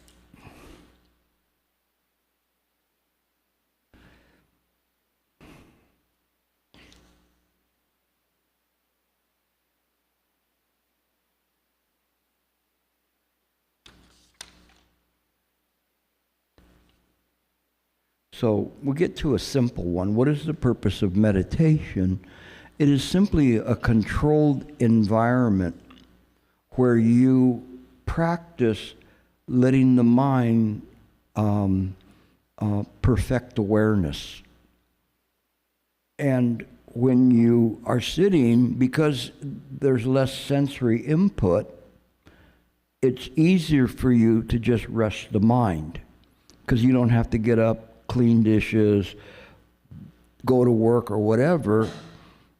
If you're doing all these things, it's difficult to practice it in the beginning. Later on, that is your practice. But in the beginning, to sit to meditate, there's nothing magical, again, of crossing your legs. But if you do it sincerely, it will work. And if you go to, let's say, a 7-day retreat, and the whole time you are there, when you're walking to the Chan Hall, coming back from it, eating, sleeping, whatever, if you stayed on your method uninterrupted, you will see your true nature. But again, the proviso is you can't go eating and going, oh, they don't have hamburgers, or oh, there's no fries here. That you're off your method by that point.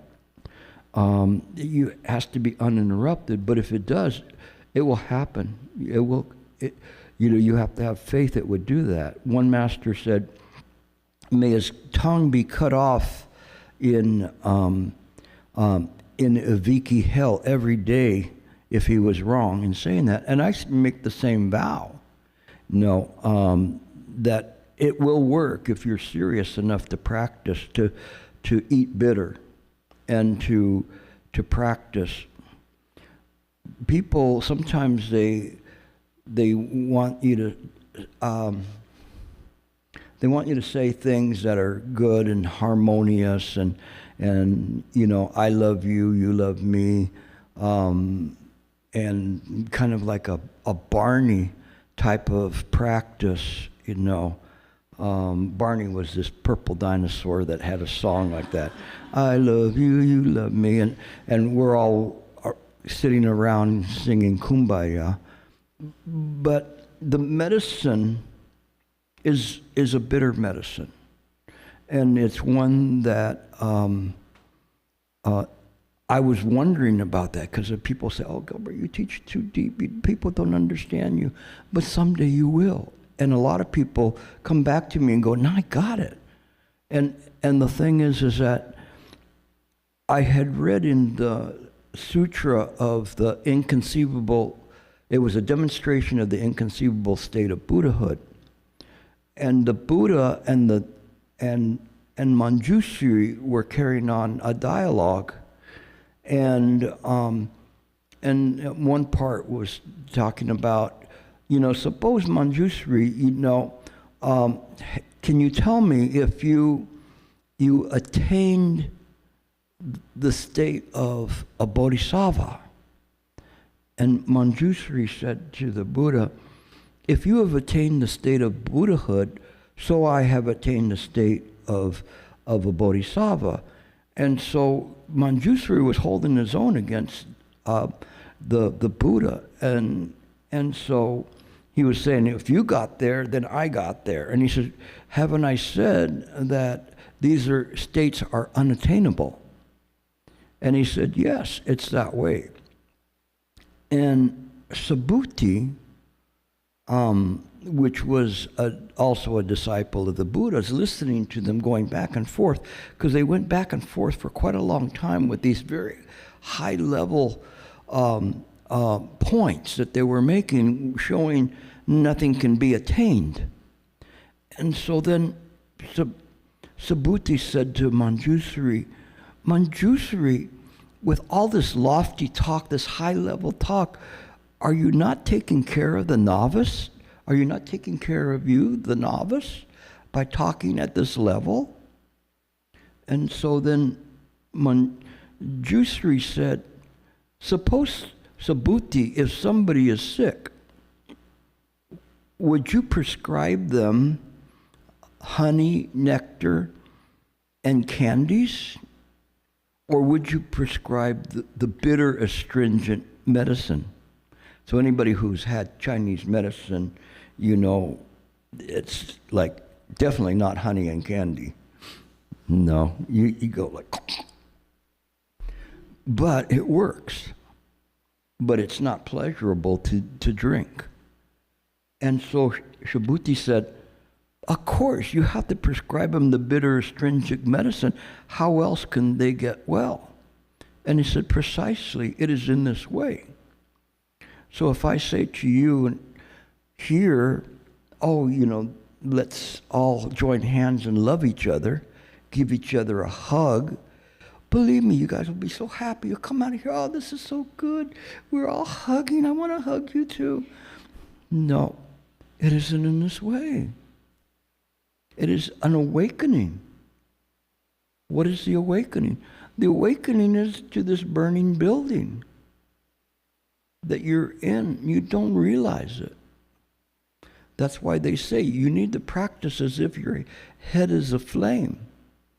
If your head's on fire, you know, what would you do besides yelling, would be Namam Tov, Namam Tov, Namam Tov, until you finally are consumed by the flame.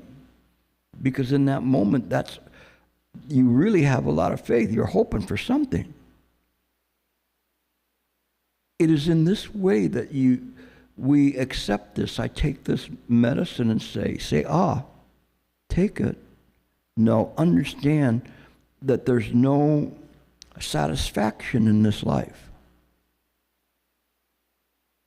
This life is a burning building. And your body is the same way. It will come, you know, those of you who are old, you know, you can't do the things you did when you were 15 years old. For me, I'm glad I can't do them. But the thing is that it is something that you understand about this world. And it's a bitter medicine in the beginning because you have to swallow it. Once you swallow it and you realize it, then there's joy. There's joy because you understand there is a way out. The way out isn't as we perceive it to be an exit door. It is not a Theravada, I'm going to nirvana. It is one where we see, I'm coming back here. There's people that need to be saved. This is what a bodhisattva does. A bodhisattva doesn't leave the building. If they leave it, they'll come back in with a renewed interest to save people. This is how it works. But Disanpusa, Earth Store Bodhisattva, who knows Disanpusa? Raise your hands. 5, 6 of you? That's it? Excuse me. You guys are... Disanpusa is a bodhisattva that goes to hell to try to save those from hell. And you go, wow, that's a pretty lousy assignment, you know. Couldn't I be assigned to the Pure Land? You know, it's very funny.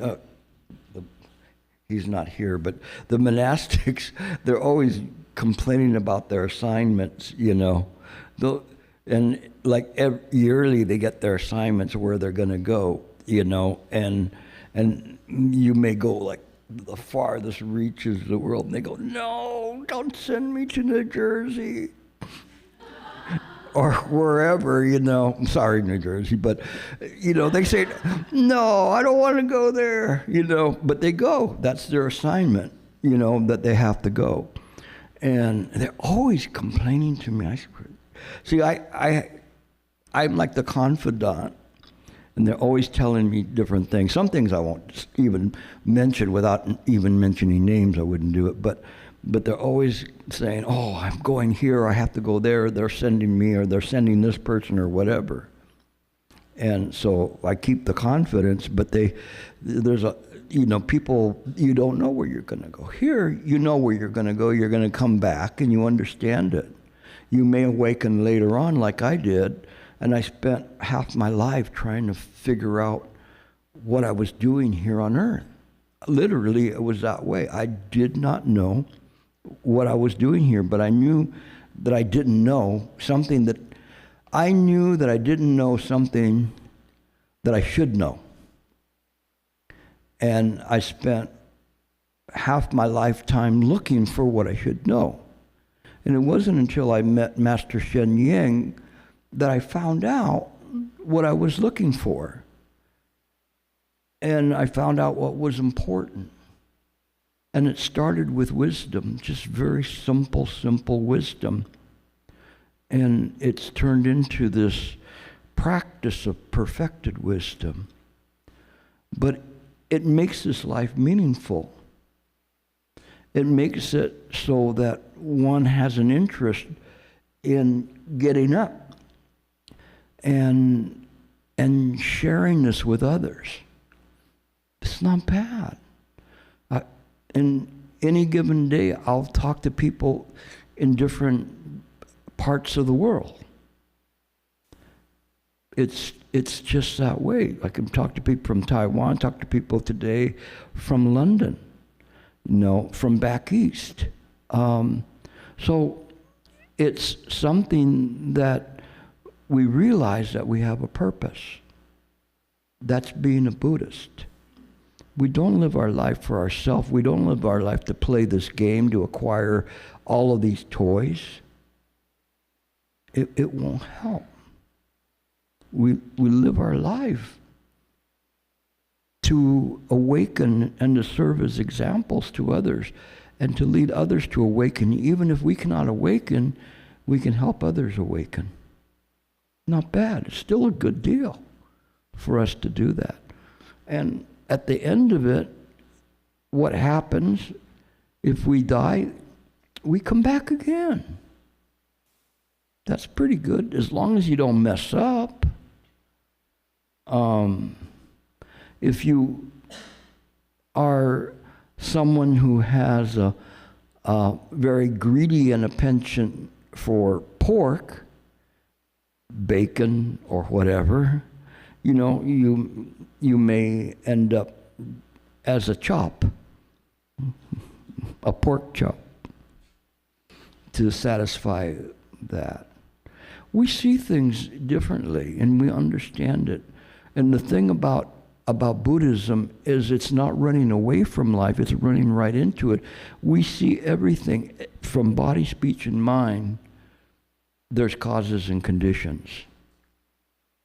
And these causes and conditions, we understand what they are. And we know where they're coming from. All Buddhism does is, as you begin to practice, is attune you to why things are arising in mind. We know precisely what is arising. Little by little, the intuitive aspect of your mind appears to grow. It doesn't really grow. It just means that there's less obstructions there. So one is able to utilize the mind better. And we can see there's a person. We say, I have an affinity with this person. I know that I will deliver this person in another lifetime, or I was a brother of this person in some way or another. We know these connections. We understand it. We don't have to worry about it, but we feel like there's this continuum that I was talking about, like this ocean current. Without being an individual, nevertheless, there is a whole there, which doesn't presuppose there's something outside the whole. The whole is everything. And so when we begin to practice this way, then Buddhism makes sense. You can practice in just a devotional way, and a lot of people practice in a devotional way, and they'll recite the Buddha's name, recite a sutra. I'm actually very devotional. I have my altar, and I always light incense at home and offer fruit and do my recitation all the time. So this also is an aspect of the practice, is to be devotional, because when we're devotional, we put down the idea of the self. But we should also understand what the statues represent. They represent what you intrinsically have already within you. And what you're doing is you're drawing out, pulling out that which is already there, and you are allowing that to govern your life. And you understand that this mind, how could it harm any other Buddhas?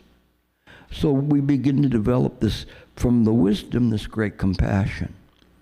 The compassion is very, very important. It begins with just being compassionate towards others and trying to put down yourself, trying to forgive your enemies. And sometimes that's not easy. Any of you here in your life have never had an enemy? Raise your hand. Well, you got one now. So, but that's good. There's some people, very few, have never had an enemy. But what I'm saying is that the enemy, you're saying from your side, you didn't have an enemy, but other people can be your enemy. Yeah, and so the thing is that I may have enemies now, but I don't feel to myself that I have enemies. It's difficult. Every once in a while, an enemy will creep back into my life, where I feel like it's me against them or something, but it's very rare now. And it's something that when you practice and you perfect the practice, you become a better sentient being. So if at worst everything that I told you didn't work, at least you'd be a better sentient being, right? So you have some good points, and it'll make your life easier. So it's something that we begin to develop this interest in helping others and putting others before ourselves. This is not very easy because it's against our habitual patterns. So somebody will have something and you're talking to them and you're saying this and this and this, and they'll go, oh, I understand that. What's in it for me? And so, you have to give them, I just tell the people, that you're going to become a better person, and, you have a chance at realizations, and that's not all, because it's like a infomercial, on TV, and I say that's not all. I give you Gilbert's lifetime guarantee. If you don't get it in this lifetime, you can come back again and try it again. You're guaranteed a lifetime. I can't guarantee you're going to come back as a human, though. So you have to be careful about that. You can come back as an animal. So, or something else, or a ghost. So, any of you seen ghosts before? Nobody? I'm in a movie.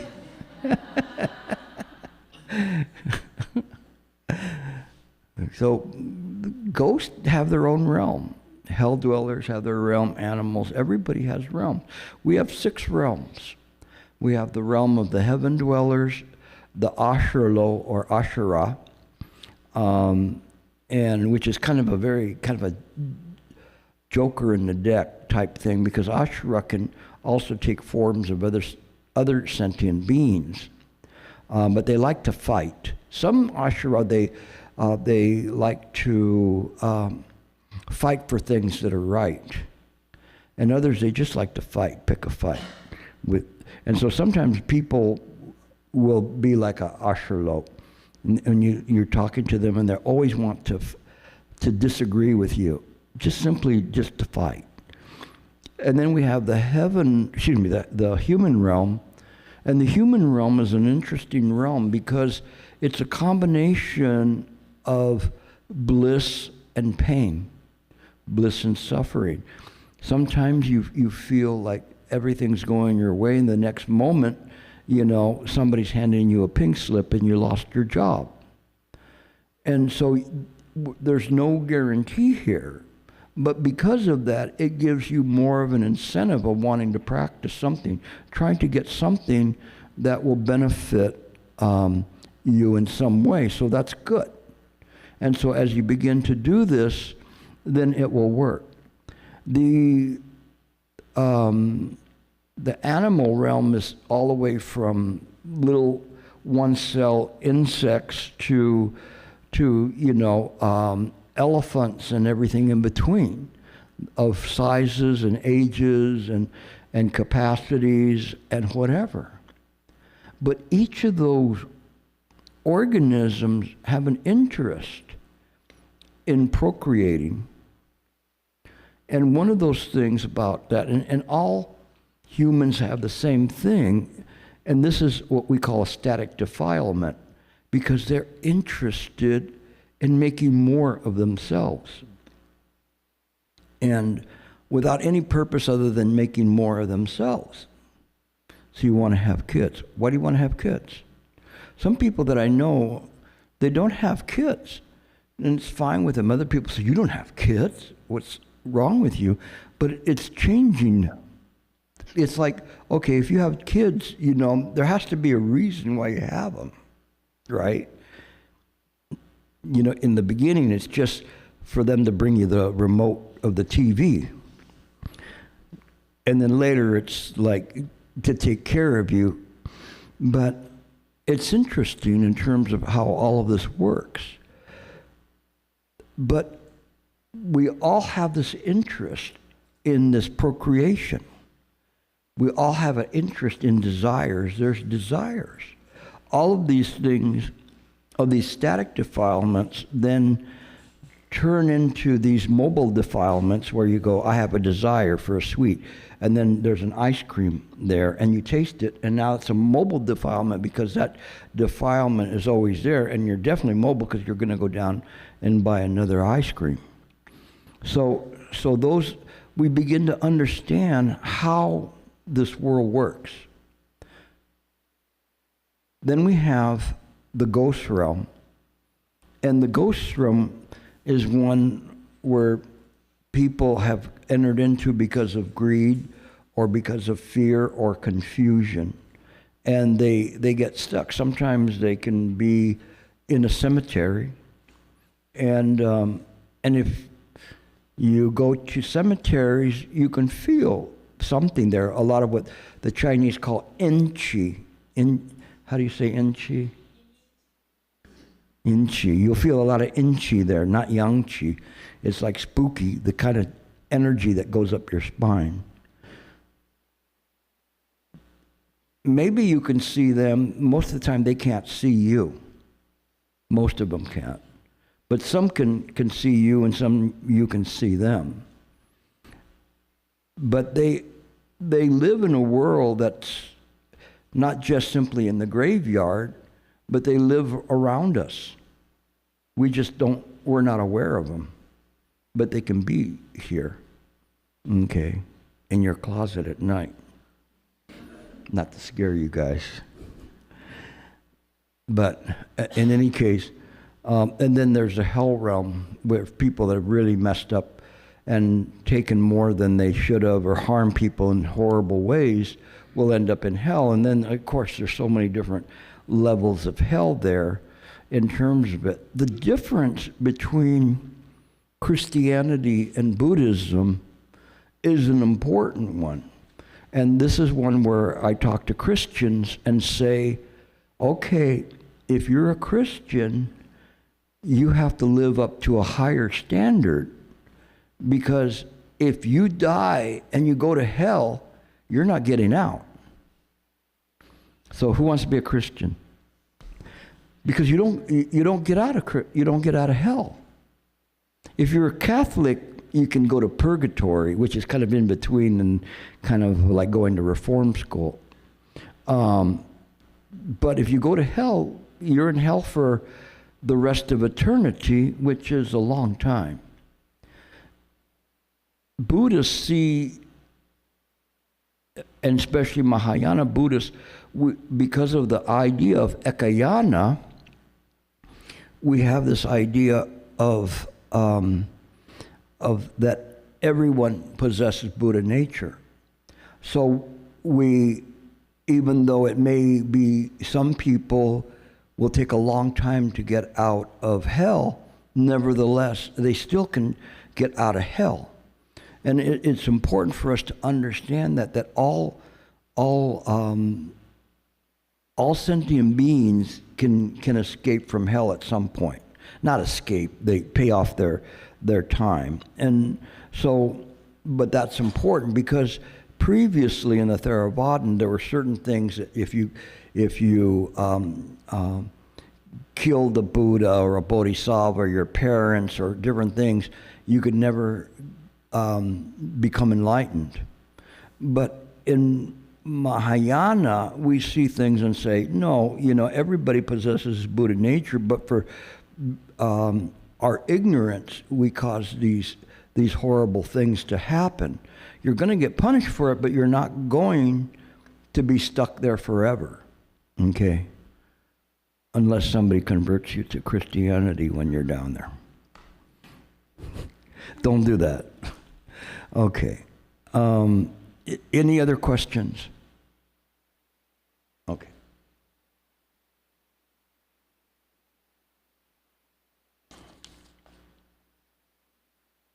So it says, these are the fundamental beliefs of Mahayana Buddhism. The first one is everything is created by the mind. This is important because when we say that everything is created by the mind, we are saying that there's nothing outside of that. We understand that mind is the generator of all appearances. So when we see things, we understand that there's two aspects of mind, but they're not separate. They're still there. One of them is that there's what's called the noumenon, which is the mind ground, and phenomena, that which appears in the mind ground, the Dharmadhatu. And this phenomena is distinguished because it is impermanent. It rises and falls. It's constantly changing. We understand that, and that's a basic tenet of Buddhism in general, is that everything is impermanent. And this idea of impermanence is there, but it doesn't negate the idea of mind itself. Otherwise, if everything is impermanent in this world, then you would fall into nihilism, meaning that nothing matters. You're here, and then you're gone, and then that's it. And it's very easy to do that, and a lot of people subscribe to that versus accepting a religion because they don't see any proof of anything. And so they'll fall into a nihilistic and say they can do whatever they want to do. It doesn't matter. But Buddhism, everything matters. And we see that in a way. We understand, even though these things are impermanent, they have causes and conditions to them. But because everything is created by the mind, this is a very important aspect too, because it isn't just negative. We have to see that the power of our vows to help others, to lift up humanity, we can change things. We can make a difference here. And this is something that's very important. And you will see, there's some things that happen around you that can't be explained, let's say scientifically, or defy the laws of averages. But they demonstrate this caring. Once I was talking about this and talking about this story about a person that was on the beach. You might have heard this story before. And it was after a storm, and there were hundreds or thousands of crabs on the beach. And a person was there, and they were picking up the crabs and throwing them back into the ocean. And somebody was walking by, and they said,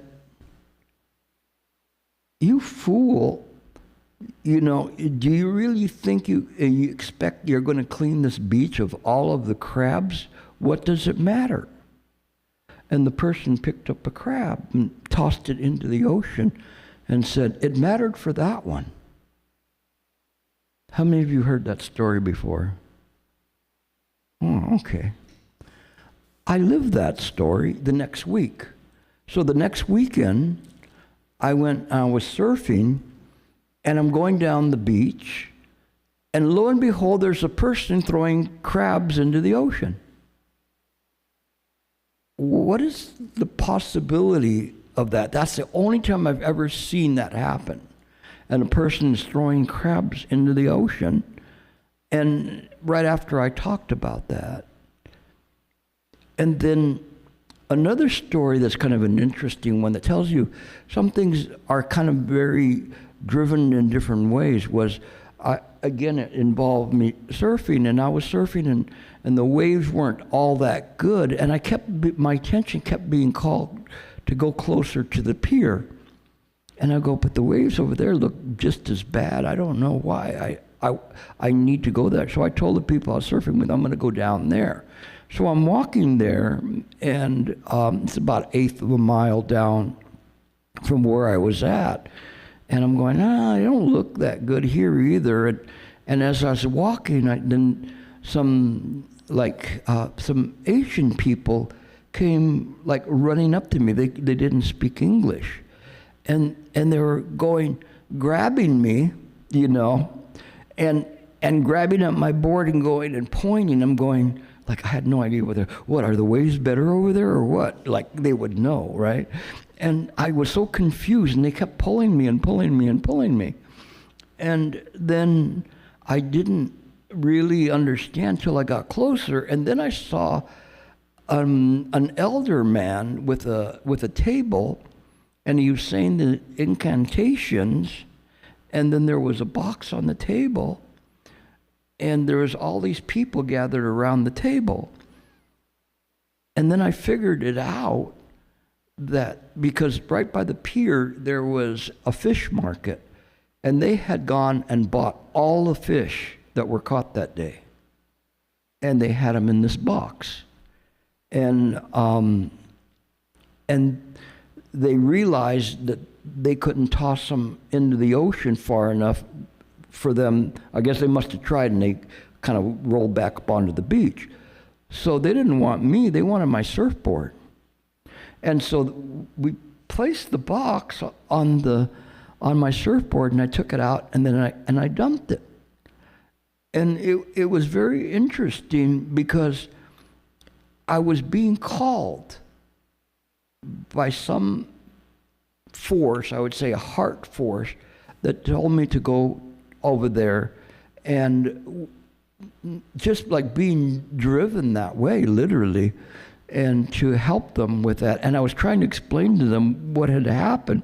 They didn't understand what I was saying, but I understood the purpose of what they were doing. But sometimes life is that way. There's things that we think are real, and they're not real. There is a statement that says, what you believe to be real is unreal, and what appears to be unreal is real. Now, in the beginning, when you hear this, it doesn't make sense.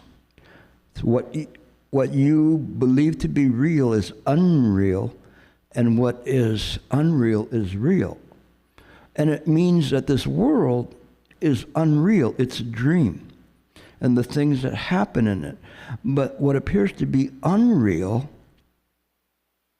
is real. When the sutras, sometimes they'll talk about that this person had practiced for 5 kalpas. Well, kalpas is a long time. And you go, how can that be? That's like how many lifetimes? That's like something that's incalculable. But they do that on purpose because there's a saying that 5 billion Buddha worlds can be on a single strand of hair. 5 billion Buddha worlds can be on a single strand of hair. So you would say, that doesn't make sense. And it said not only on a single strand of hair, but without any protrusion. So if you looked at that single strand of hair, you would not see it thick at the end. It would just look like a regular strand of hair. So you go, that's not real. That's baloney. You know, that can't be real. We don't understand that. And we are in a dream. If you have a watch in your dream, next time you have a watch, check the time and see how long that dream lasts. Have you ever had a dream where you're doing something very, very long going and being awakened by your alarm clock? Yeah? How many have had that happen? Raise your hand. How long did that dream last?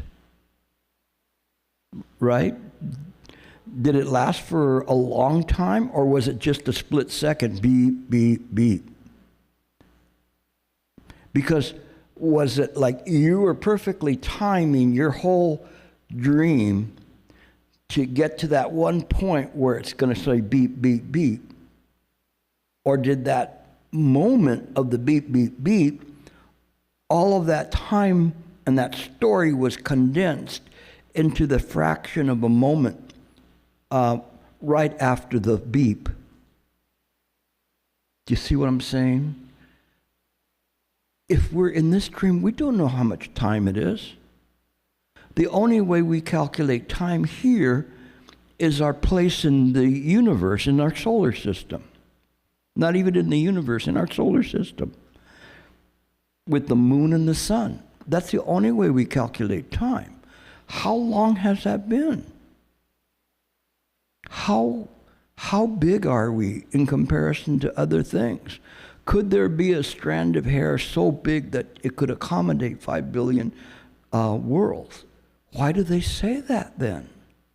We don't know those things. Okay, now I'm going to give you an exercise, and we'll see how this works. Okay, close your eyes.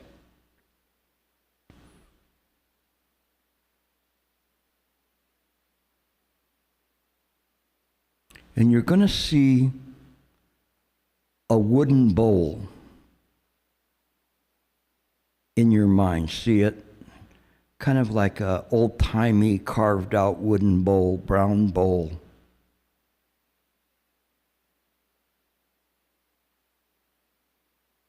And inside the bowl, there is a walnut. You can see how the walnut is, the texture of the walnut. Just look at it, look at the bowl. See how the walnut surface looks like. See the bowl. Now, change the walnut into an American buffalo. Almost the same shape and color. Now, instead of the walnut, the buffalo is in the bowl. Can you see that? The buffalo, big eyes, furry brown. And it's just standing in the bowl. Now change that buffalo into a mountain, a big brown mountain.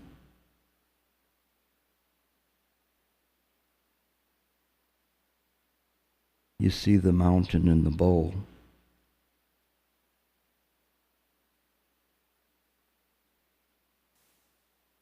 What does the mountain look like?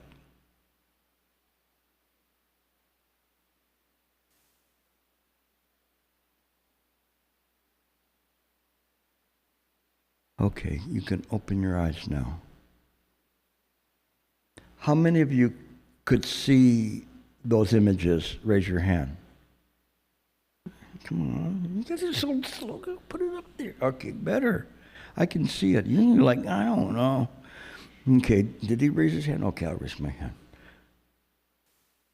How do you fit a mountain into a wooden bowl?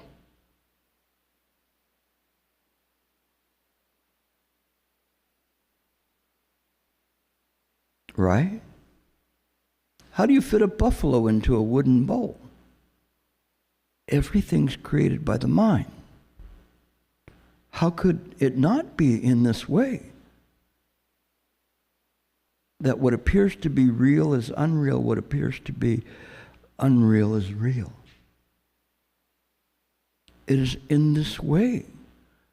The mind works off of a different set of facts, a different way of looking at things, not from the sense of us and perspective, of time. We already showed that in a dream that the time can be different. The length of time in a dream, what makes you think that this isn't a dream? When we can't really establish proof completely about this place.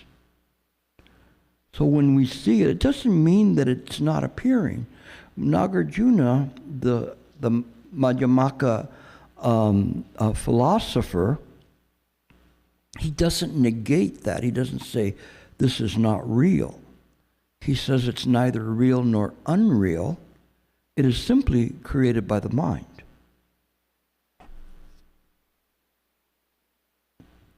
This is important for us because it governs everything that we do in terms of Buddhism. When we understand that, it returns everything to the source. So this is very important for us to understand and then to gain a new perspective, a new perception. Our perception is based on the five skandha. In the five skandha, we just simply are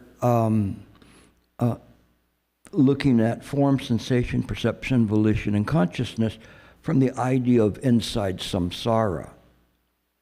But if we say that the samsara is empty, these five skandha are empty, then what is looking at that? It is the perception of the mind. The mind has its own perception.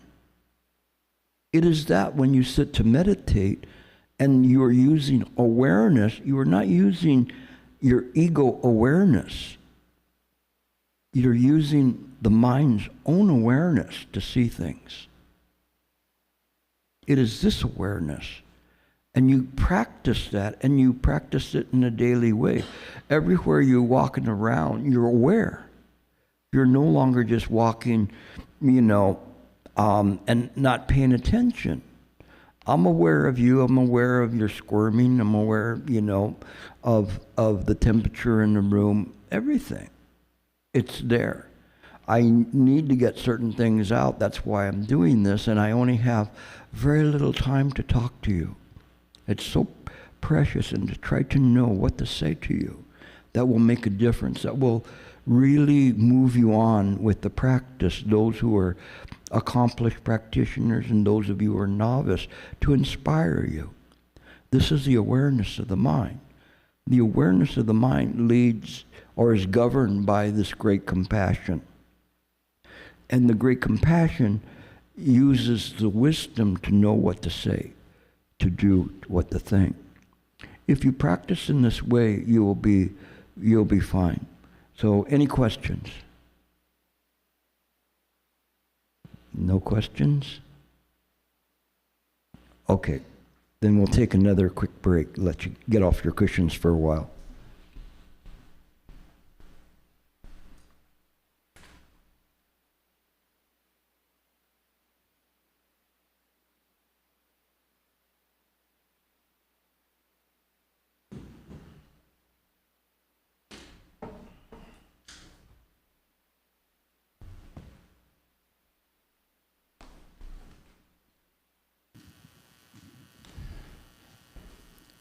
Please join palms. Bow to the Buddha.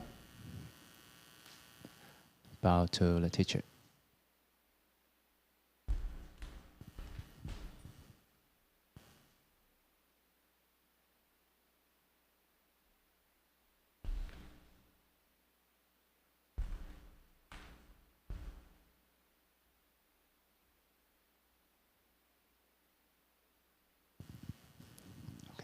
take a break.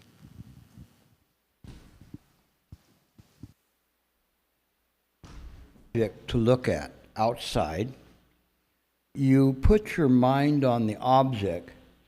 You do not look at it and let's say if for some reason these beads were out there, you don't look at it and start counting the number of beads that are there or trying to name the color brown that it is.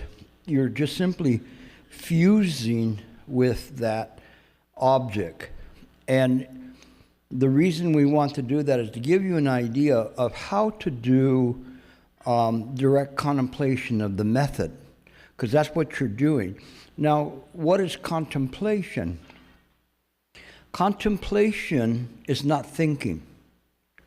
It's when you're using the method, your mind is on the method, but it's just as if it is, well, let me see.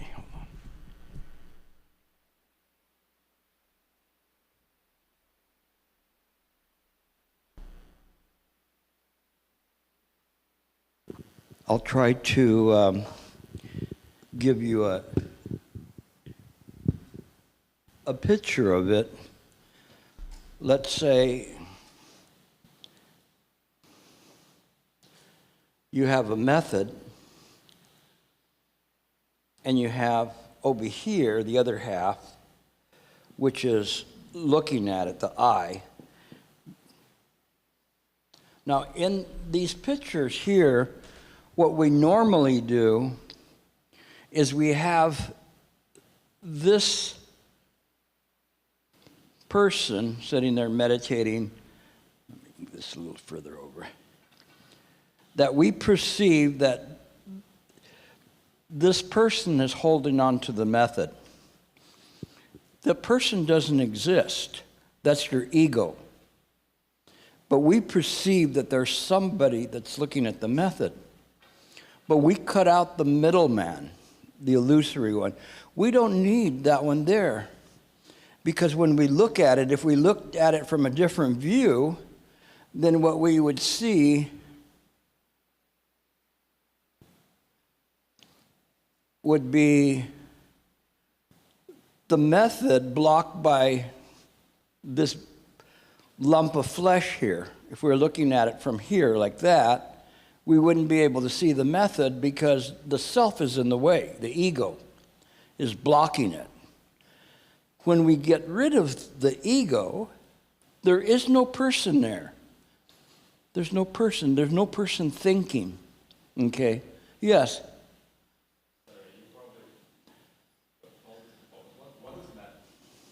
The method is what you are using when you sit to meditate.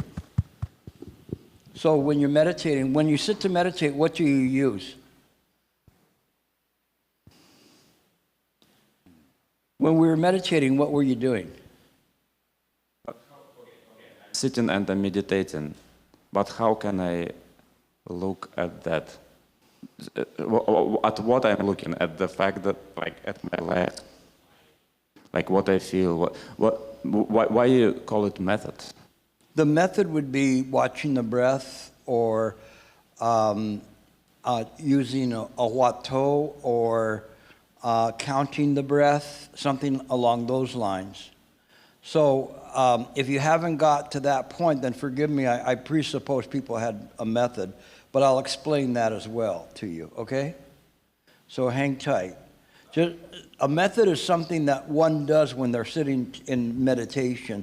There's ways that we can recite the Buddha's name, or we can count the breath, or watch the breath. We can have a method of no method, which is just simply sitting without a method and just using our awareness to be there. In all of these methods, we're using awareness. So that which is looking at the method should not be confused to be you. When you sit and you hold the method, you're putting something in there that is not necessary. It's an illusion, which is the notion of yourself. So the notion of yourself only serves to obscure the method. It gets in the way. Because this self here, as it's watching the method, we say it's sitting here, and watching the method,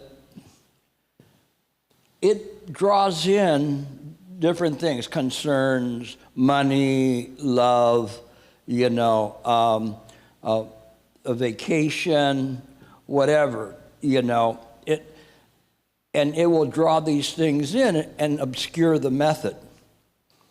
But when we let go of the idea of the illusory self and we just contemplate the method, there's no cogitation, there's no thinking there. So when we're no longer thinking of the method, we no longer have a self to worry about. This is very important, guys, okay? Really, really important when you're sitting. You don't have the self. It is not you that is holding on to the method. It's not you that is applying it. It's not you that's confused. Let that go. So when you get rid of this here, then these things will float around, but they will not be drawn into here. They will not obstruct the method. So when you see the method, again, this is from this viewpoint here, then you will see the method here, and let me do it this way, see it clearer.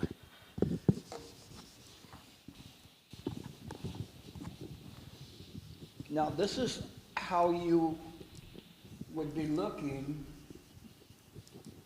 at it if you're looking like this, okay? And so this is, you would see your method watching the breath, or counting the breath, or raising a hua to. And so you would have this here. Now, if you're using silent illumination, then there's nothing there. It's just awareness of this room. If you're using and you're, let's say, counting the breath, then you have a method. It's a thought that you're counting the breath. But they say it's one thought for 10,000 years. Now, this is what I call center stage in the mind. That's where you're putting your concentration on. You're contemplating the method, looking directly at the method. Okay?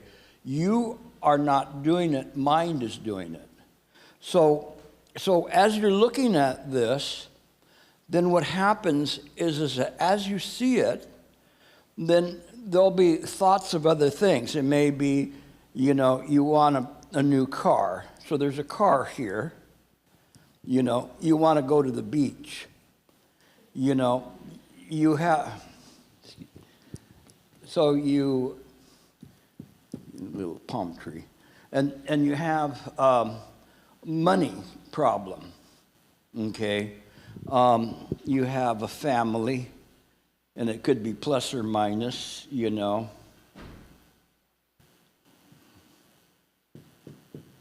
So that's somebody. And so these things will be floating around naturally because you habitually think about these things. It could even be a nice, juicy cat. I didn't say that, right? They're very good with barbecue sauce. But in any way, it could be a cat, it could be a dog, whatever. All of these things will be floating by. They're not center stage in the mind. They'll just be going by. If you're doing this right, they'll just be like clouds coming through the sky. You don't have to worry about them. You don't have to chase them out. The moment that your mind's eye focuses on something, there's a great potential that your method will be gone and it will be replaced by the car. that you want to get. Okay? Now, where did your method go? It's gone. Because you brought this to center stage. You brought this in front. You're no longer on the method. So it's not going to work. So you have to gently go, oh, I remember now I'm meditating and I want to put the method back there.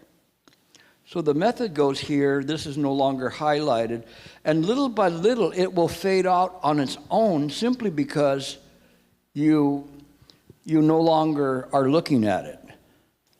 Something else may come in to mind. Gilbert was talking about ice cream. So there might be an ice cream cone here, a bigger one, right? With nuts. So that will come in to mind. If you leave it alone, it'll float out. The cat's long gone now. You're still looking at the beach. But this now starts to fade out. It's gone. Money keeps coming up because you have a problem with it, so it just keeps coming up. Let it float by. It's not the time. Your friend here, you know, plus or minus, I don't know if you like that one or not. So, but whatever it is, that one will come in and out depending on how strong it is. So these images that appear for three different reasons. They can be a combination of them. One, they're recent. Let's say that on your way here, you were almost struck by lightning. I guarantee you, if you were almost struck by lightning, you'd still be remembering it right now, because it would be literally shocking experience. And it would be one that you wouldn't forget. It's recent, and the emotion is there. So one of them is recent, okay? And the other one is repetitive. And the repetitive one will be, oh my gosh, you know, you got your work desk here, right? And what's on it? A pile of papers that you've got to do.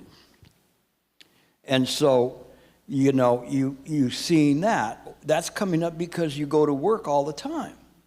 So that's going to be there. Or a loved one. And it could be anything. So that's repetitive. It's going to come up. You understand that. They are naturally appearing in mind. You don't have to chase them out. Don't try to chase out thought. So many people are taught this, and it's stupid. Pardon me, but it's stupid. It doesn't make sense. You don't chase things out. You don't need to. You just have to understand how mind works. If your mind stays on one place, on this method, the method becomes stronger. It becomes bigger. It occupies more of your mind, and it stays there. These diminish. They come in and go. You know, even now the money problem's smaller, and then it says, why even try? Let's just go. And so the beach, forget it. It costs too much money. Okay, so it's gone. Her, you know, you go, you know, I can do better. Okay.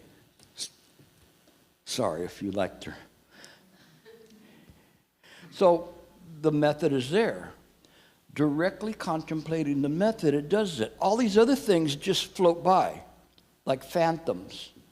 They just go by. They're naturally appearing there because the mind put them there by attaching to them. It's okay. You don't have to push them out of mind. All you've got to do is understand why they're appearing. This is awareness, discernment of the mind. This is wisdom. You know that they're there. They belong there because you put them there. So for you to try to block your mind out of thought is not going to work. All you're going to do is suppress it. So it's just like anybody, well, you guys are all thin. Anybody who's ever been on a diet, you know, and then said, you know, a basket of fries won't hurt. An ice cream cone won't hurt. You know, whatever it is. A giant Pepsi or Coke won't hurt. And then you start realizing it does. It adds up. But if you're constant with your method, all of these things can float by, and let them float by. You don't need to do anything with them. You just have to understand that they're naturally appearing. This is how you practice. So when we do direct contemplation, you're looking at an object, and in the object, you're simply aware of it. You don't have to do anything more than that. Any cogitation, any thinking of it is wrong. You just place your mind on that object. Just place it there. Don't think about it. Your eyes are seeing it, but your mind is not doing anything with it. Not picking it, choosing, I like this, I don't like this. It is white, it's gleamy, whatever. It doesn't matter. It's just an object. Okay. And this object then, all of these thoughts will still arise around you, but they'll be less and less because the power of your concentration of direct contemplation is what's going to lessen the mind having these things appearing and appearing attractive to be gotten, you know.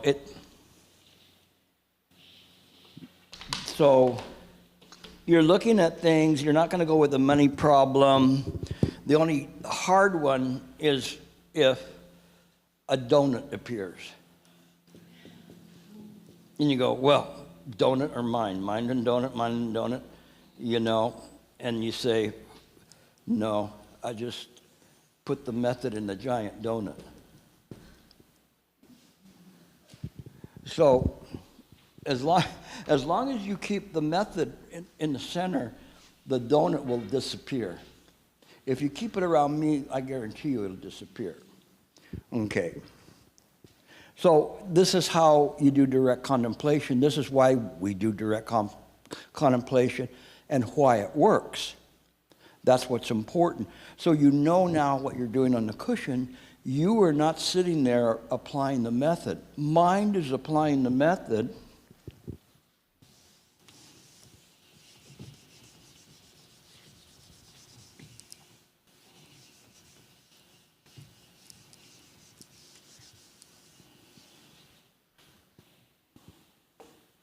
And it's like, I'll change the perspective a little bit here.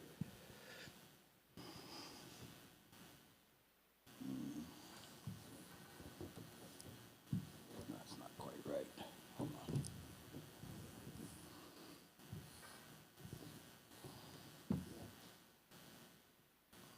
No, I'm not going to really work. But essentially what you're doing is, let's say the method is right here, and this is a mirror, and this is a mirror, and the mind's eye is here. This mirror is facing this one, so they're like this, and the method is in between. So this is reflecting here and reflecting here. The method is reflecting here. So this method is here, and what you would see would just be infinite number of methods. And what else would you see? What would a mirror facing a mirror see? What do you think? What? Infinite mirror. Infinite what? You see, it's really interesting. It goes beyond your ability to know. What would you see? A mirror facing a mirror, what would be seen? The method, you'd see infinite method, but everything else is infinite, but it's fundamentally empty. It's empty. It's not empty of things. It's empty in that all things are by nature are that way. So there's an infinite. So when you're sitting to meditate, mind looking at mind is like two mirrors looking at each other. And the method is there, but only the method. If other things appear, that little by little they will go away. But you maintain this awareness, not the ego, but mind maintains its own awareness. It's like a mirror looking at a mirror. Okay? And so when you sit, if you can practice in this way, it will change your practice tremendously. Any questions about that? So that's what, yes, go ahead. I think I understand, but it seems to be focusing a lot on the method, but eventually, are we supposed to go beyond method? Go beyond the method? Where would you go beyond to? Or just method doesn't... Eventually, maybe the method is not the important thing or the goal. It's I'm already in the method, and I'm not being distracted by any other thought, and I'm just there. Okay. Versus just thinking, oh, I have to make sure the method is there, nothing blocking it. Then method becomes the center. That would mean that you would be here. And so you would also be infinitely replicating yourself. There's no you in this equation. But if you're you here, then you'll repeat yourself and repeat yourself infinitely. There's no you. You are not watching anything. You are not in the equation because you don't exist. You don't exist. Come and show me your mind, your real mind. Show me the mind that you carry around with you. Where is it? Where is it right now? Where is it there? Or is it just a method? You see, so your question is a question that presupposes that you exist. I thought the method is more related to me as existence, because that's how I... Yeah, please, give her the thing, because this is important what she's saying.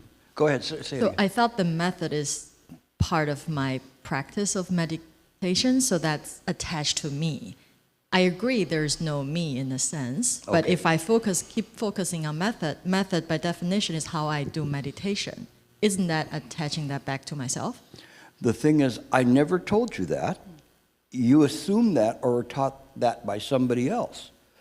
I never told you that you watch the method, like watch the method. Mind is watching the method. So if the mind is like a mirror, looking at a mirror, there's no you in there. And that is the fatal flaw. Okay? It's very difficult to practice in the way that you are practicing, simply because the self gets in the way. And it's constantly being repeated as well. So what I'm telling you is right view, which is that mind is meditating, mind is doing it, mind is still, all these things are moving around, but it's aware of it. If the self comes in, the mind is aware that the self has come in, and take a look. So if you're there and your mind is very calm and the self comes in, it'll come in this way. It's going, wow, you're really doing good. You haven't had a thought for a long time. Wait till I tell Gilbert about this, And so then the self has come in. You didn't even see it, and it took center stage. And it's taking credit. It's like this, with mind going, we're really doing a good job, just you and me. Get off of me, It's like some kid that's hanging on you when you're a little kid. Remember that? And you go, get off of me. You're sweaty, So you let it go. You let it go. And you're just watching. This, when I say I'm using expedient means, but I'm saying it's the mind that's watching the method. And the method is projected on mind. So this right view then takes the ego out of the equation. And so that's why this awareness works, because awareness is not you. The idea of consciousness isn't even you, it's empty as well. But we attach to the consciousness to try to give it some sense of a form. But the form is empty, consciousness is empty. So it's just mine. Everything is just mine. Try it, you'll see. Apply it to everything that you do. Read the sutras and it will work. All of a sudden you plug it in and you go, oh my gosh, look at this. This is how it works. There is no wisdom nor any attainment. There's no cause of suffering, cessation of suffering, no path. There is nothing. Everything, all of a sudden you say, wow, this makes sense. Why? Because it's all mine. So this is the way it is. In voidness, there's no form. Sensation, perception, volition, consciousness. You see the things in this way, it's just mind. And from this wisdom will come compassion. But for right now, we're only focusing on that part. Any other questions? Back there. Gilbert, sorry, I can't see the board from here, my eyesight. So I thought that if I'm looking at the stone in direct contemplation, I just focus on the stone, and if there are things that arise, I just let them pass. So I don't know where the mirror comes in. I'm confused. You don't have to worry. This is not mine to scale, believe me. Okay. It is just, I'm trying to give you the idea of in this, that when we see this, like from another viewpoint, maybe red, you'll see easier, from a different viewpoint, that there is just the method that's being seen. All sorts of things will arise and fall, rise and fall. It's okay. You have given permission for the method to take center stage. It doesn't mean that by giving permission for the method to take center stage, other thoughts won't arise. Surely they will arise, because of causes and conditions never fail. The only thing is, by maintaining the method here, this eventually, this center stage will then take precedent over everything. In the beginning, you'll see a lot of thoughts arising and falling. Later on, it won't, and then it will be in this way. Okay? And then so the mind is going to hold that. When you come back to the cushion and you sit to meditate, you're using this awareness that you did of direct contemplation to contemplate the method. So whatever method that you're looking at will be in this way, and then it will work. Because you're not putting the ego there. It's the ego that causes the problem. Because once you have the ego there, by its nature, it will generate false illusions, false impressions. And so you don't want it there. You want just simply to let the mind rest. Let it rest. So the mind is just comfortable. It's there, the method's there. It doesn't have to do anything with it. It's just, the method's there. It doesn't matter. It's like one person said, it's like a mother that's taken their child to the park. And she's sitting on the park bench. And the kid is playing in the playground. The mom is aware where the child is at, but doesn't have to watch it like a hawk. It just has to just be aware that it's there.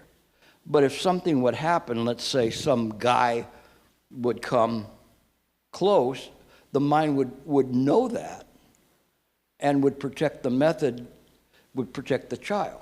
So you would put more attention on the method so that to ward off this person that's trying to get close to your method. That's your child, is the method. Okay?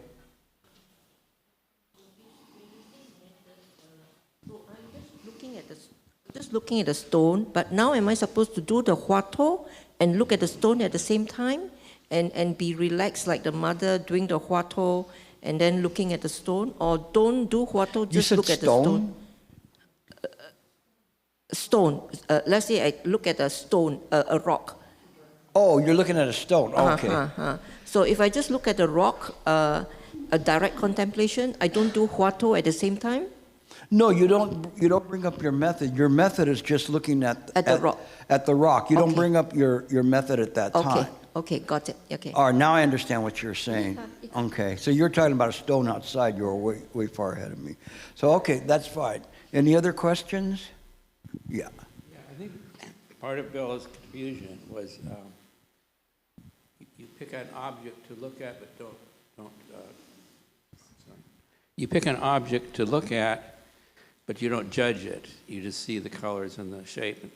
You don't even notice. You don't name it. You don't. Right, but I think you were saying here, you were putting in the context with silent illumination, and on that method, you use the method direct, what is it called? Direct contemplation.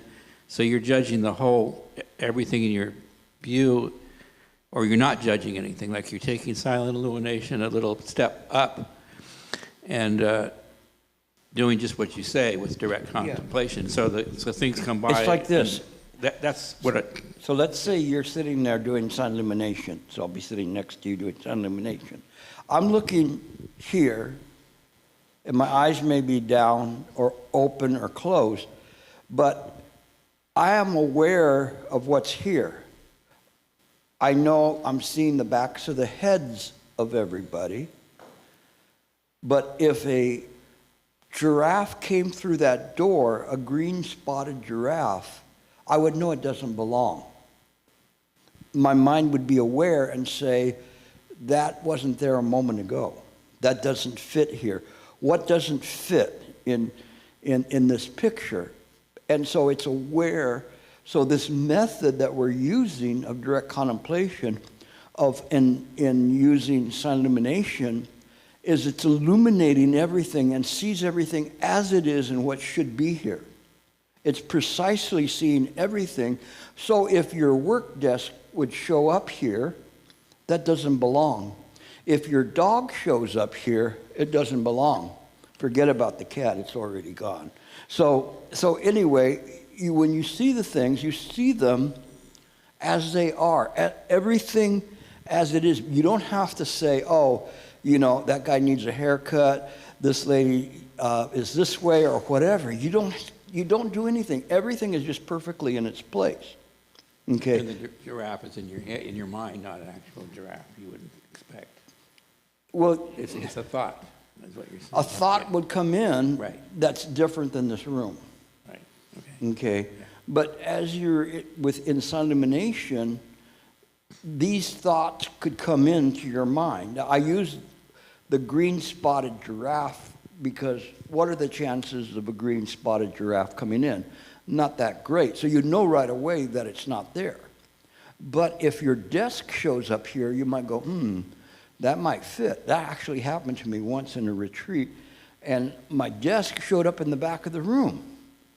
And I'm going, something's not quite right here. And it was, you know, that I had to look at it, and I was laughing because my mind was very clever. It put something familiar to me in the room, like I'm not going to notice it. And I didn't in the moment, and then I laughed. I went, that's my desk. That definitely doesn't belong here. And so your mind just returns to that. You just stop seeing that.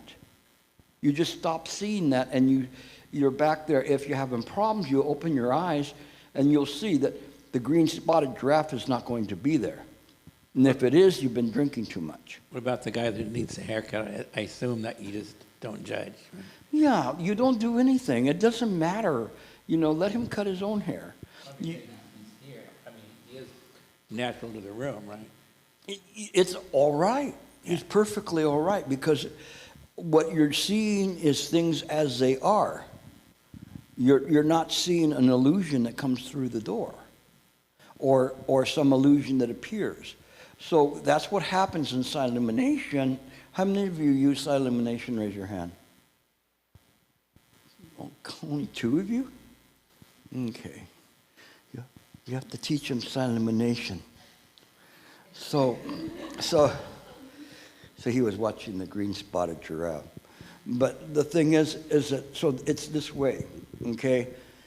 You're just aware when you're using silent illumination, and it's a good one. You guys can use that. If you don't have a method now, that's easy. Just sit and see everything as it is in the room. Don't, if something arises, it's not in the room, a thought arises, let it go. Just be aware of where you're at. The girl in front of you, her hair, if she disappears, you know something's wrong, okay? You probably slept through the end of the class. But that's okay. So we're all right, okay? All right. I'm going to stop talking to give you guys time to do that. So we're going to go, we're not going to, you can go out here or in the front.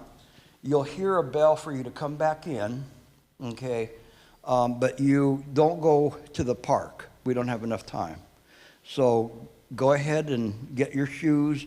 Again, you can go out to the parking lot or over there, or you can stay in the building if you find something. Whatever you find, just see it at a comfortable thing. If it's really low and you're going like this, you're not going to last very long. Or if it's up high, your neck is going to hurt you. Okay?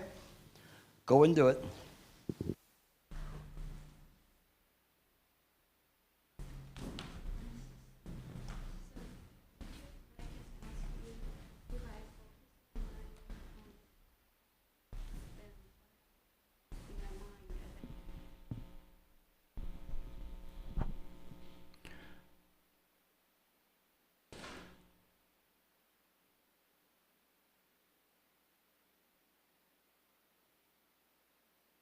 How many of you thought that exercise was helpful? Raise your hands. Okay, good.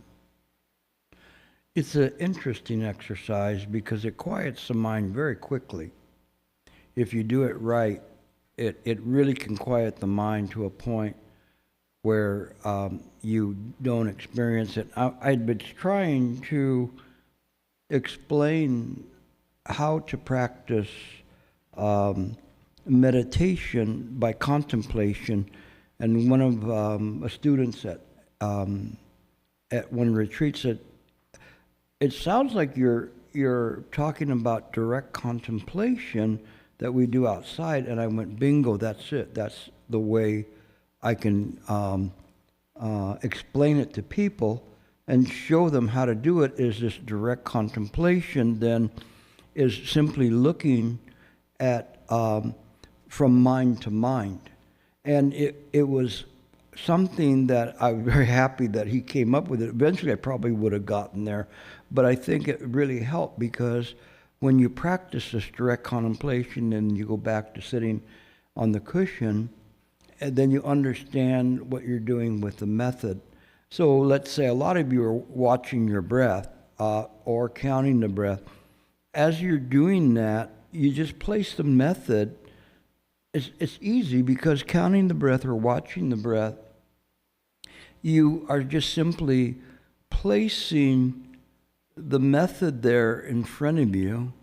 And it's very light when you think about, maybe counting the breath is a little bit more hands-on than watching the breath. But what are you watching? You really can't see anything, right? So watching the breath is just simply observing the point in the cycle of an exhale and an inhale as to where you're at. In the beginning, at the end of an exhale, beginning or end of an inhale, turning it around. But the mind is just there, right in that present moment. And just looking at it. And so if the mind just rests in that moment, then there's no self that's being produced. Now, the mind will still generate projections. These projections are from habitual tendencies that they will play no matter what. They're kind of like reruns. And so they will be there. But you won't see first-run movies because your mind is occupied with the method.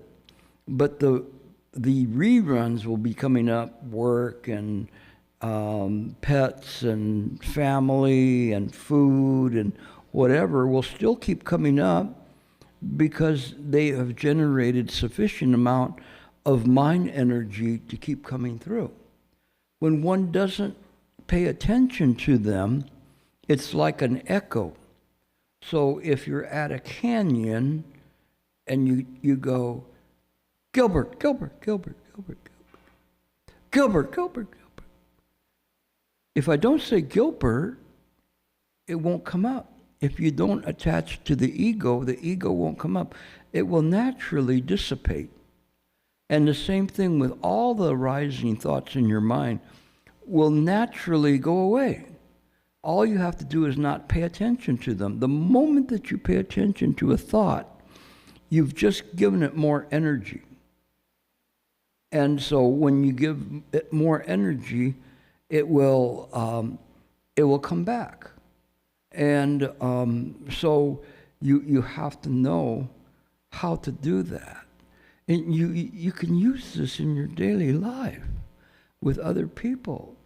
Have you ever had somebody that's so argumentative? Everything that they want to do, they want to argue with you or yell or whatever. And then what do? You start yelling back. It's crazy. All you have to do is change it. I had one person that was on my Mindwork forum that kept talking to me about vaccinations, an anti-vaxxer. And I had mentioned in a lecture that I had taken a COVID test, and so she realized I was not an anti-vaxxer. And she was taking issue with that and kept bringing up that I'm an anti-vaxxer. And what do? The people just keep bringing it up. What do you think I did? I said, you're right. And then she brought it up again. You're right. You're right. How can she argue with that, right? Because when I told her she's right, she can't argue anymore. She's just arguing in an echo for her own mind, but it has nothing to do with me. Shifu used to say that you say that you are big, I'm small, you have everything, I have nothing, you are right and I am wrong. It's not bad. What's it going to cost you?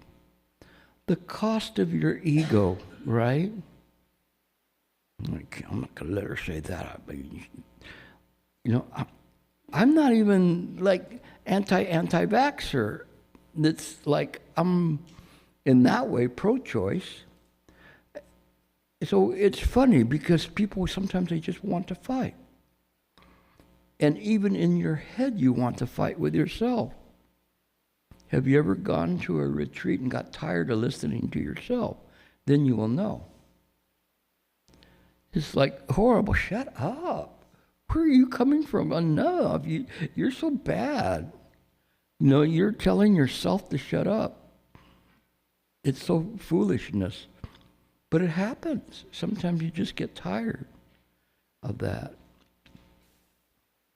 But these exercises, they help us. They help us maintain an awareness in everything that we do. So we're aware. I'm aware if this person is trying to generate a fight with me about vaccinations, I have no dog in that fight. I have no interest in that. If people want to take a vaccination, fine. If people don't, whatever. Unless it's something that will spread diseases, no, then perhaps I might take a stronger opinion. But it's something that we have to know how to diffuse the things that are coming up. We understand mind. We understand how ego is generated. this is very important for us because this is right view. So it leads us to be able to live correctly in our life. We don't cause problem. We don't have to defend ourselves all the time. Once Shifu had written an article. Shifu is Master Shenying. Shifu means that master. We refer to him as Shifu. This is my master. But he had written an article that a scholar wrote a scathing rebuttal to what he wrote. And one of his students comes in, and he comes in and with a whole entourage of other students or his monks, and they're going, Shifu, Shifu, look at what scholar so-and-so said. You know, he was opposing you and doing this, you know. And he's wrong. You should respond.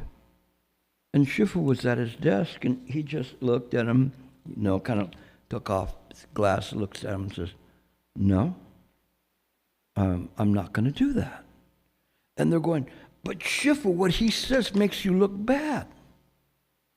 You need to respond to him. I'm not going to do that. And then the monk, he said, well, if you don't have the time or don't want to do it, let me respond to him, and I'll show him. And Shifu said, no, I'm not going to do that either. And he says, why? And he said that this article that you're pointing to belongs to him. The moment I pick up a pen, it belongs to me. This is wisdom. It's like you don't have to fight everybody. You don't have to defend the ego. What did it cost him? Nothing. What did it cost me to tell the anti-vaxxer person, you're right? It just diffuses the situation. How many times in the past would that have saved you an argument? And what would you have lost because of that? So it's something that Chan is a very useful tool in living. It gives you this owner's manual of how to do that. You know, you need an oil change every so many miles, you know, a tune-up, whatever, rotate the tires. We don't have any of that. We don't have any instruction as an owner's manual, but yes, we do. We have the sutras. We have the treatises to tell us how to do that. One thing about Buddhism is that other religions, they only have one book. One is around 400 pages. One is 800 pages in one of the major religions. And that's their scripture. Our Avatamsaka Sutra is many times the length of that one, only one sutra. And there's so many sutras. Even the Mahaprajnaparamita 100,000 line sutra. We have so many incredible wealth of wisdom. We can study all of those, and it helps us. And even just concerning the Mahayana Sutras are very incredible. It gives us a lot. Shifu, he used to say for people who are just beginning to study, they should spend at least 85-90% of their time on Buddha Dharma. They can read other things as well. Later on, they can read more. So, no, I can hold my own with Bible study people because I've read the Bible and some of the Quran and things, and I can't say I'm a master at it, but I've studied it, and I understand it, and I understand the strengths and weaknesses of it. I don't try to convert people to that, but I do have some interesting conversations with people. The other day, the Jehovah Witnesses came to my house. That was very interesting. And, I had a pleasant conversation with them. And you're able to do that, and you don't have fear. Some religions, they don't want to listen to any other religion because they are feared that they're going to be converted. And they think only their religion is sacred and everything else, they don't want to listen to it. I once had these two young Mormons come to my house, and so they were going through their book. It says here, and I said, that's wonderful. Do you know what that means? And I would tell them and interpret to them what it means. And I wasn't fighting them at all. And then the older one looked at the younger one, because the younger one was really paying attention to what I was saying. And the younger one literally was sitting on my couch. I was sitting on the floor to even be lower than them. And the younger one was going like this, literally going like this. His head was getting dizzy from listening to what I'm saying. And so the older one looks at him and says, we gotta go, And so he gets the younger one of the Mormons, and they walked out. But the one was listening, and as he was listening, it was making sense, what I was saying to them. And so he became like disoriented because he was beginning to lose the ego because he was looking into it.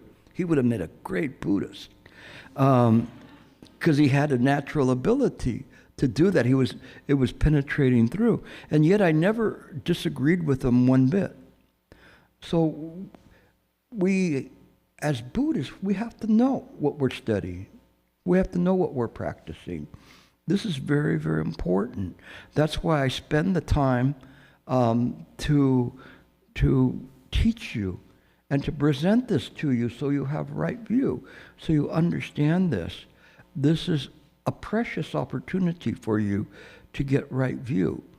This is something that if you practice it well, it will be something quite beneficial to you and the people around you. So we'll pick this up tomorrow. If you have questions at that time, please ask the questions. If I'm around now, you can ask the questions. Catch as catch can with me. Okay.